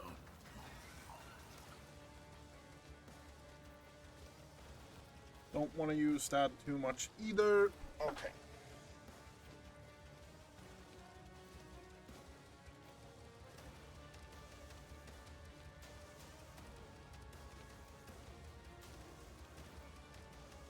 Guess we're going to keep you busy then. Let's see.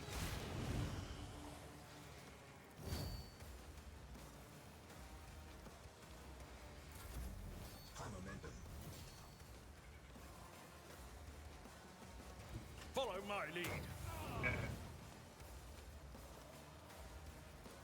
At your beck and call. Victory is imminent.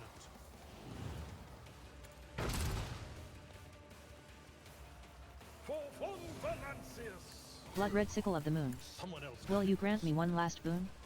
Shadow whispered, I will do fair what and you- true. Death is coming after you. At your beck and You call. cannot hurt me. What a It pity. will be done. I guess fate is not on your side. I am so tired of you all. Oh, Just die already. Is that Indeed. so difficult? yeah, it's very difficult. At your beck and call. You cannot hurt me. What a pity. I guess fate is not on your side. I am so tired of you all. Just die already. Is that so difficult? Faith without deeds is worthless.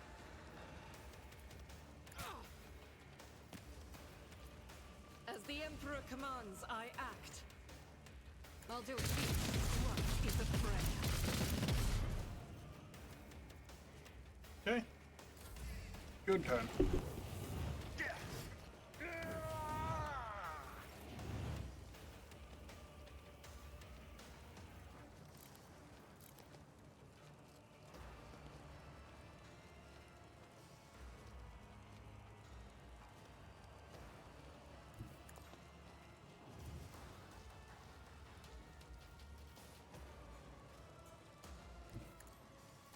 Not a Blood red problem sickle of for the me. moon. Will you grant me one last boon? Shadow whispered, fair and true. Death is coming after you. You cannot hurt me. Done. All What a too pity. easy.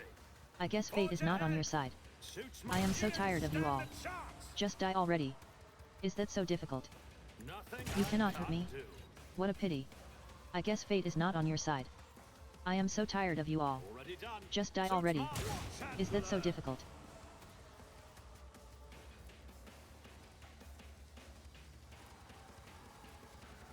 You cannot hurt me. Another What a clean pity. strike. I guess fate is not on your side. I am so tired of you all. Ouch. Just die ouch. already. Is that so Ouch. difficult? Weapon at the ready. Crush the feeble.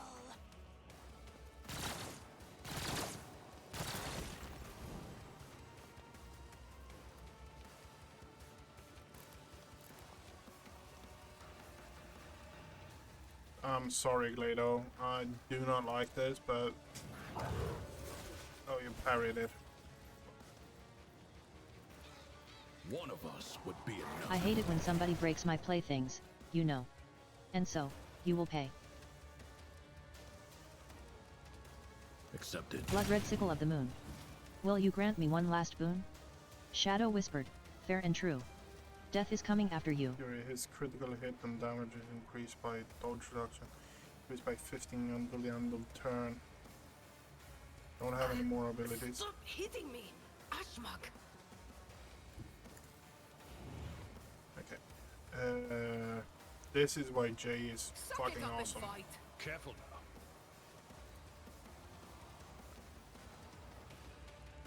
Living on the edge. How about no?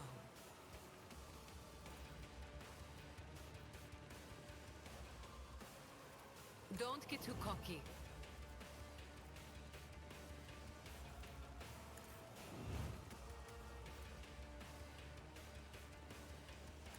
Blood red sickle of the moon. Will you grant me one last boon? Oh, yeah. Shadow whispered, fair and true. Death is coming after you. You cannot hurt me. What a pity. I guess fate is not on your side. I am so tired of you all. Just die already. Is that so difficult? Yes, it is. Opposing me was your biggest mistake.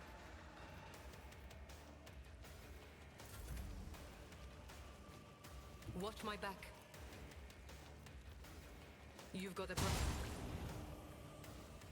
Don't get off. You're no fun.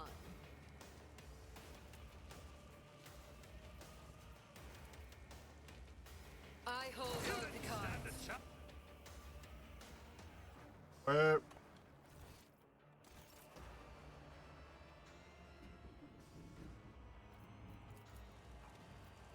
Okay, good.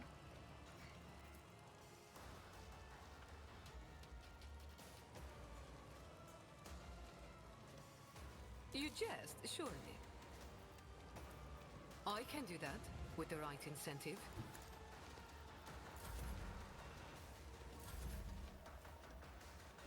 I'll put my psychic abilities to use.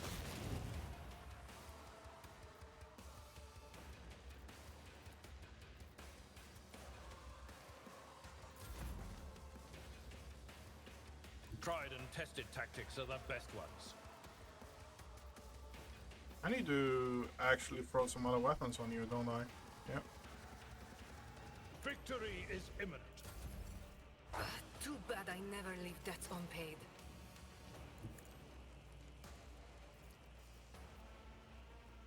Where is it running off to? I will not. The enemies of the Emperor will be undone!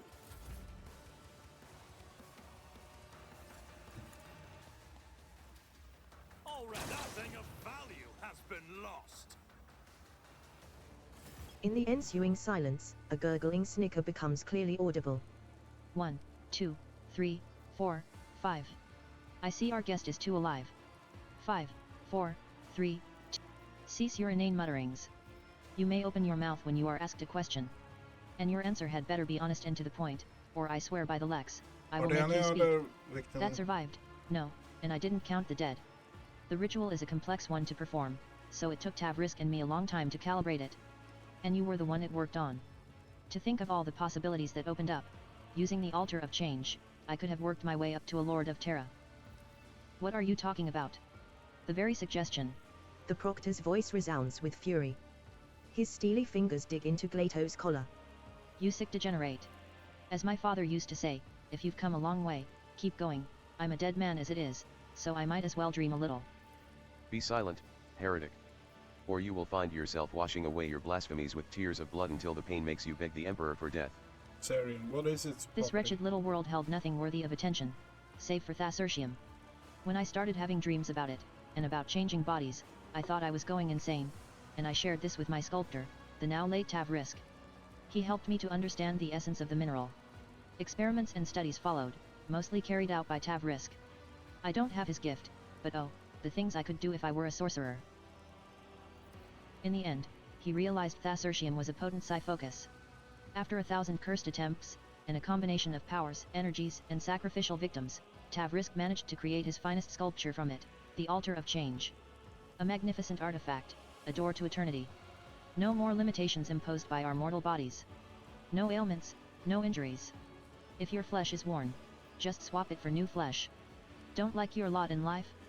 Choose from 1,000 others. No longer just a dream, but its most perfect realization. Immortality in stone. What was the point of the whole masquerade with a fake governor? A governor attracts too much attention, and I wanted my hands to stay untied. So, I offered my court fool a fair bargain. He would become me, ruling the planet, living the good life, getting whatever he wanted, while I would be out there, flying toward the stars. We traded faces, clothes, and lives. But the switch was only the first part of the deal. Naturally, I didn't mention the second part, the removal of witnesses. If someone is going to turn against you the moment there's a knife at his beloved sister's throat, you can't afford to keep him alive. Ruoldo Ka. The plan was simple and elegant, that Sira starts underpaying its tithe, the Arbits swallow the bait and send their messengers here. That's when I spring my trap, I change into the body of the arbitrator or proctor who lands here, pack up the altar, board the Arbits ship, and wave goodbye to this ball. Of course, this game involved one key piece. The embodiment of freedom of choice, my magnificent altar. So much accumulated potential from years of experimentation. It is damaged, but it still beckons, waiting to be used. Ruoldo looks you in the eye with a caustic smile. I advise you to keep it safe, who knows how many thousands of lives it will claim if something happens to it, unleashing all that power. The verdict, Solomon, I will execute him myself. Ruoldo, you have committed unthinkable heresy, and I refuse to acknowledge you as a human being or read your verdict as befitting a criminal. You are a stain on Thasara's history, and it is time. You point your weapon and put the governor to death right as Solomon. Maeve opens her eyes and immediately jumps to her feet at the sight of the blooded corpse. She clenches her hands on her chest, and her eyes well up. He was not your brother, Maeve. The young woman nods meekly, and a single tear runs down her cheek. Her voice is hollow when she speaks. You're right. He was the one who doomed him. Found anything, Solomon? Yes, the data slate with the shipment chronicle that they spent so much time vainly searching for. According to the records, the tithe period is 1 Terran decade and the quota prescribed is 1,000 cargo units. The governor withheld 100 units from each of the 5 most recent shipments. That means this world has no actual difficulty regularly supplying its tribute. We can consider that matter settled. Deciding what to do with the Thasurtium is far more important. It is a resource we cannot afford to ignore. Solomon looks you straight in the eye. I propose destroying all the Thasurtium already mined, as well as its deposits. The probability that the material itself is a source of corruption is too high. It would take years of research by the Adeptus Astra Telepathica to prove it safe for the souls of the sanctioned, years that Coronis does not have even if the local adept had funds to spare. Allowing an abomination like that to exist is against the Lex. As for assessing the degree of Thasara's corruption and deciding its fate, the law prescribes leaving this to the judgment of the world's owners, that is, the Administratum. Agreed. Anything even remotely connected to the heresy that was committed here must be destroyed down to the last fragment, and to the last participant. Destroy the gold mine? Has the iron-jawed Ashmag lost his mind, Shireen? We've got to start harvesting this wonderful mineral. In the name of the Imperium, obviously. Dare I remind you, Lord Captain, that no one besides you has any knowledge of this mineral's properties? If it is left here, no one will find out. What a crafty way to paint me as a mindless henchman. Let me also remind you that I report directly to the Marshal, and my reports are thorough. Erasium has been used for wicked ends, but it does not...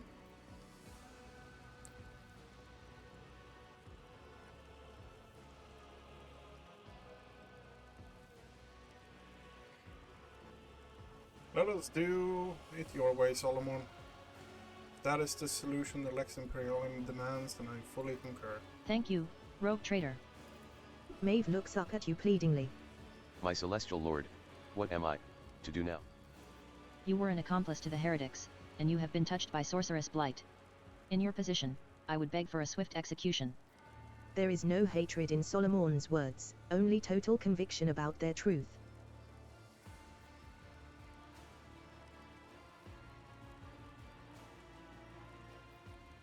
What can you do? I can, Rurikaf. I can do sweet with a foam of cream, or strong with special spices. I can dance, sing, carry scrolls and data slates. Tassarian needs a new government, one we can trust. Please, not me. Anyone but me. Who would listen to a court upstart who used to be a chamber pot maid? Maeve blushes profusely as she realizes she has said too much. Relax, you will serve whatever governor I appoint among the people whose loyalty I can trust, and you will report their every movement to me. As you wish, my celestial lord. Then, Thasara's fate is decided, and there is no point in staying here any longer. The heretic mentioned that destroying the altar would risk deaths among the local population. Whether he was lying or trying to manipulate us is irrelevant, the abomination must be destroyed. As you approach the damaged altar, you feel an unpleasant weakness. You hear a faint ringing in your ears, as if the smooth surface of the stone is groaning from the wounds it has suffered. Destroy the altar. Fill the abomination with tons of ferrocrete and hide it the best we can. The way it won't hurt anyone else. The strange ringing stops. You are interrupted by an anxious voice from the Vox. Lord Captain, do you read? The shuttle pilot reported the rescue operation. Enforcers are on their way. What is your status? Are you alive? I've had Come a in. very difficult day, Victus. Get me out of this blasted hole. Copy, Lord Captain. A moment of ringing silence, and then, 1,000 shards pierce your mind. A familiar voice coils around. In the icy silence, you are struck with a series of incredibly lifelike recollections. You are not alone, and you never were. It was always there, in your shadow, in your blood, inside you. Yes, Shotgunius. Protection, demon. This luck is named the Edge of Daybreak. Had it not been for my sleepless gaze, your mind would have long since joined the mournful host of those who are no more. Stronger than you think. Naivety is a bold luxury. Is it not time to face the truth? And their time is so fleeting. The echo of the entity's voice lingers for a while, like the sound of distant thunder. Wielder of the stab gains Sifman life, ability, heroic action. None shall stand in my way.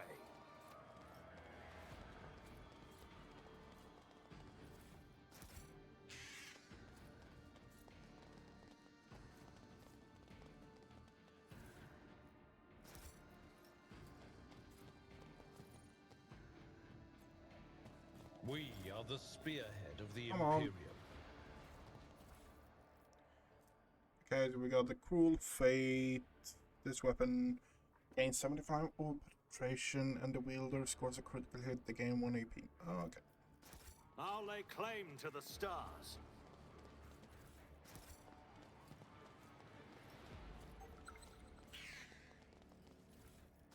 Let's make a deal.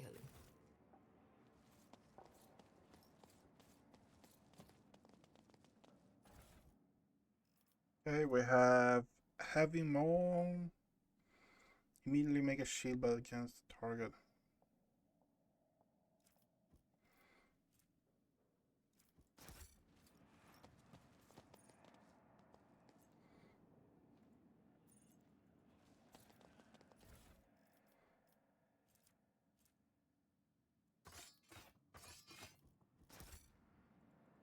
Okay, what do we have here? The clear lines of the heretical symbols elicit a vague desire to touch them.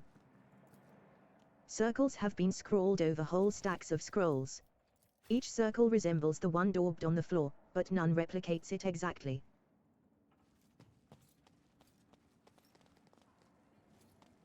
And we are going to... The shards of the monstrous structure emit a barely perceptible ringing sound, or is it the whispers of otherworldly voices telling of change?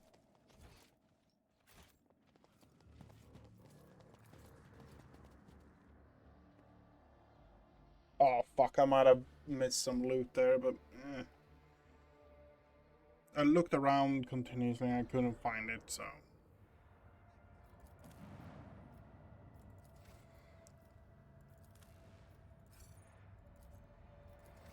Okay. We're over 4 hours. Where am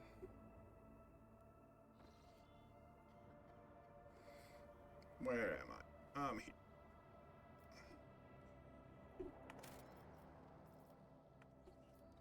You know what? We are actually going to call it here. We're 4 hours. Can't really do anything more major. We've done... I think we've done most of it. We have Jay's quest left. That is about what we have left.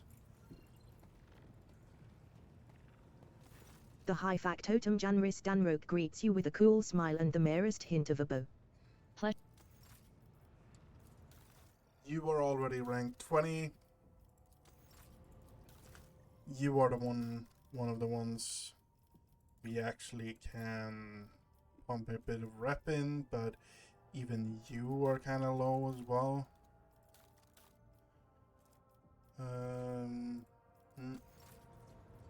Imperial Navy, we might have some new things. Yes, we do. Nice. Fellowship of the Void. We have a new shotgun.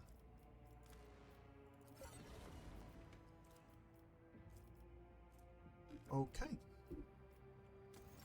And that is going to be it for me today. I want to wish you everyone a good night, and I hope I see you guys around.